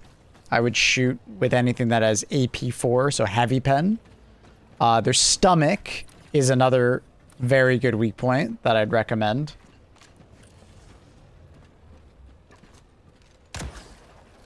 And then after that, it's basically just like shoot a leg.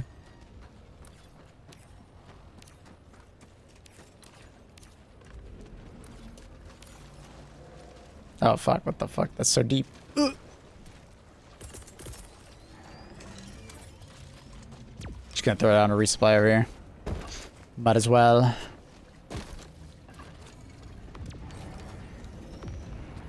So even with like AT weapons, you want to shoot at the eye or the stomach because you'll do lots of damage. So like a recoilless, for instance, can one-shot a Faction Strider if you shoot it right in the eye. It doesn't necessarily have to be right in the eye. If you go to like the Helldivers 2 wiki, it shows that there's actually a little bit more to that weak point, but you know, for simplicity's sake. That laser pot fucking helps so well down. Jeez. Yeah. Just mow them down. Are we talking about shooting harvester toes? No, but that is a weak point that is not well known. Really get stressed when there's a lot of shit going on? Fair enough. It's normal. Do you need samples? Nah. Alright. No. Alright, Maxed out. just want to make sure. Yeah, thanks, man. No worries. Just super credits and yeah, bonds so I can unlock heaps of stuff.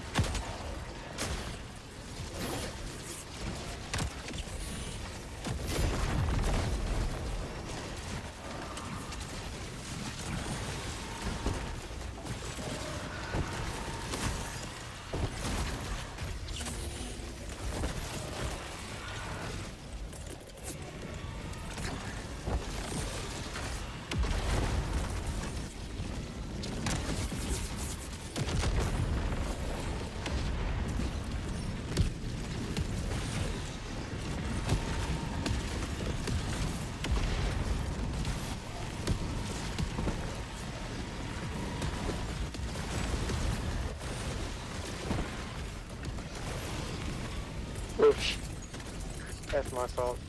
Wasn't paying attention, walked straight into your barrage. Oh, good. I should have called it out.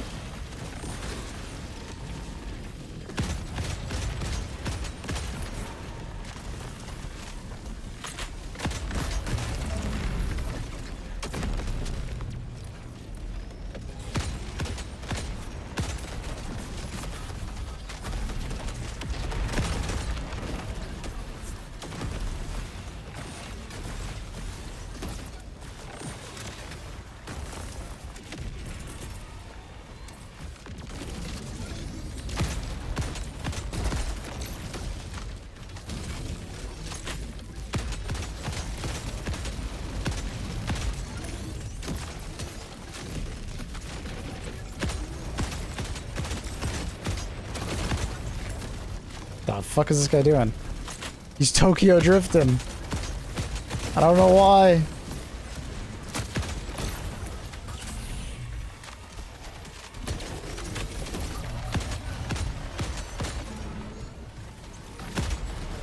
Weird. All right.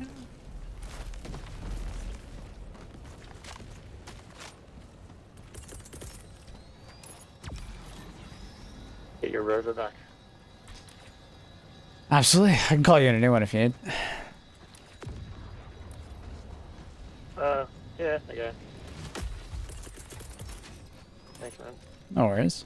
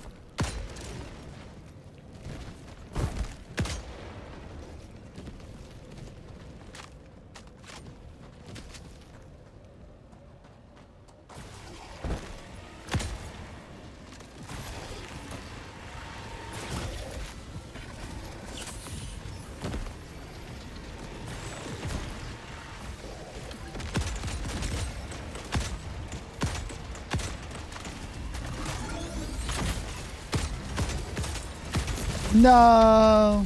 Ah. I was hoping you wouldn't do that.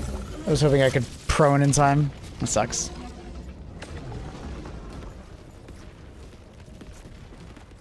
He actually like interrupted himself. He was doing the laser attack, stopped it, and then immediately did the electricity, which is quite annoying. Normally they don't do that.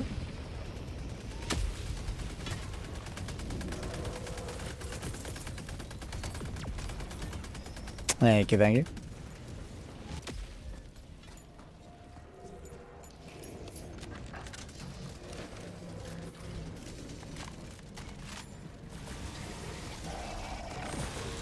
Sir, why are you climbing the wall?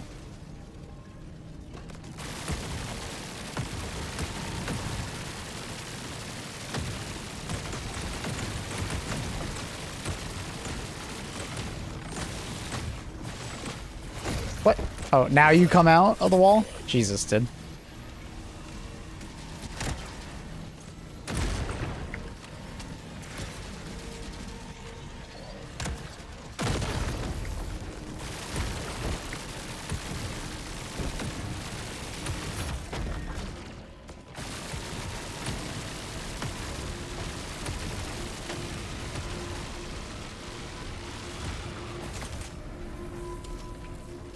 Fortunately, didn't bring the best weapon for this.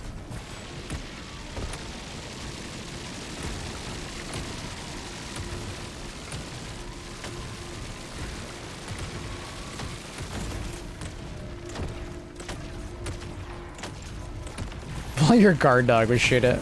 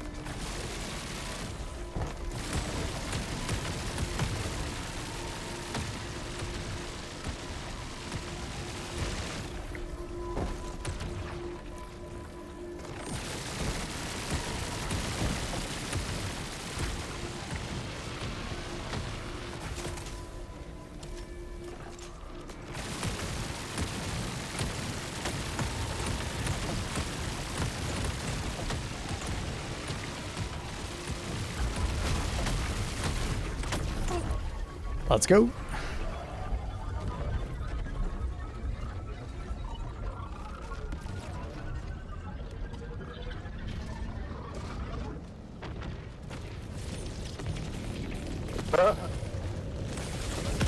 Perfect timing on these guys. Damn. Watch out behind you. Oh, jeez.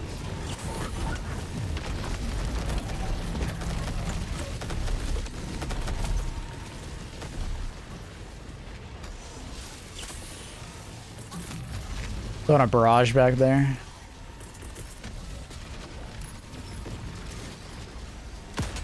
Put a laser down too. Yeah, might as well.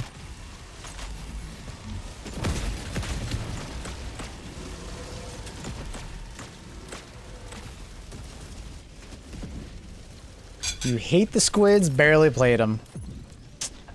I like the squids. I like this version of them. Yeah, I just got it. I like the squids. I like this version of squids more than the normal version. Normal version of squids is kind of boring to me, but it might just because I played it for so long.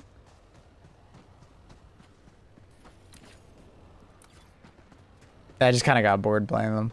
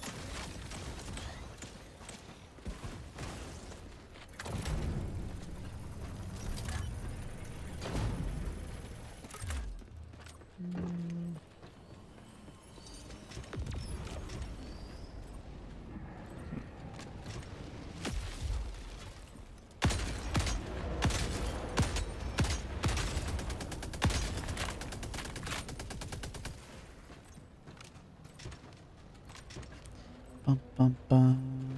Da, da, da, da. That trick where you can move faster by dropping and picking up again, that fixed that, eh? You can still do it. Just make sure you have a weapon that can swap back and forth. So, like, usually your primary weapon. Here, your support weapon, it, like, slows it down, if that makes sense. Okay. Yeah, because I noticed it wasn't as easy, straightforward to do. Remember the weapon I had. Yeah, the ergonomics of the weapon you have is a player.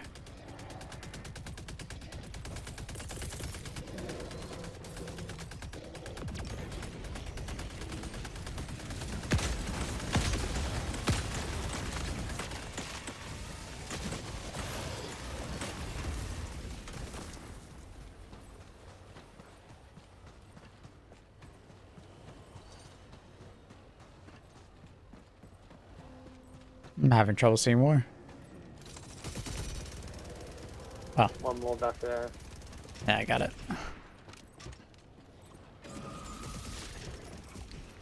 Did it get it off? No, it didn't. Nice. Good job, turret. These are the nukes. I'll put this in first. Yeah, go for it.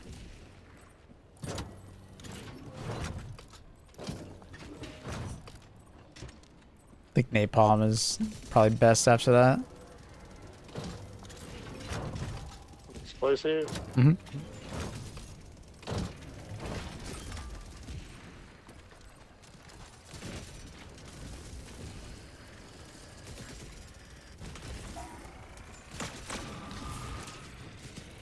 Wait, you're in a commando. Commando mission? No.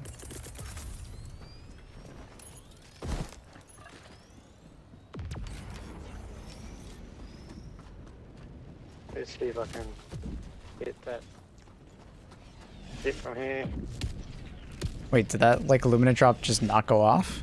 I saw the lights. What?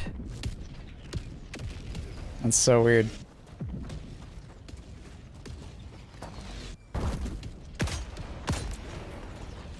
We Was it lightning maybe?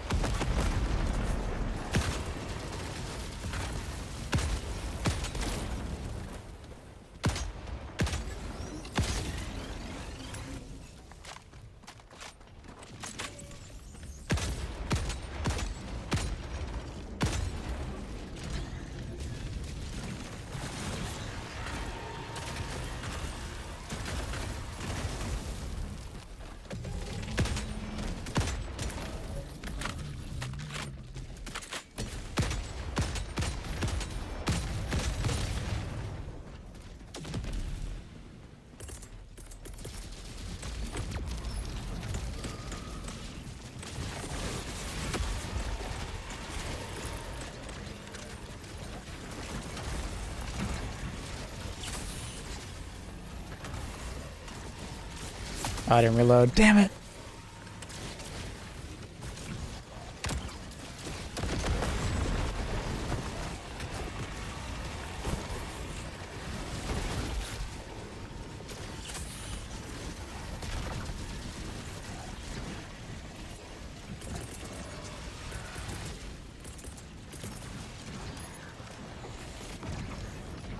I think all legendary warbonds get a passive buff every 5 levels.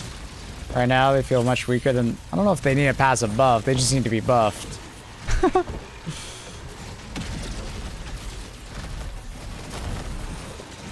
They just need to be buffed.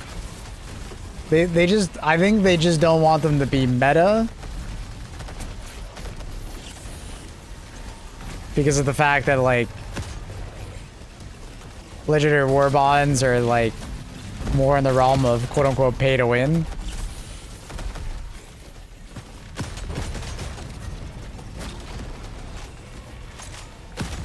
But I do think the average legendary warbond absolutely needs to feel more impactful.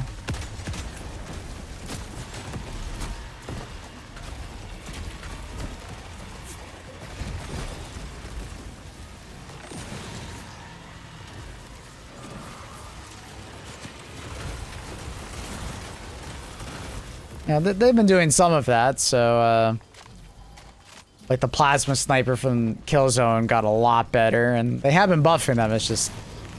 They probably just need to be a little bit more heavy-handed with them.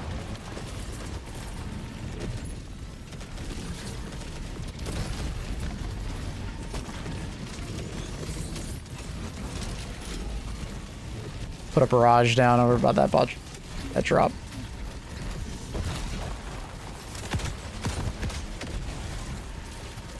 Oh!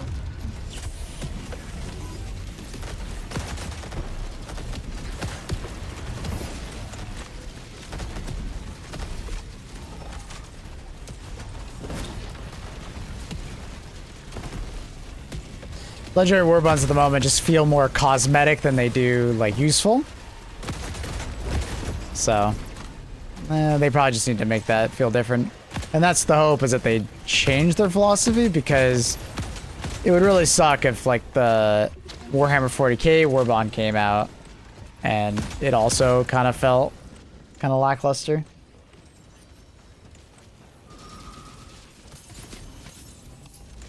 I don't expect them to be meta weapons, but you want them to be feeling useful, right?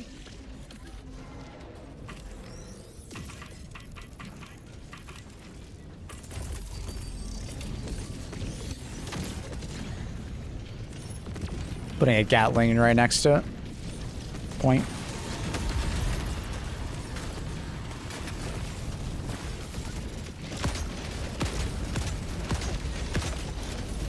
Using artillery. Oh, good call on that.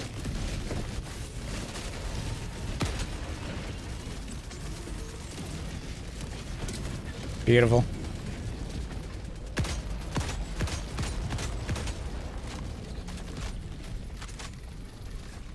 Ooh. Wow.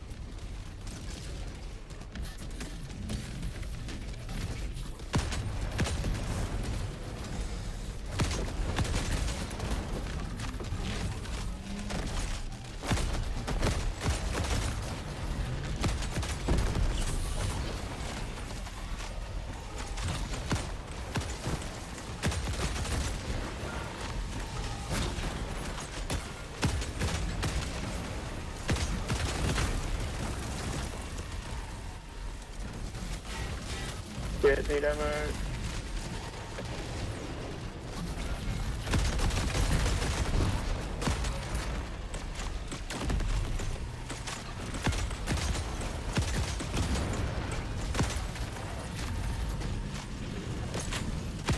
Put another 3 down.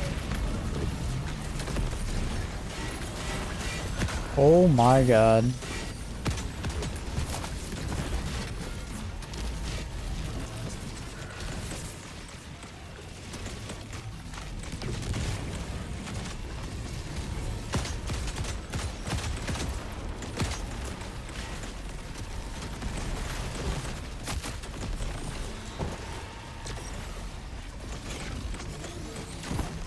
I'm out of stims. I'm probably gonna go down here. Oh, stims right there. Oh, it's lagging. Oh, okay, I got off.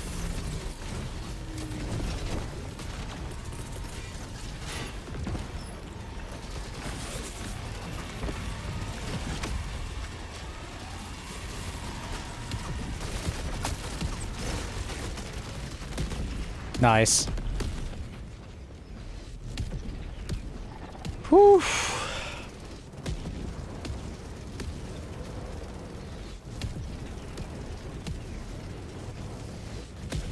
Go.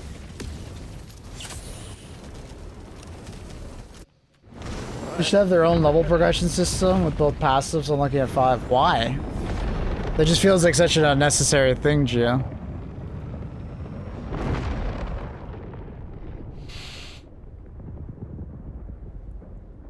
Why have those just be so unique? They just need to be better. They can just be better at a base. They don't even need leveling up.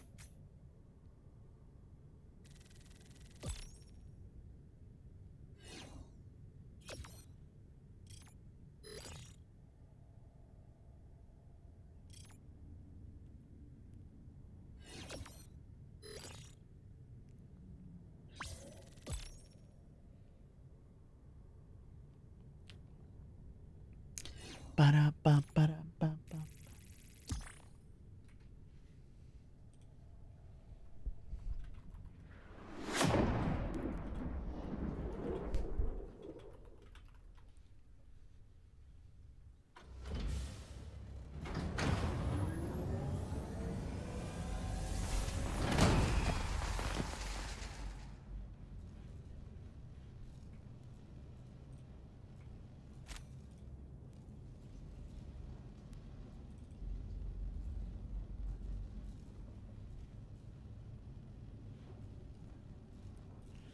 Ba-ba-da. GG's, homie. Pleasure playing with you. You have a fantastic rest of your day. You see, man? Have a good one. Later, dude. Yep. What up, Nostrum? How you doing? We're back, chat. I'm just gonna go to the washroom. Bring my plate upstairs as well. It's been 5 hours. Oh, I gotta go to the washroom. BRB.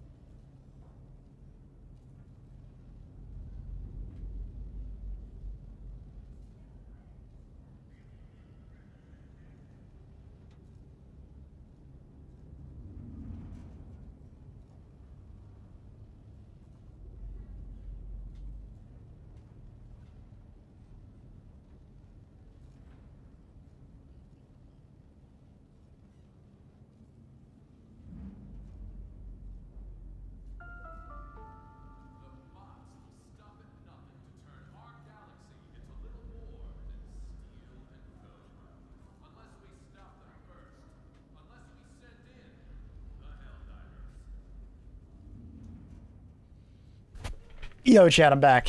It's Friday. Woo. Damn straight. Okay. Alright, I think that's enough aluminum for now. Let's go check out Martyr Bay. Because I think it's Incend troops with Devastator Surge. We've done our part. So yeah, Martyr Bay being attacked again. And then Misa is being attacked.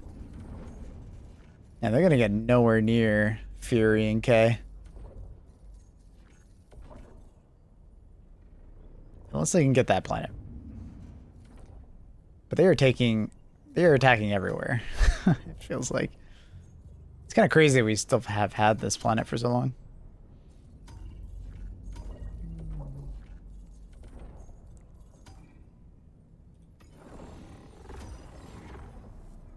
Dun, dun, dun. Yeah, Devastator Surge plus Incend Troopers. That's going to be kind of crazy. Definitely need to have that flame resistance.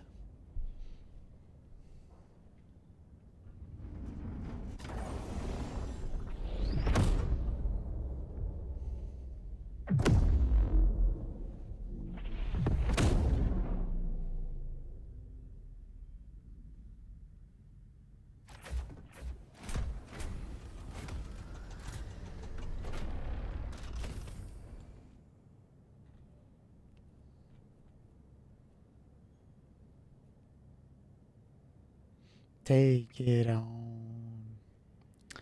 Well, since it's Devastator Surge, let's bring something Devastator related.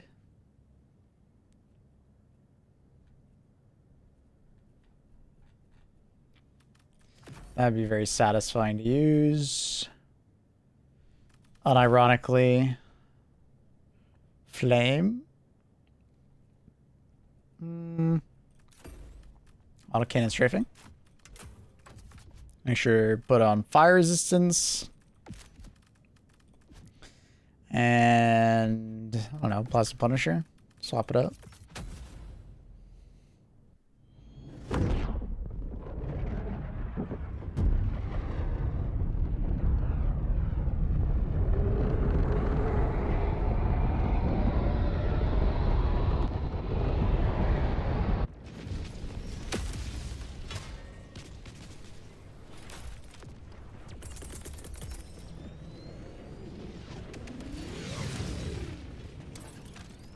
Dark.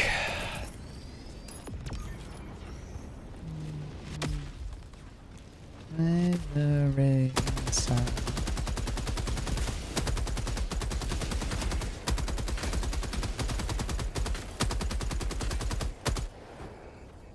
I think that's it.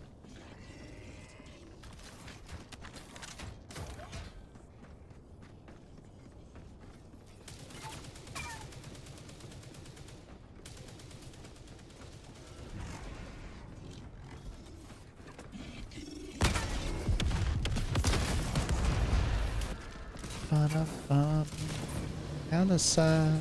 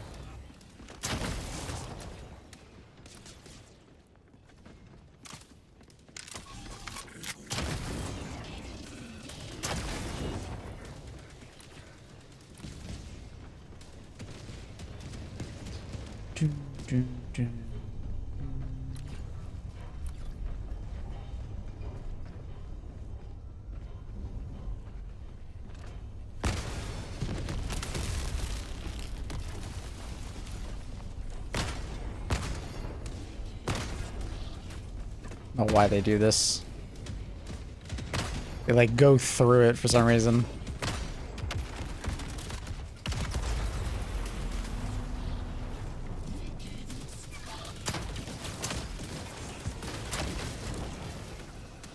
I see that these broadcast towers are still being weird.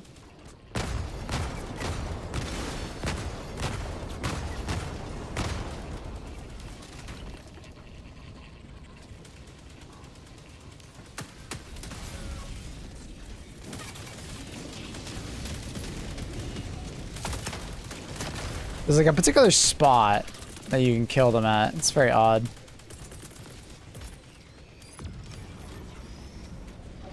Love his primary river spots? Yeah, it's a good one. Oh, all those enemies are dead.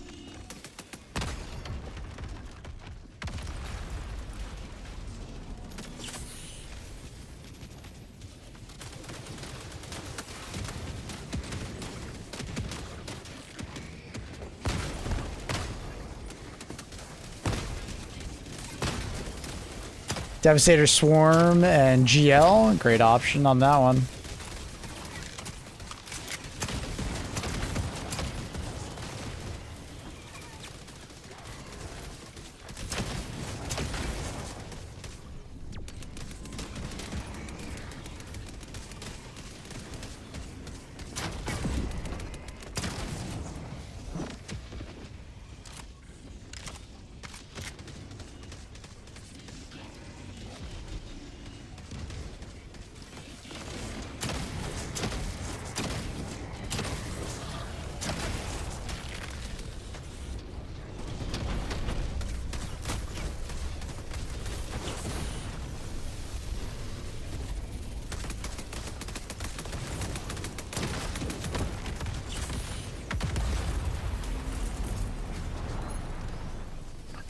Resupply over here.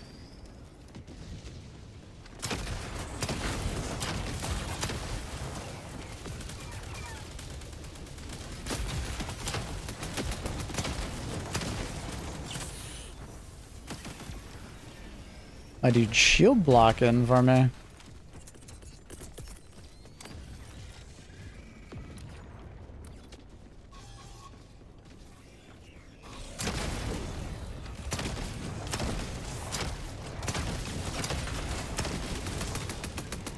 Look at this guy. Oh, he just got knocked over.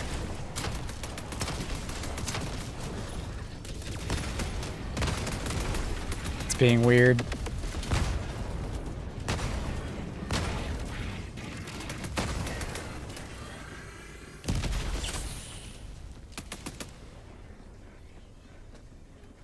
Oh, random car explosion.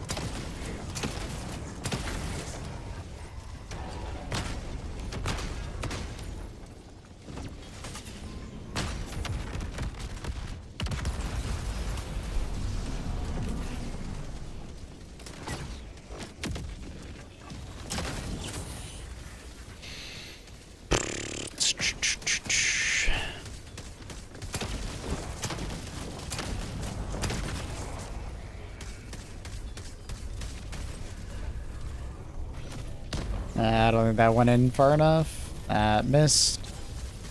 That should be good. That one should be fun. No way. Okay, I was gonna say.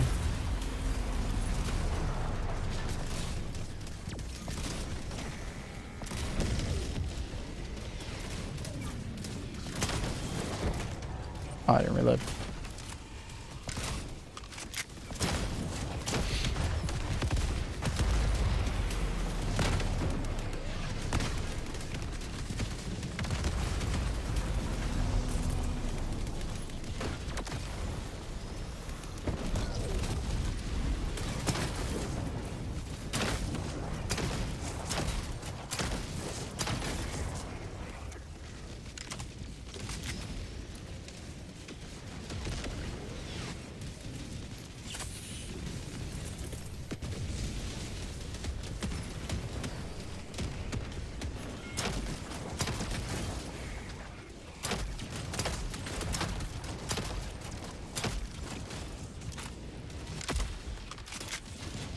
Respire.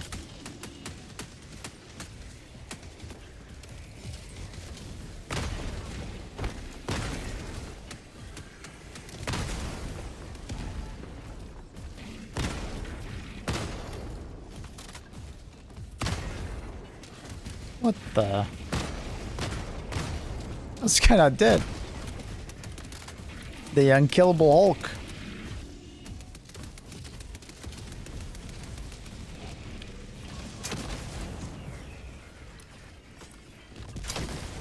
It sounds like someone's running next to me. Sounded weird.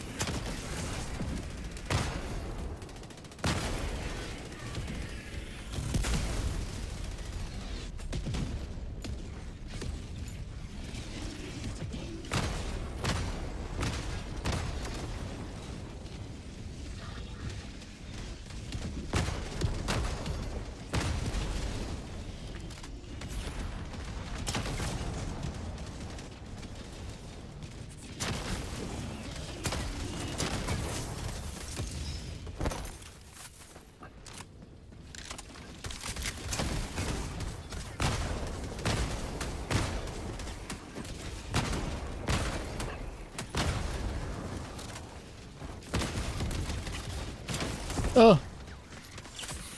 Get the leg in front of me.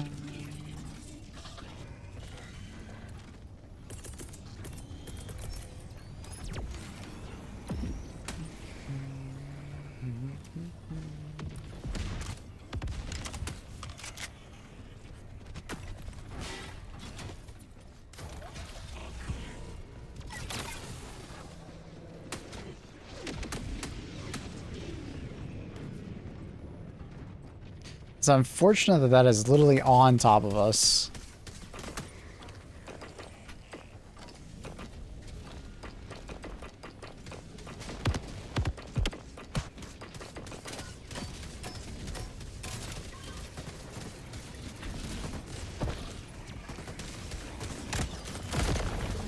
Ah, the classic. I picked up the SSSD and I didn't realize.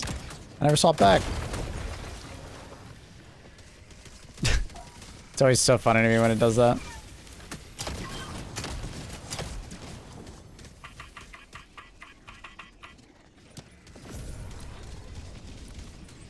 Alright, let's get out of here.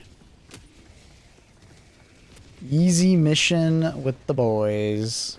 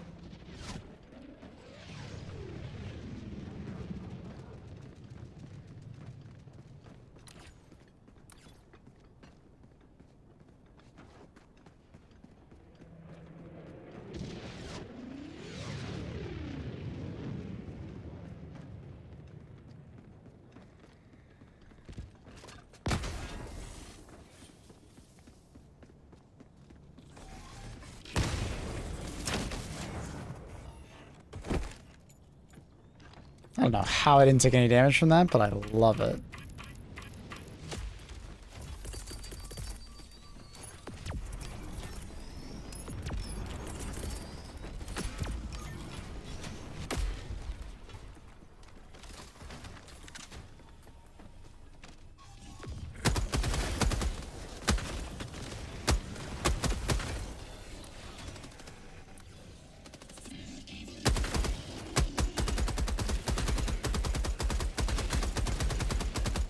Good morning. Okay, how are you?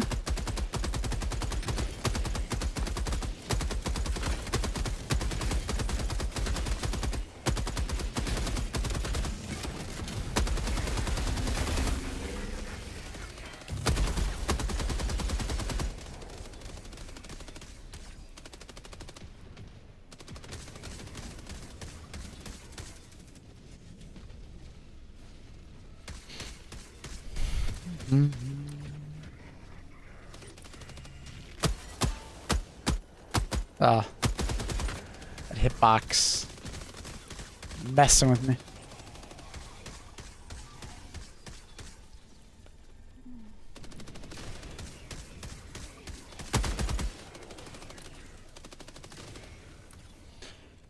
That's the fastest ad break I've ever seen. Depending on where you are in the world, it will deliver more or less ads. So if you're in a certain country that maybe there aren't that many ads for, like a certain region, it might just be like 20 seconds or less. 3 seconds of the screen saying, use Twitch Turbo. Interesting. Interesting, Aku.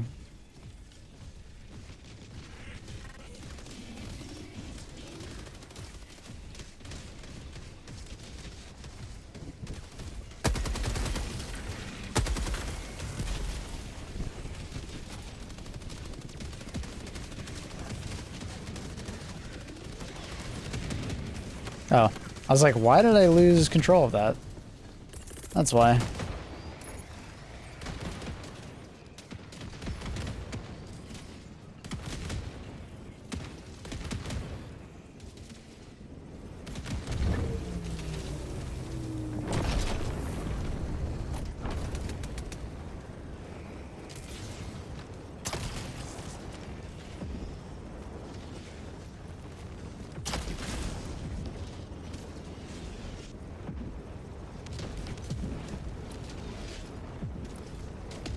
You guys ready?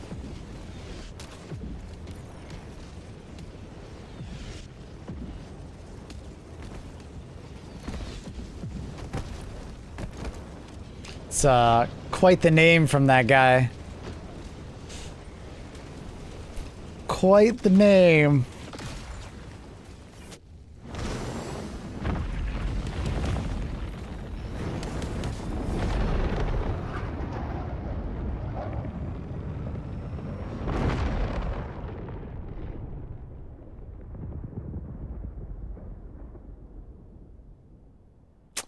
That is certainly a name.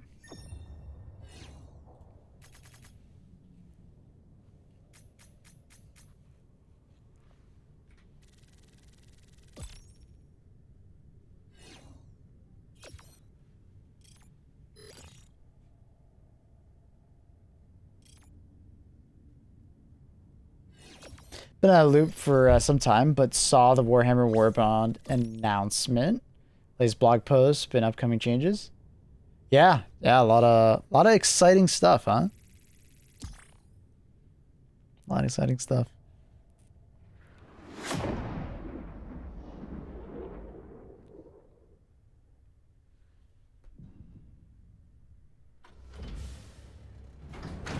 Does the host still get special treatment from enemies? I believe they have mostly fixed all of those situations. I'm trying to think. The enemies have better hit detection for melee if you're the host. Like, so like if you're playing Terminids, if you're the host, you're more likely to get hit by a melee attack than if you're not. But for the most part, it's pretty similar. It's pretty similar. Oh, I can think of one situation. So they added a new Spore Bile Titan. That enemy takes more damage if you're not the host with support weapons. We tested that. That is the case.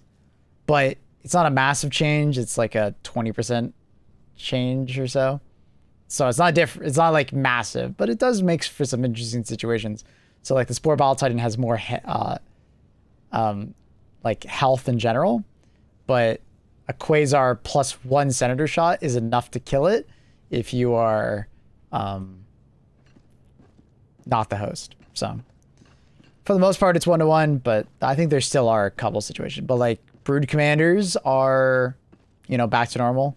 You know, they will spawn enemies. Doesn't matter if you are the host or not.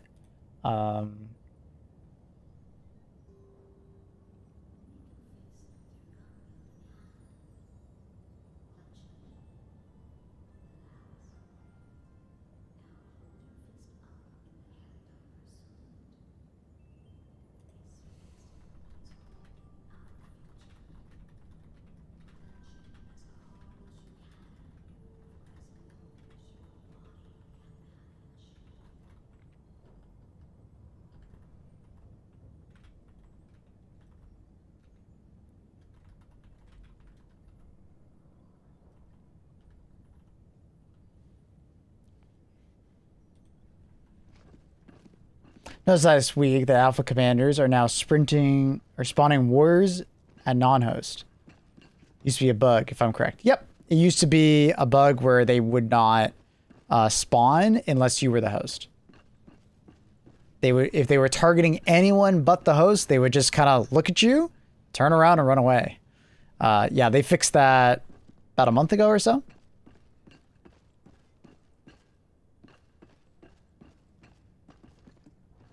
Yeah.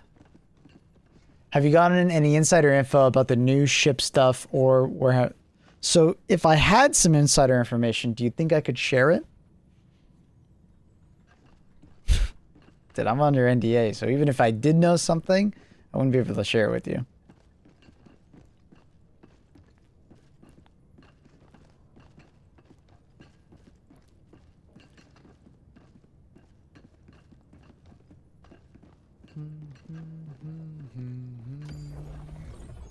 He does, guys. For 10 gifted, he'll say it. My man, Teo. I mean, you could have some shareable stuff we don't know yet. What? How would I have shareable stuff that you wouldn't know yet? If it hasn't been announced, I can't say it. That's how that works.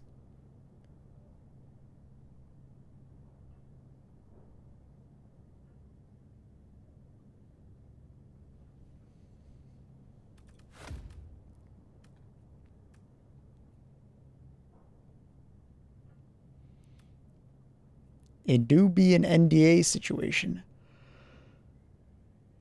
This is another city map. It is a city map. Why is there only one of those in the very center? That's weird. It's very odd.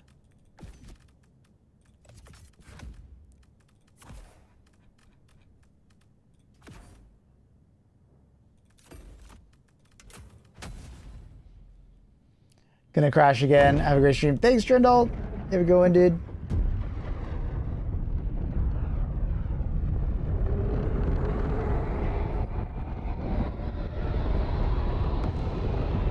Necker, if you're ever wondering what song is playing, ! song will give you the song name.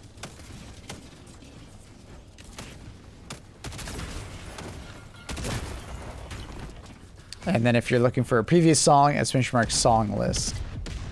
Bro, low key, the Airhead CEO lurking, he NDA'd himself. What? Shams does come by every once in a while and talk to us.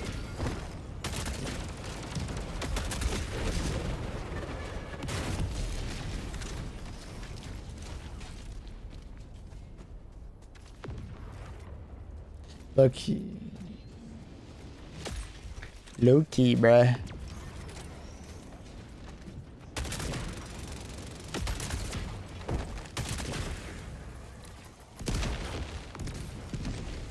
It said something about multiple enemy maps in a video, right? Or did I dream that?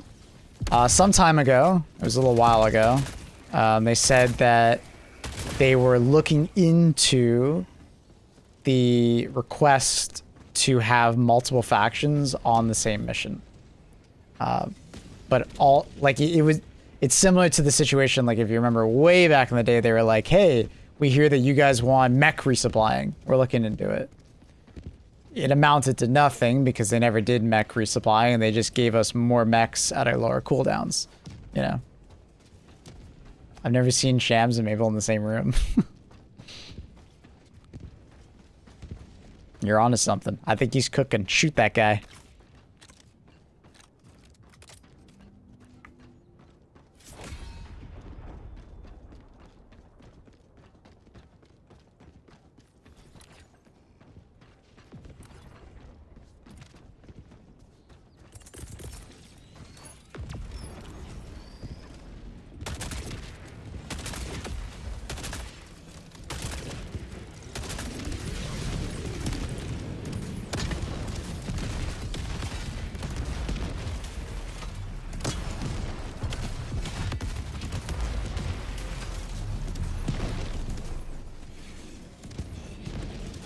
If Meeple was a CEO, his issues with the game would be fixed.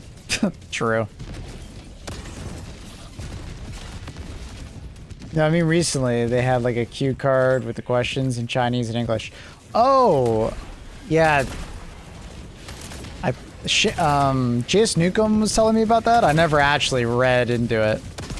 There's a Q&A in Shanghai apparently, or something like that, or with some Chinese outlet. I have not read into it.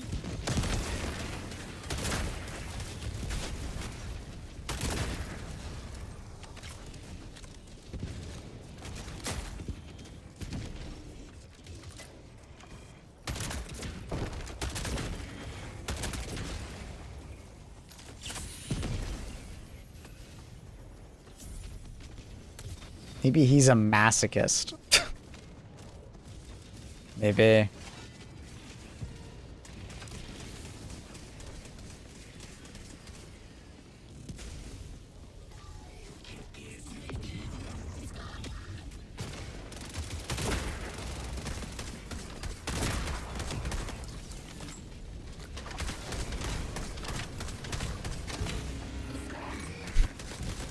It didn't work.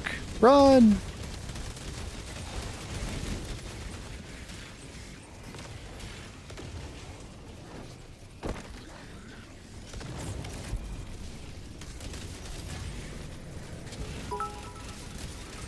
Damn! I thought I recognized the name LOL. GG before LOL. GG's. Yo, thanks for the 1,000 bits, dude. You found me. You were an excellent hell diver, especially since literally the mission before I had a miserable time with my team. No team synergy. It was a disaster. So, GG's, man. It was a pleasure.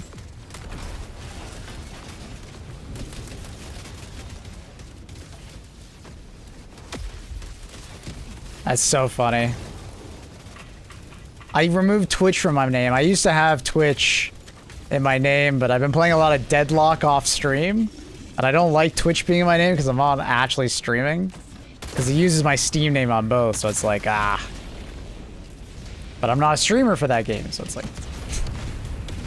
It was a very smooth game. It was a very smooth game. Especially for a duo, that was great. So thank you for that.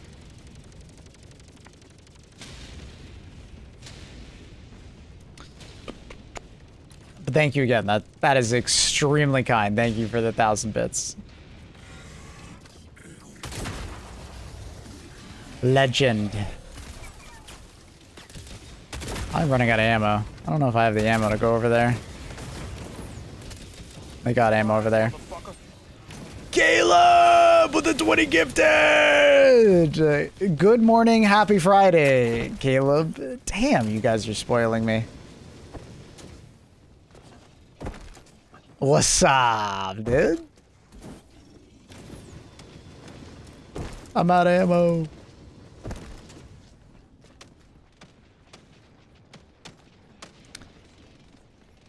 What you been up to, Caleb? What you playing? You gonna be checking out Gothic later today, Caleb? I think I'm gonna start playing that tomorrow. I never played the original, but chat kind of convinced me that I would actually enjoy it, so I wasn't planning on playing it, but man, chat is very good at getting me to spend my money. Started playing Diablo 4. OG is the best. That's what I heard, so I'm curious to see how this remaster will be.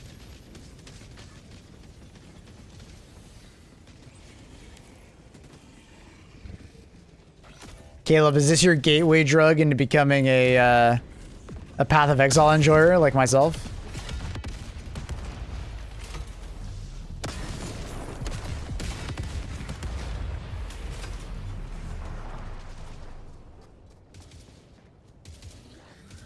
Big dick energy. I mean, that's Caleb, dude. He's got a hog, dude. He's got a hog. Listen, people, if you teach me how to play the game, I would play, but I've seen the skill tree. Okay, so I'm going to tell you this one secret really quick. You can find someone's build guide. You can grab the skill tree file. You can put it into your game, and then it will tell you exactly which ones to grab if you don't want to think about it.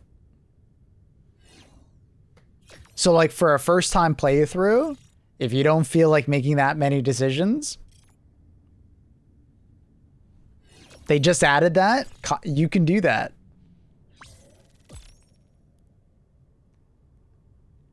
It's like a very intimidating skill tree, but as you use it more, it becomes a lot more less scary, but more like, okay, I just need to find the nodes that are important to me. There's like a search bar on the top right. You can type in like keywords that you're looking for, like fire, physical, melee, spell, speed. You know what I mean? Like, and then you just be like, oh, I want to go over there.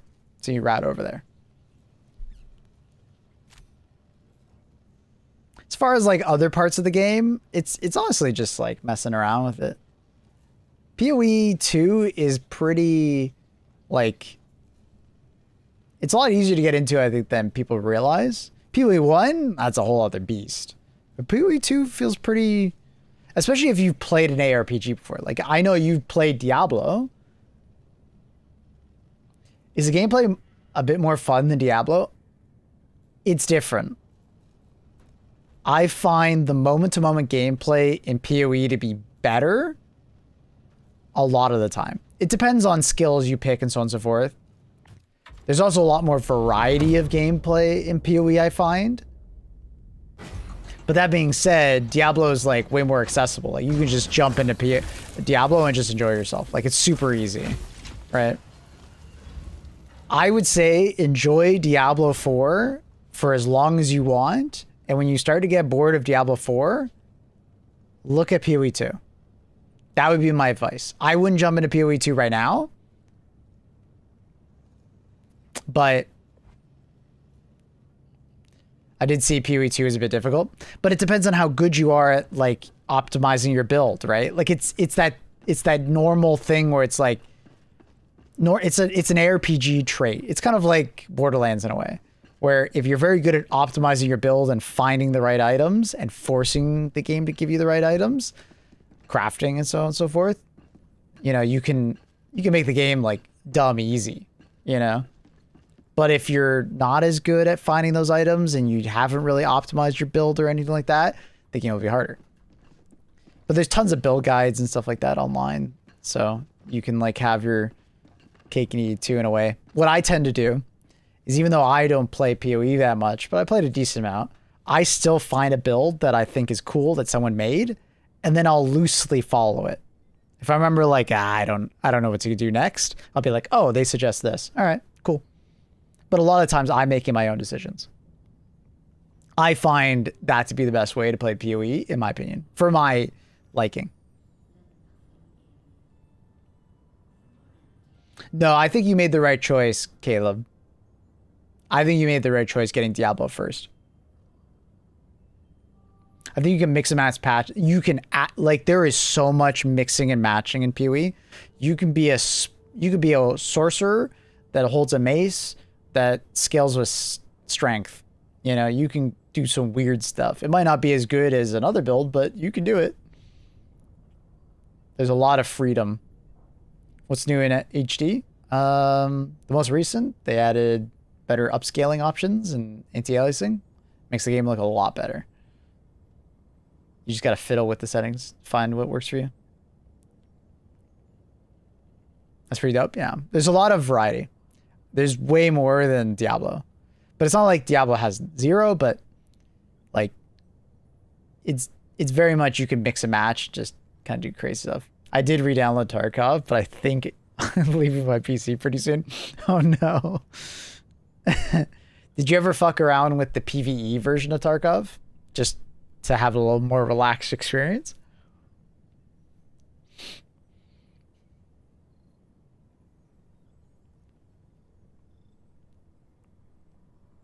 It's the only thing I play, actually. Oh, I didn't know that. I thought you were more PvP oriented.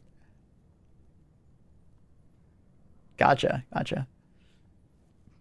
Yeah, I mean, if I'm going to play Tarkov, I would only play the PvE mode, I'll be honest. I don't got time for the PvP mode, man. Before PvE came out, your PvP. Yeah, that makes sense. That's fair.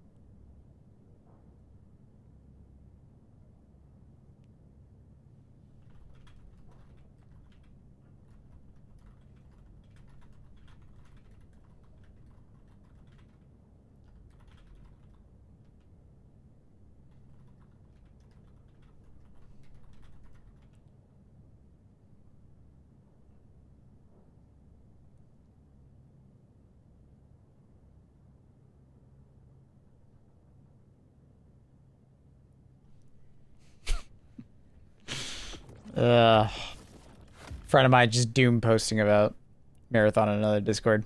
Nice haircut, by the way. Thank you. I needed it, man. It was a massive haircut. My hair was... I hated it. I hated it.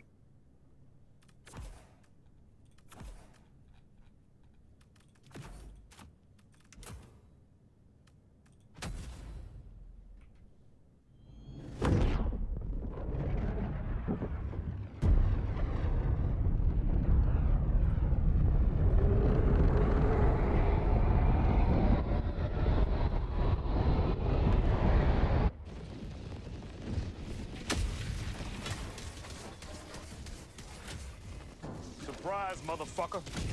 Ever thought about a buzz cut maple? Smiley face emoji. No, I have not. Probably never on that one, my dude. I like my hair too much. Okay, funny story. When I was in high school, I started to get really worried about losing my hair. You might be like, why? Why? Like, what? What? That's not a normal thing. Why do you just like randomly just... Because my dad lost his hair, or started to lose his hair around that time. My dad didn't lose all of his hair, but he lost a good amount, like over the top, right? So in my pea brain teenage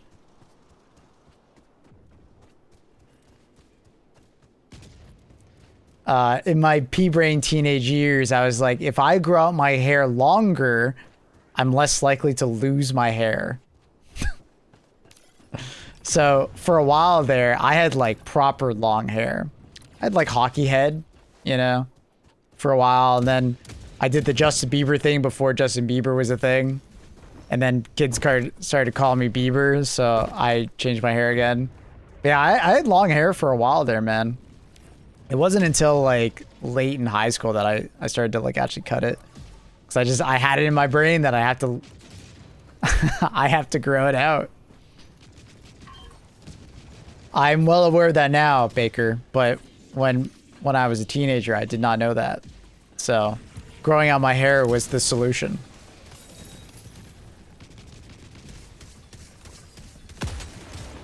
Where were you 15 years ago, Baker? What the fuck? I needed that forehead ass response. Well, streamer, your mom has your genes given to you about hair. Where were you? I used to have golden locks as a kid. Now, just average brown poop hair. I also had blonde ass hair. I had very blonde hair all the way to like early high school, and then it like it left. About to start barber school. Damn. Unfortunately, you couldn't have told me that 15 years ago then.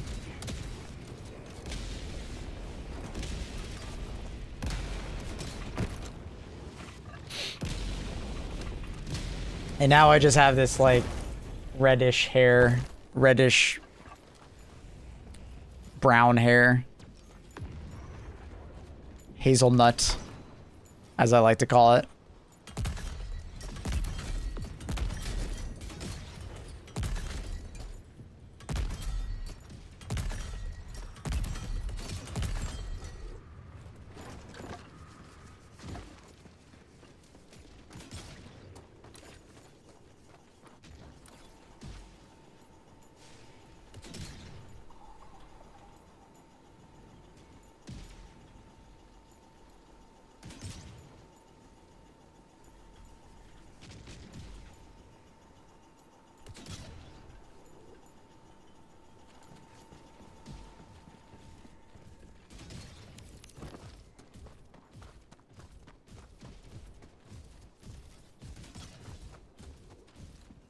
Hairline looks good to me, doesn't look thinner. Nah, I don't have any of that. We're good.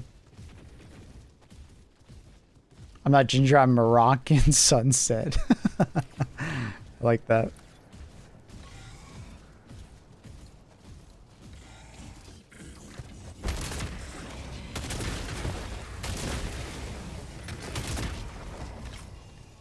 Thank you for the resub, Beefy. I appreciate you using the prime. Thank you. Thank you. So I lose my hair 11 years ago. It sucks. Wish I went gray like my dad did instead. You ever thought about any of those, like, that hair stuff you could do, Big Zach? What up, TV13?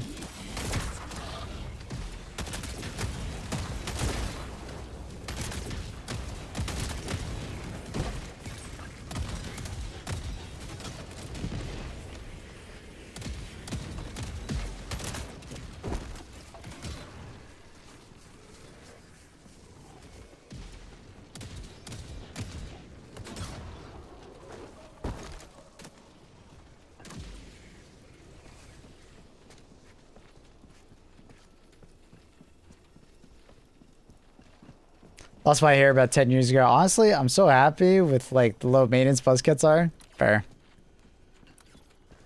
That's fair. I mean, having to mess around with your hair does suck. It does suck.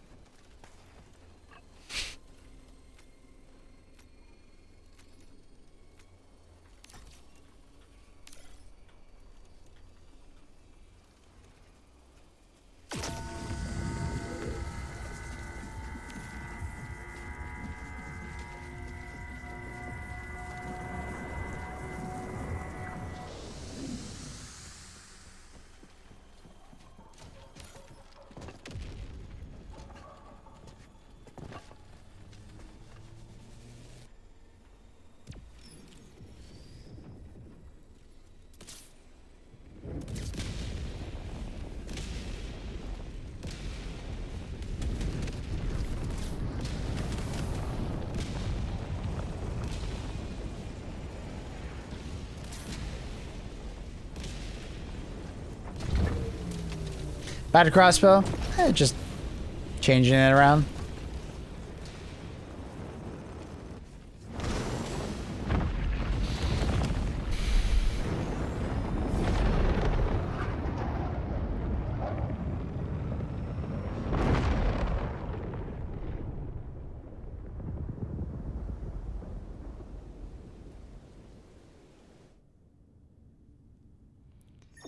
My hair migrated to the south of my face, so I have an epic beard instead.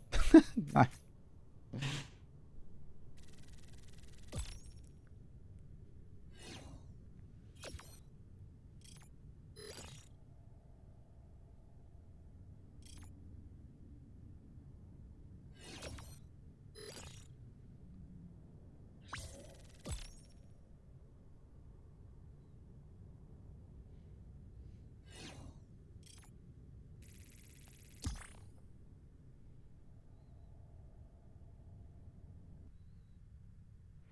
Don't you think it'd be nice when they open levels to 300?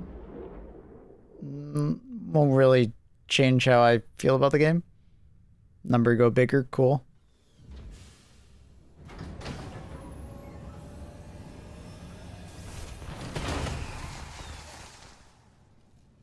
You gotta understand that I was 150 literally immediately when they unlocked 150. So it doesn't change me if it says 300 or 150. It's just a number. The gameplay and me enjoying the gameplay is way more important than a number next to my name. I don't concern myself with it. Biggest concern about going bald is sunburn on my head. Oof. Gotta wear hats. How many new rank titles will we get? Not sure. What is it right now? It's like every 10? So I assume 15? If they do it that way? Not sure though.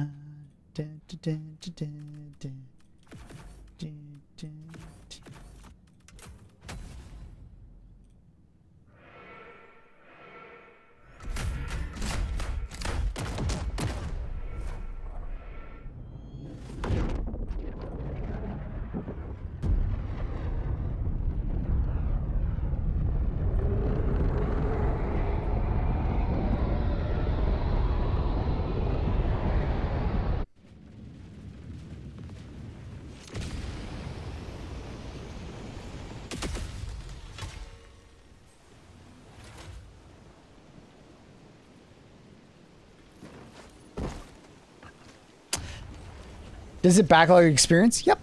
If you go to your career tab and scroll to the bottom, all your experience is just sitting there. Every single bit. So most likely when 300 gets started, like when it gets turned on or whenever they're gonna do it, I'll most likely be at 300 or close to it, right? It's all retrospective. They could change their philosophy in this time around, but I kind of doubt that. I think a lot of people would be upset if they did.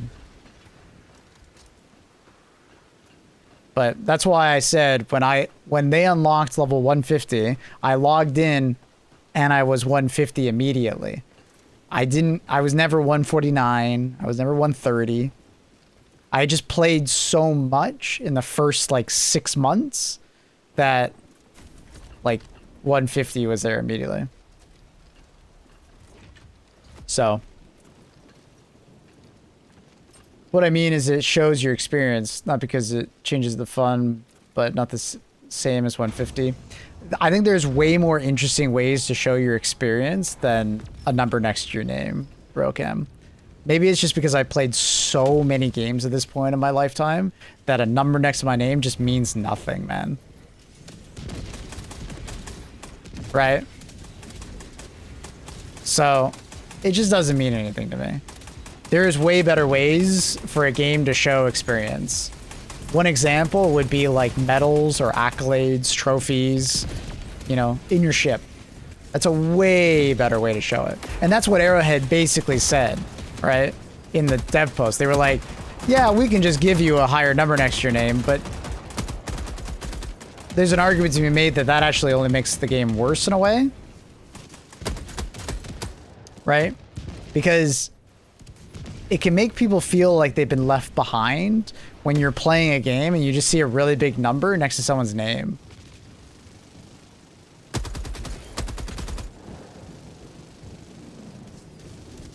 Right? Especially when it's something as recognizable as like a player level. It starts to like make you feel like kind of like a I've been left behind inferiority kind of thing. So from like Arrowhead's perspective, like just allowing you to go to whatever number doesn't really benefit because like the vast majority of players that play this game aren't even 150, right? So I think they're better off personally just like designing something else to show, you know, what you've done, what you have, like what you're still working on and stuff.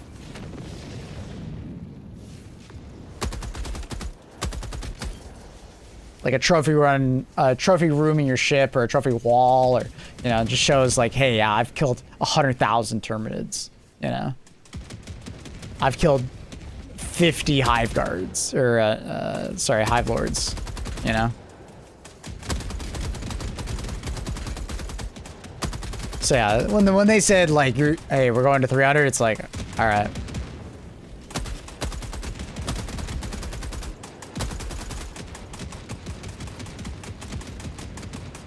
Whatever.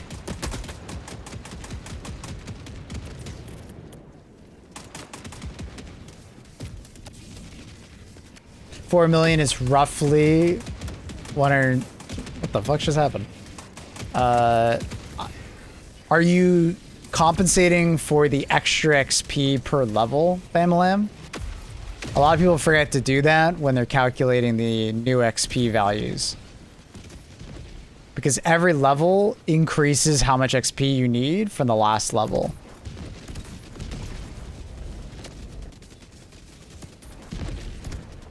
This happened from level 50 onwards. Watch, I mean, technically before that, but it became a linear amount afterward. So when someone did the math not too long ago, they said I would need like, when I was at like 8 million experience, they said I would only be like level 200 something. That's in there? My number seems small compared to someone who made the spreadsheet.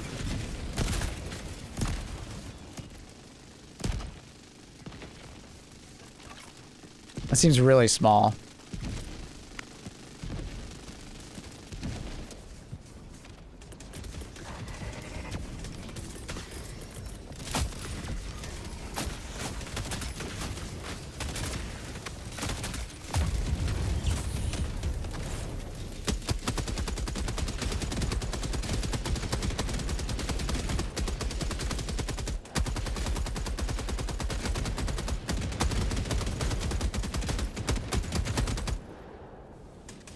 I don't know.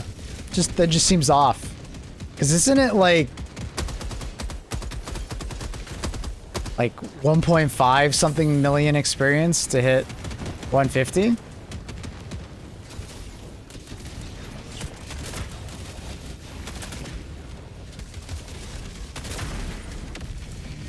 I can't remember what it was.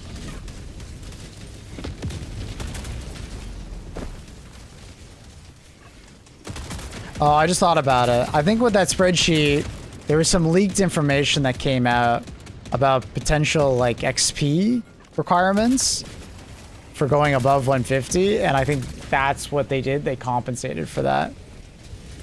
So I guess your numbers might not be as far off as I think they are. Yeah, there was some leaked information. It was like maybe a year and a half ago or something like that. That came out, and it was like really high numbers to go past 150 per level, like really high.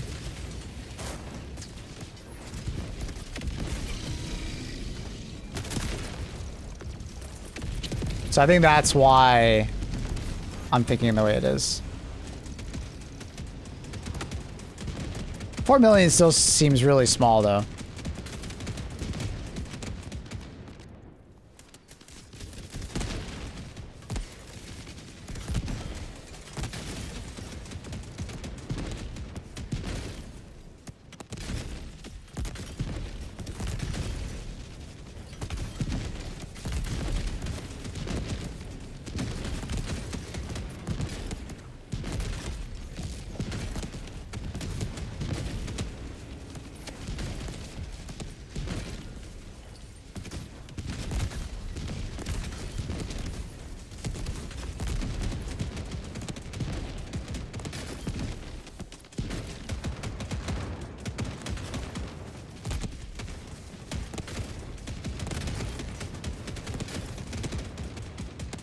$4 million is roughly 280, 290. But again, after a picture solved with numbers, all right, fair enough.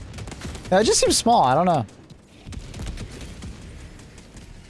So for context, I believe I'm at 11 million experience. So, yeah.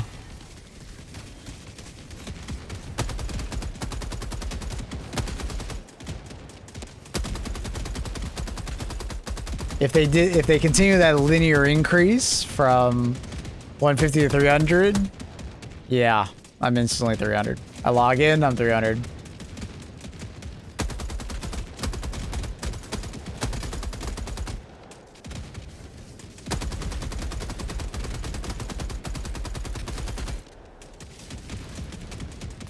We're from Alaska. Good morning from Toronto, Canada. How you doing? Damn, it's got to be real early in Alaska, isn't it? Aren't you like 4 or 5 hours behind? It's like 4 a.m. for you, isn't it? Or maybe 5 a.m.? Good morning. Waking up with the sun. Or before the sun, maybe.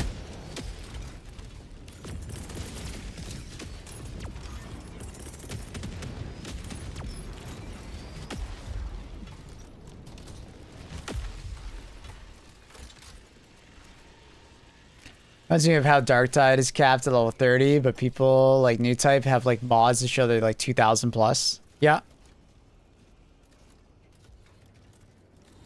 Dark Tide has like other ways of showing how much you've played though, right? Like it has the banner system and stuff.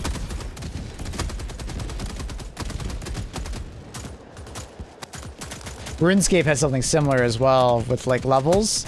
So like in RuneScape, your skills only go to 99.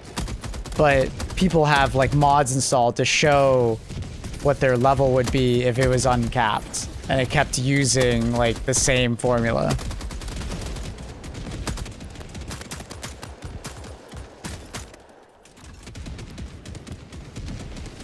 And here's Maple still only low on 50. And you see, it doesn't bother me at all. Like it's just a number, you know?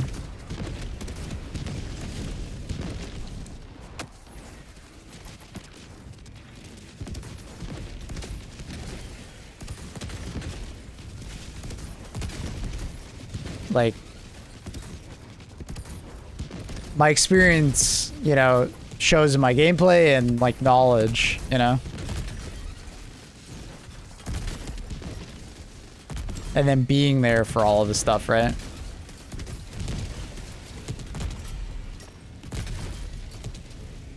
But I would love to have ways to show it on my ship, you know, what I've been part of and stuff like that.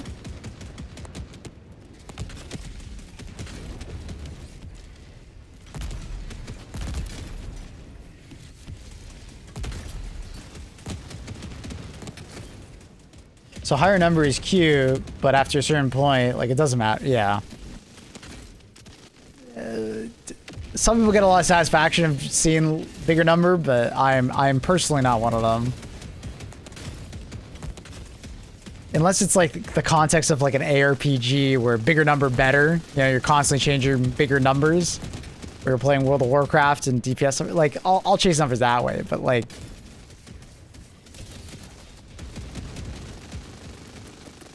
when it just comes to like, hey, it's like, how many hours have you played? Like, yeah, I guess, yeah, it's right there, I guess. It's like, whatever.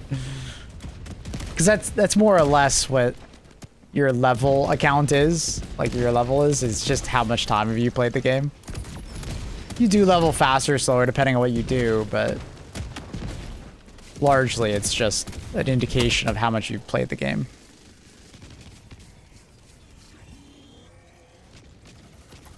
Elon's bank account is higher, but his ability to play PoE. True. True. Simply put, there needs to be some way to reflect your experience without affecting other players by making them see like an absurdly high level, but somehow your hardened skin needs to be represented. Yeah, I think they're gonna be doing that. It sounds like they want to do that with the personal orders and stuff. So, I think they're well aware of that problem. And they mentioned that in the blog post, right? When they were replying to, yeah, they could just add 300, but they would rather add something more meaningful than number go up, which is good. Yeah, I'm really happy to hear that.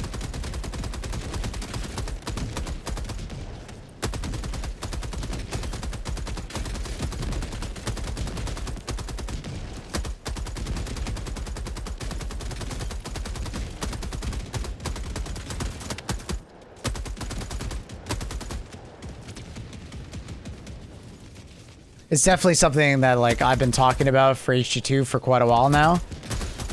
Like it's been over a year and a half of me saying this, so I'm glad they're doing it. I feel like it's been something that a lot of people want.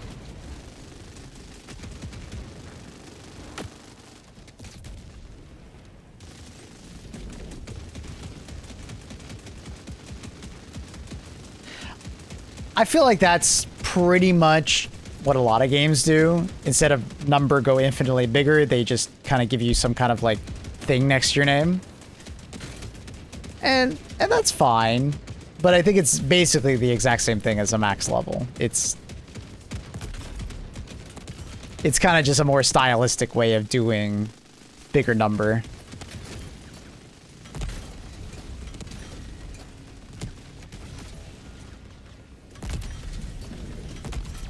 What the fuck happened over there?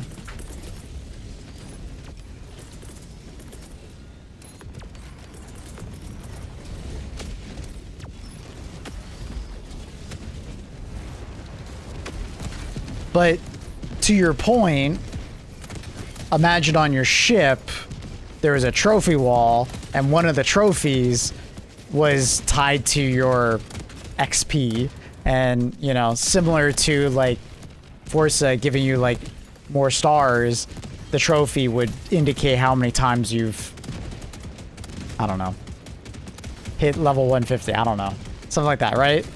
I want it to be on your ship.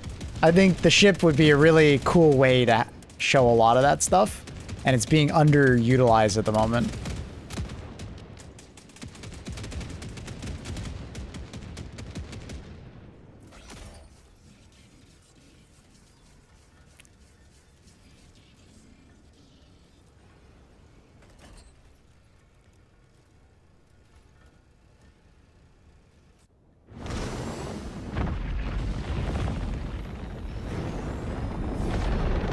I miss the beeping when someone gets into the ship.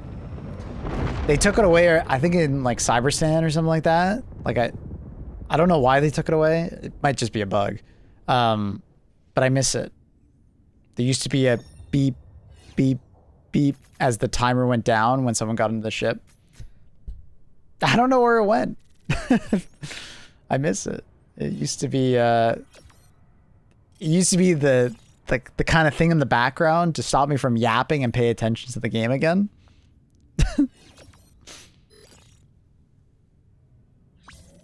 Budget cuts, yeah.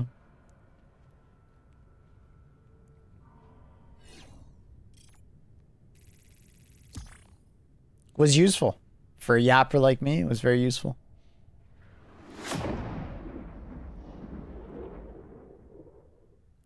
I don't think you guys realize how little I look at the screen when I play nowadays.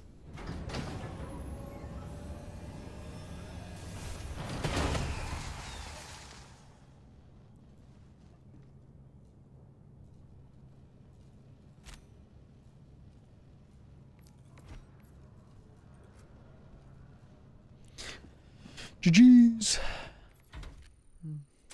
Yeah, let me show my XP.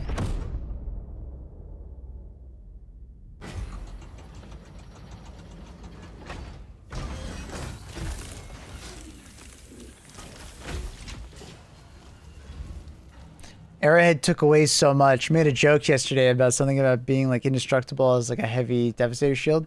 Kali looked at me and told me that it no longer is. I don't know if I would say took away. I would say they just redesigned it because it was silly that literally the Devastator shield was the most like oh shit, I'm at 12.5. Oh god. I have way more experience than I thought. Oh god. Oh.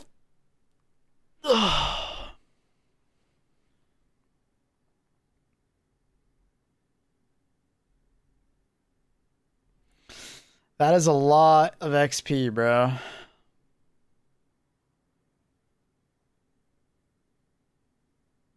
That's a lot of missions.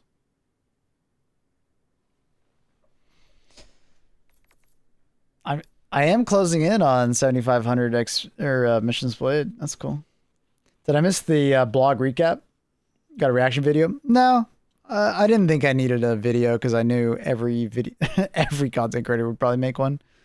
But basically, in the very near future, they're actually going to be using these screens across from us, and they're going to display the current MO, and MOs are going to be like 1 to 3 week blocks, and they're going to try and describe what's happening better to better keep you informed about what has happened and what is happening during the MO, which is good because I mean, it's always been hard to know unless you watch a content creator or you've just been there to know what the hell is going on in an MO.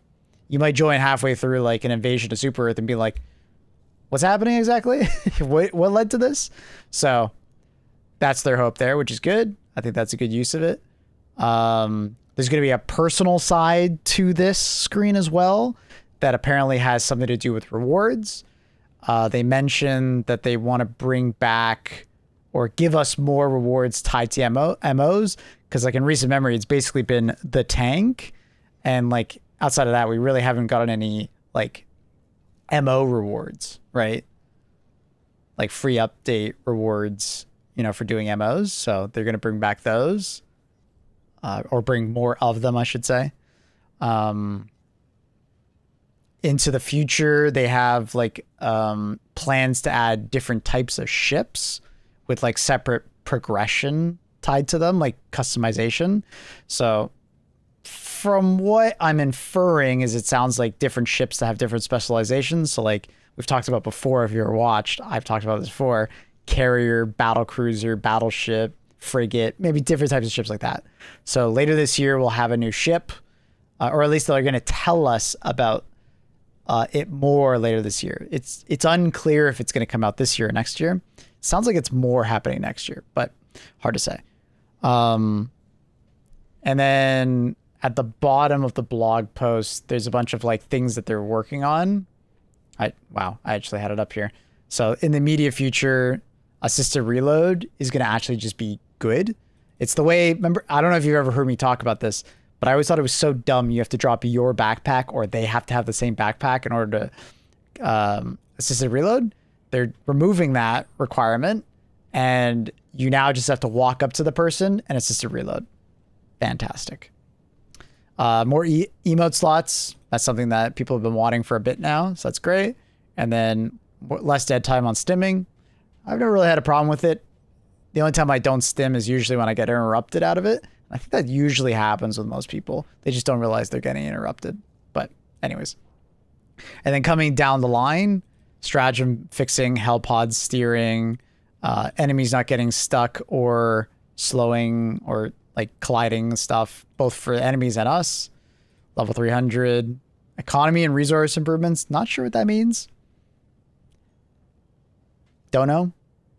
That's very vague. It can mean a lot of different things. Fixes to Warbond and Superstore menus. Basically just, they got to change the UI. It looks silly now. Scrolling through this many Warbonds. So that makes sense. And then closed beta testing. They're opening it up. There already is closed beta testing, but they're opening it up to more people, basically.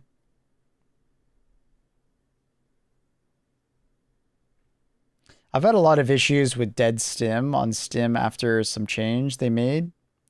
I haven't. So that's why I've been very confused. I didn't understand why people say that. The only time I have a dead stim input is if I get shot and my character flinches. That'll create a dead stim because you got interrupted out of the animation. So if the timing is bad, when you press the button, you might have interrupted or might have got interrupted.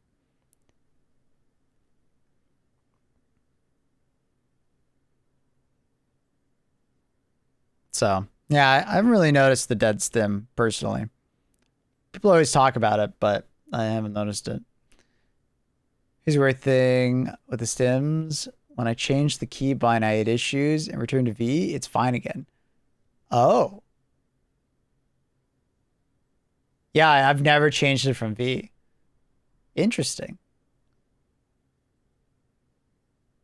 That'd be a really weird issue. I play with two guys and we all have issues, all on PS5. And you're not being interrupted. Like, you're absolutely sure you're not being interrupted. Like, you could just be standing there. No one's shooting. No one's doing anything. And you press it and sometimes it just doesn't go off. Like, just got here after work. Are we dooming or glooming? Or are we pogging and...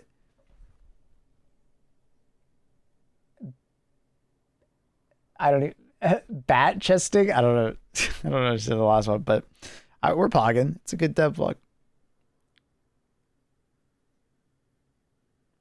Yeah, give that a try, Juicer. I have never swapped Stim. I have it on V, and I just got used to it on V, so I've been fine with it. Maybe that is the issue. That'd be really weird. Those are supposed to come very soon, though, so maybe you don't need to swap it. What this probably means is like end of June or maybe mid-June on these changes. These ones a bit further down the line, I'm guessing like after the summer.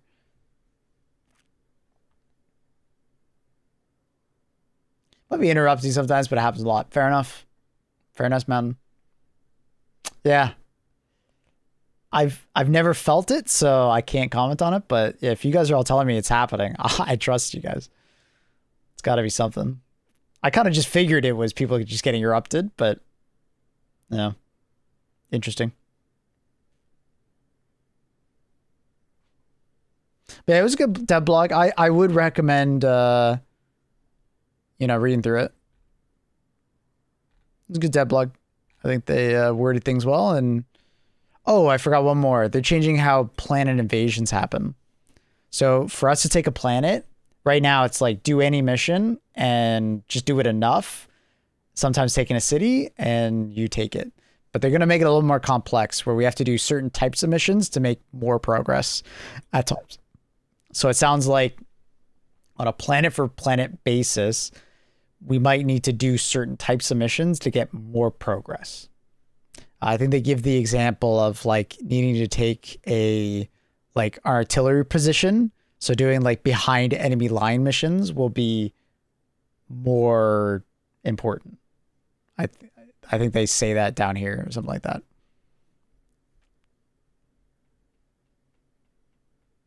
Which is cool. You know? Yeah, I think it's right here. Like reaching and liberating a city with X amount of time, or disabling enemy artillery in one location to unlock crucial operations. So it's like doing certain operations will like allow us to progress faster, but also if we manage to disable this, we get access to this. It's basically just, you could make the argument that it's making it more convoluted, but I think it's also making it more interesting for people that want it to be more interesting. I don't really have a problem with how it currently works, but sounds neat. It'll make the RP element of Helldivers greater, if that makes sense. Like for the role players out there, I think this is like a huge change to make the campaign feel more interactive rather than just doing missions. But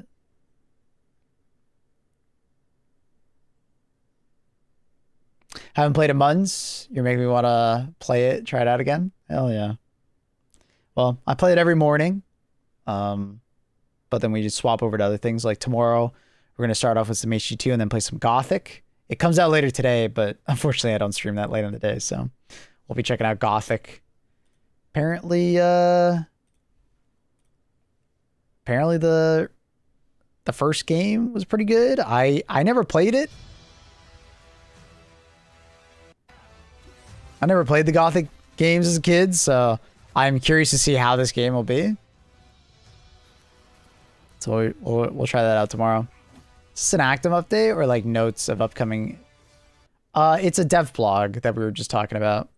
So the dev blog is stuff that is coming to the game, some sooner, some later. So like the Galactic War campaign is coming out in June, whereas something like this is coming out a bit later. Like they said, like later this summer. I would assume this stuff would be June. This stuff would be like throughout the course of the rest of the year. The ship stuff, like upgrading your ship and having a different ship. It sounds like that might be late this year or early next year. You do a suggestion, armor for bots. I die fast, but don't like heavy armor.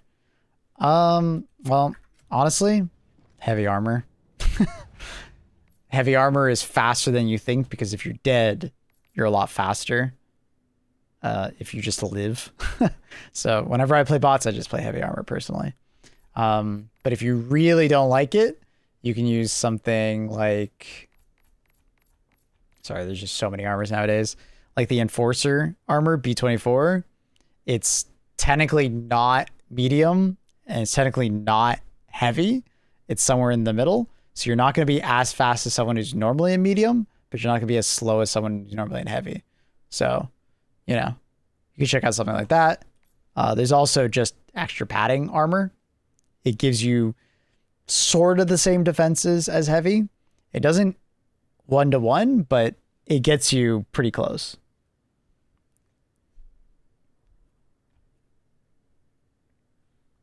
And the reason why I say it doesn't get you quite there is because usually there's a lot of defensive armors that are heavy. So, because extra padding is taking up a slot for if you were going to take like inflammable. Inflammable is insane for like the incendiary troopers. Such a good perk for them, right? Or like concussive padding is really good, right? So you're gaining the, 150 plus armor and you're gaining a good perk, So I would probably just recommend wearing heavy. It is worth it, especially for bots, but yeah. The heavy armor that increases your sprint speed. Yeah, you could do that. Yeah. I'm forgetting which one it is. This one. Oxygenator. It's heavy armor, but you'll run like your medium. Also an option. Yeah. Also an option. It's kind of unfortunate it doesn't show you your speed. Like it doesn't like represent it as faster. Heavy with stims. The armor that I wear like 90% of the time is a heavy medic because I just stim whenever I run out of stamina or need speed.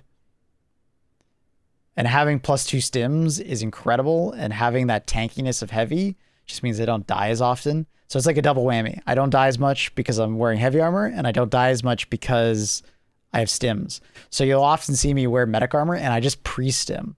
Like I think I'm about to get hit, pre-stim. I need a little bit of speed and mobility, pre-stim. The explosive resistance is not important. It depends on what you're fighting. If you're playing against bots, not really as much as you think it is. It's nice. It's nice to have, don't get me wrong. I only really use explosive resistance when I'm fighting cyborgs, and it's mostly because of the Vox engine. The Vox engine has a lot of explosive damage, both because of its rockets and the main cannons. So you can actually survive like the full frontal barrage if you have explosive resistance.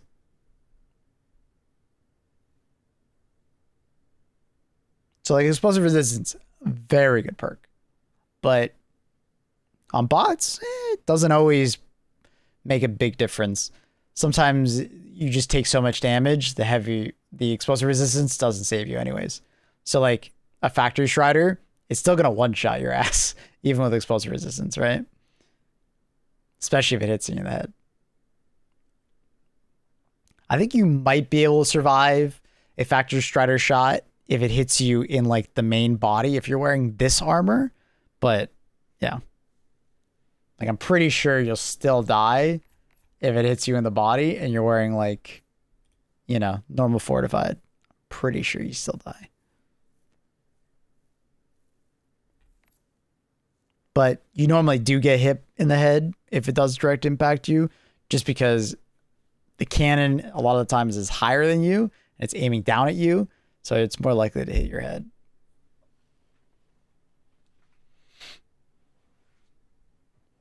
But yeah, hopefully that answers your questions.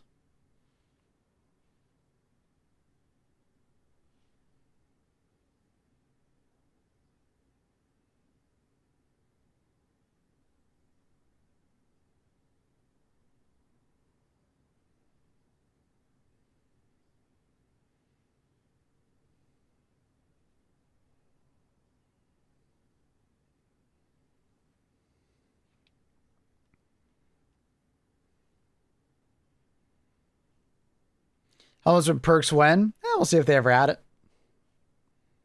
Would be neat. What do you run against bugs and squids? Against bugs, it's almost always light armor. It's very rarely anything but. I find the mobility versus bugs is like most important. Yeah, you die faster if you do get caught. But that being said, you don't get caught as often, right? Because you're just faster. So as long as you're like good at positioning and like good at maneuvering, I find light armor to just be really good. So it's like, you know, street scout, you know, peak physique if you need it, inflammable if you're using flame weapons. Stealth armor is always actually really good. You'd be surprised how many encounters you just don't get into. Acid resistance if you're fighting a lot of dragon roaches. Somewhat of a fan favorite, but I don't actually think is that good, is Light Gunner. If you want to be a little tankier, but still maintain speed.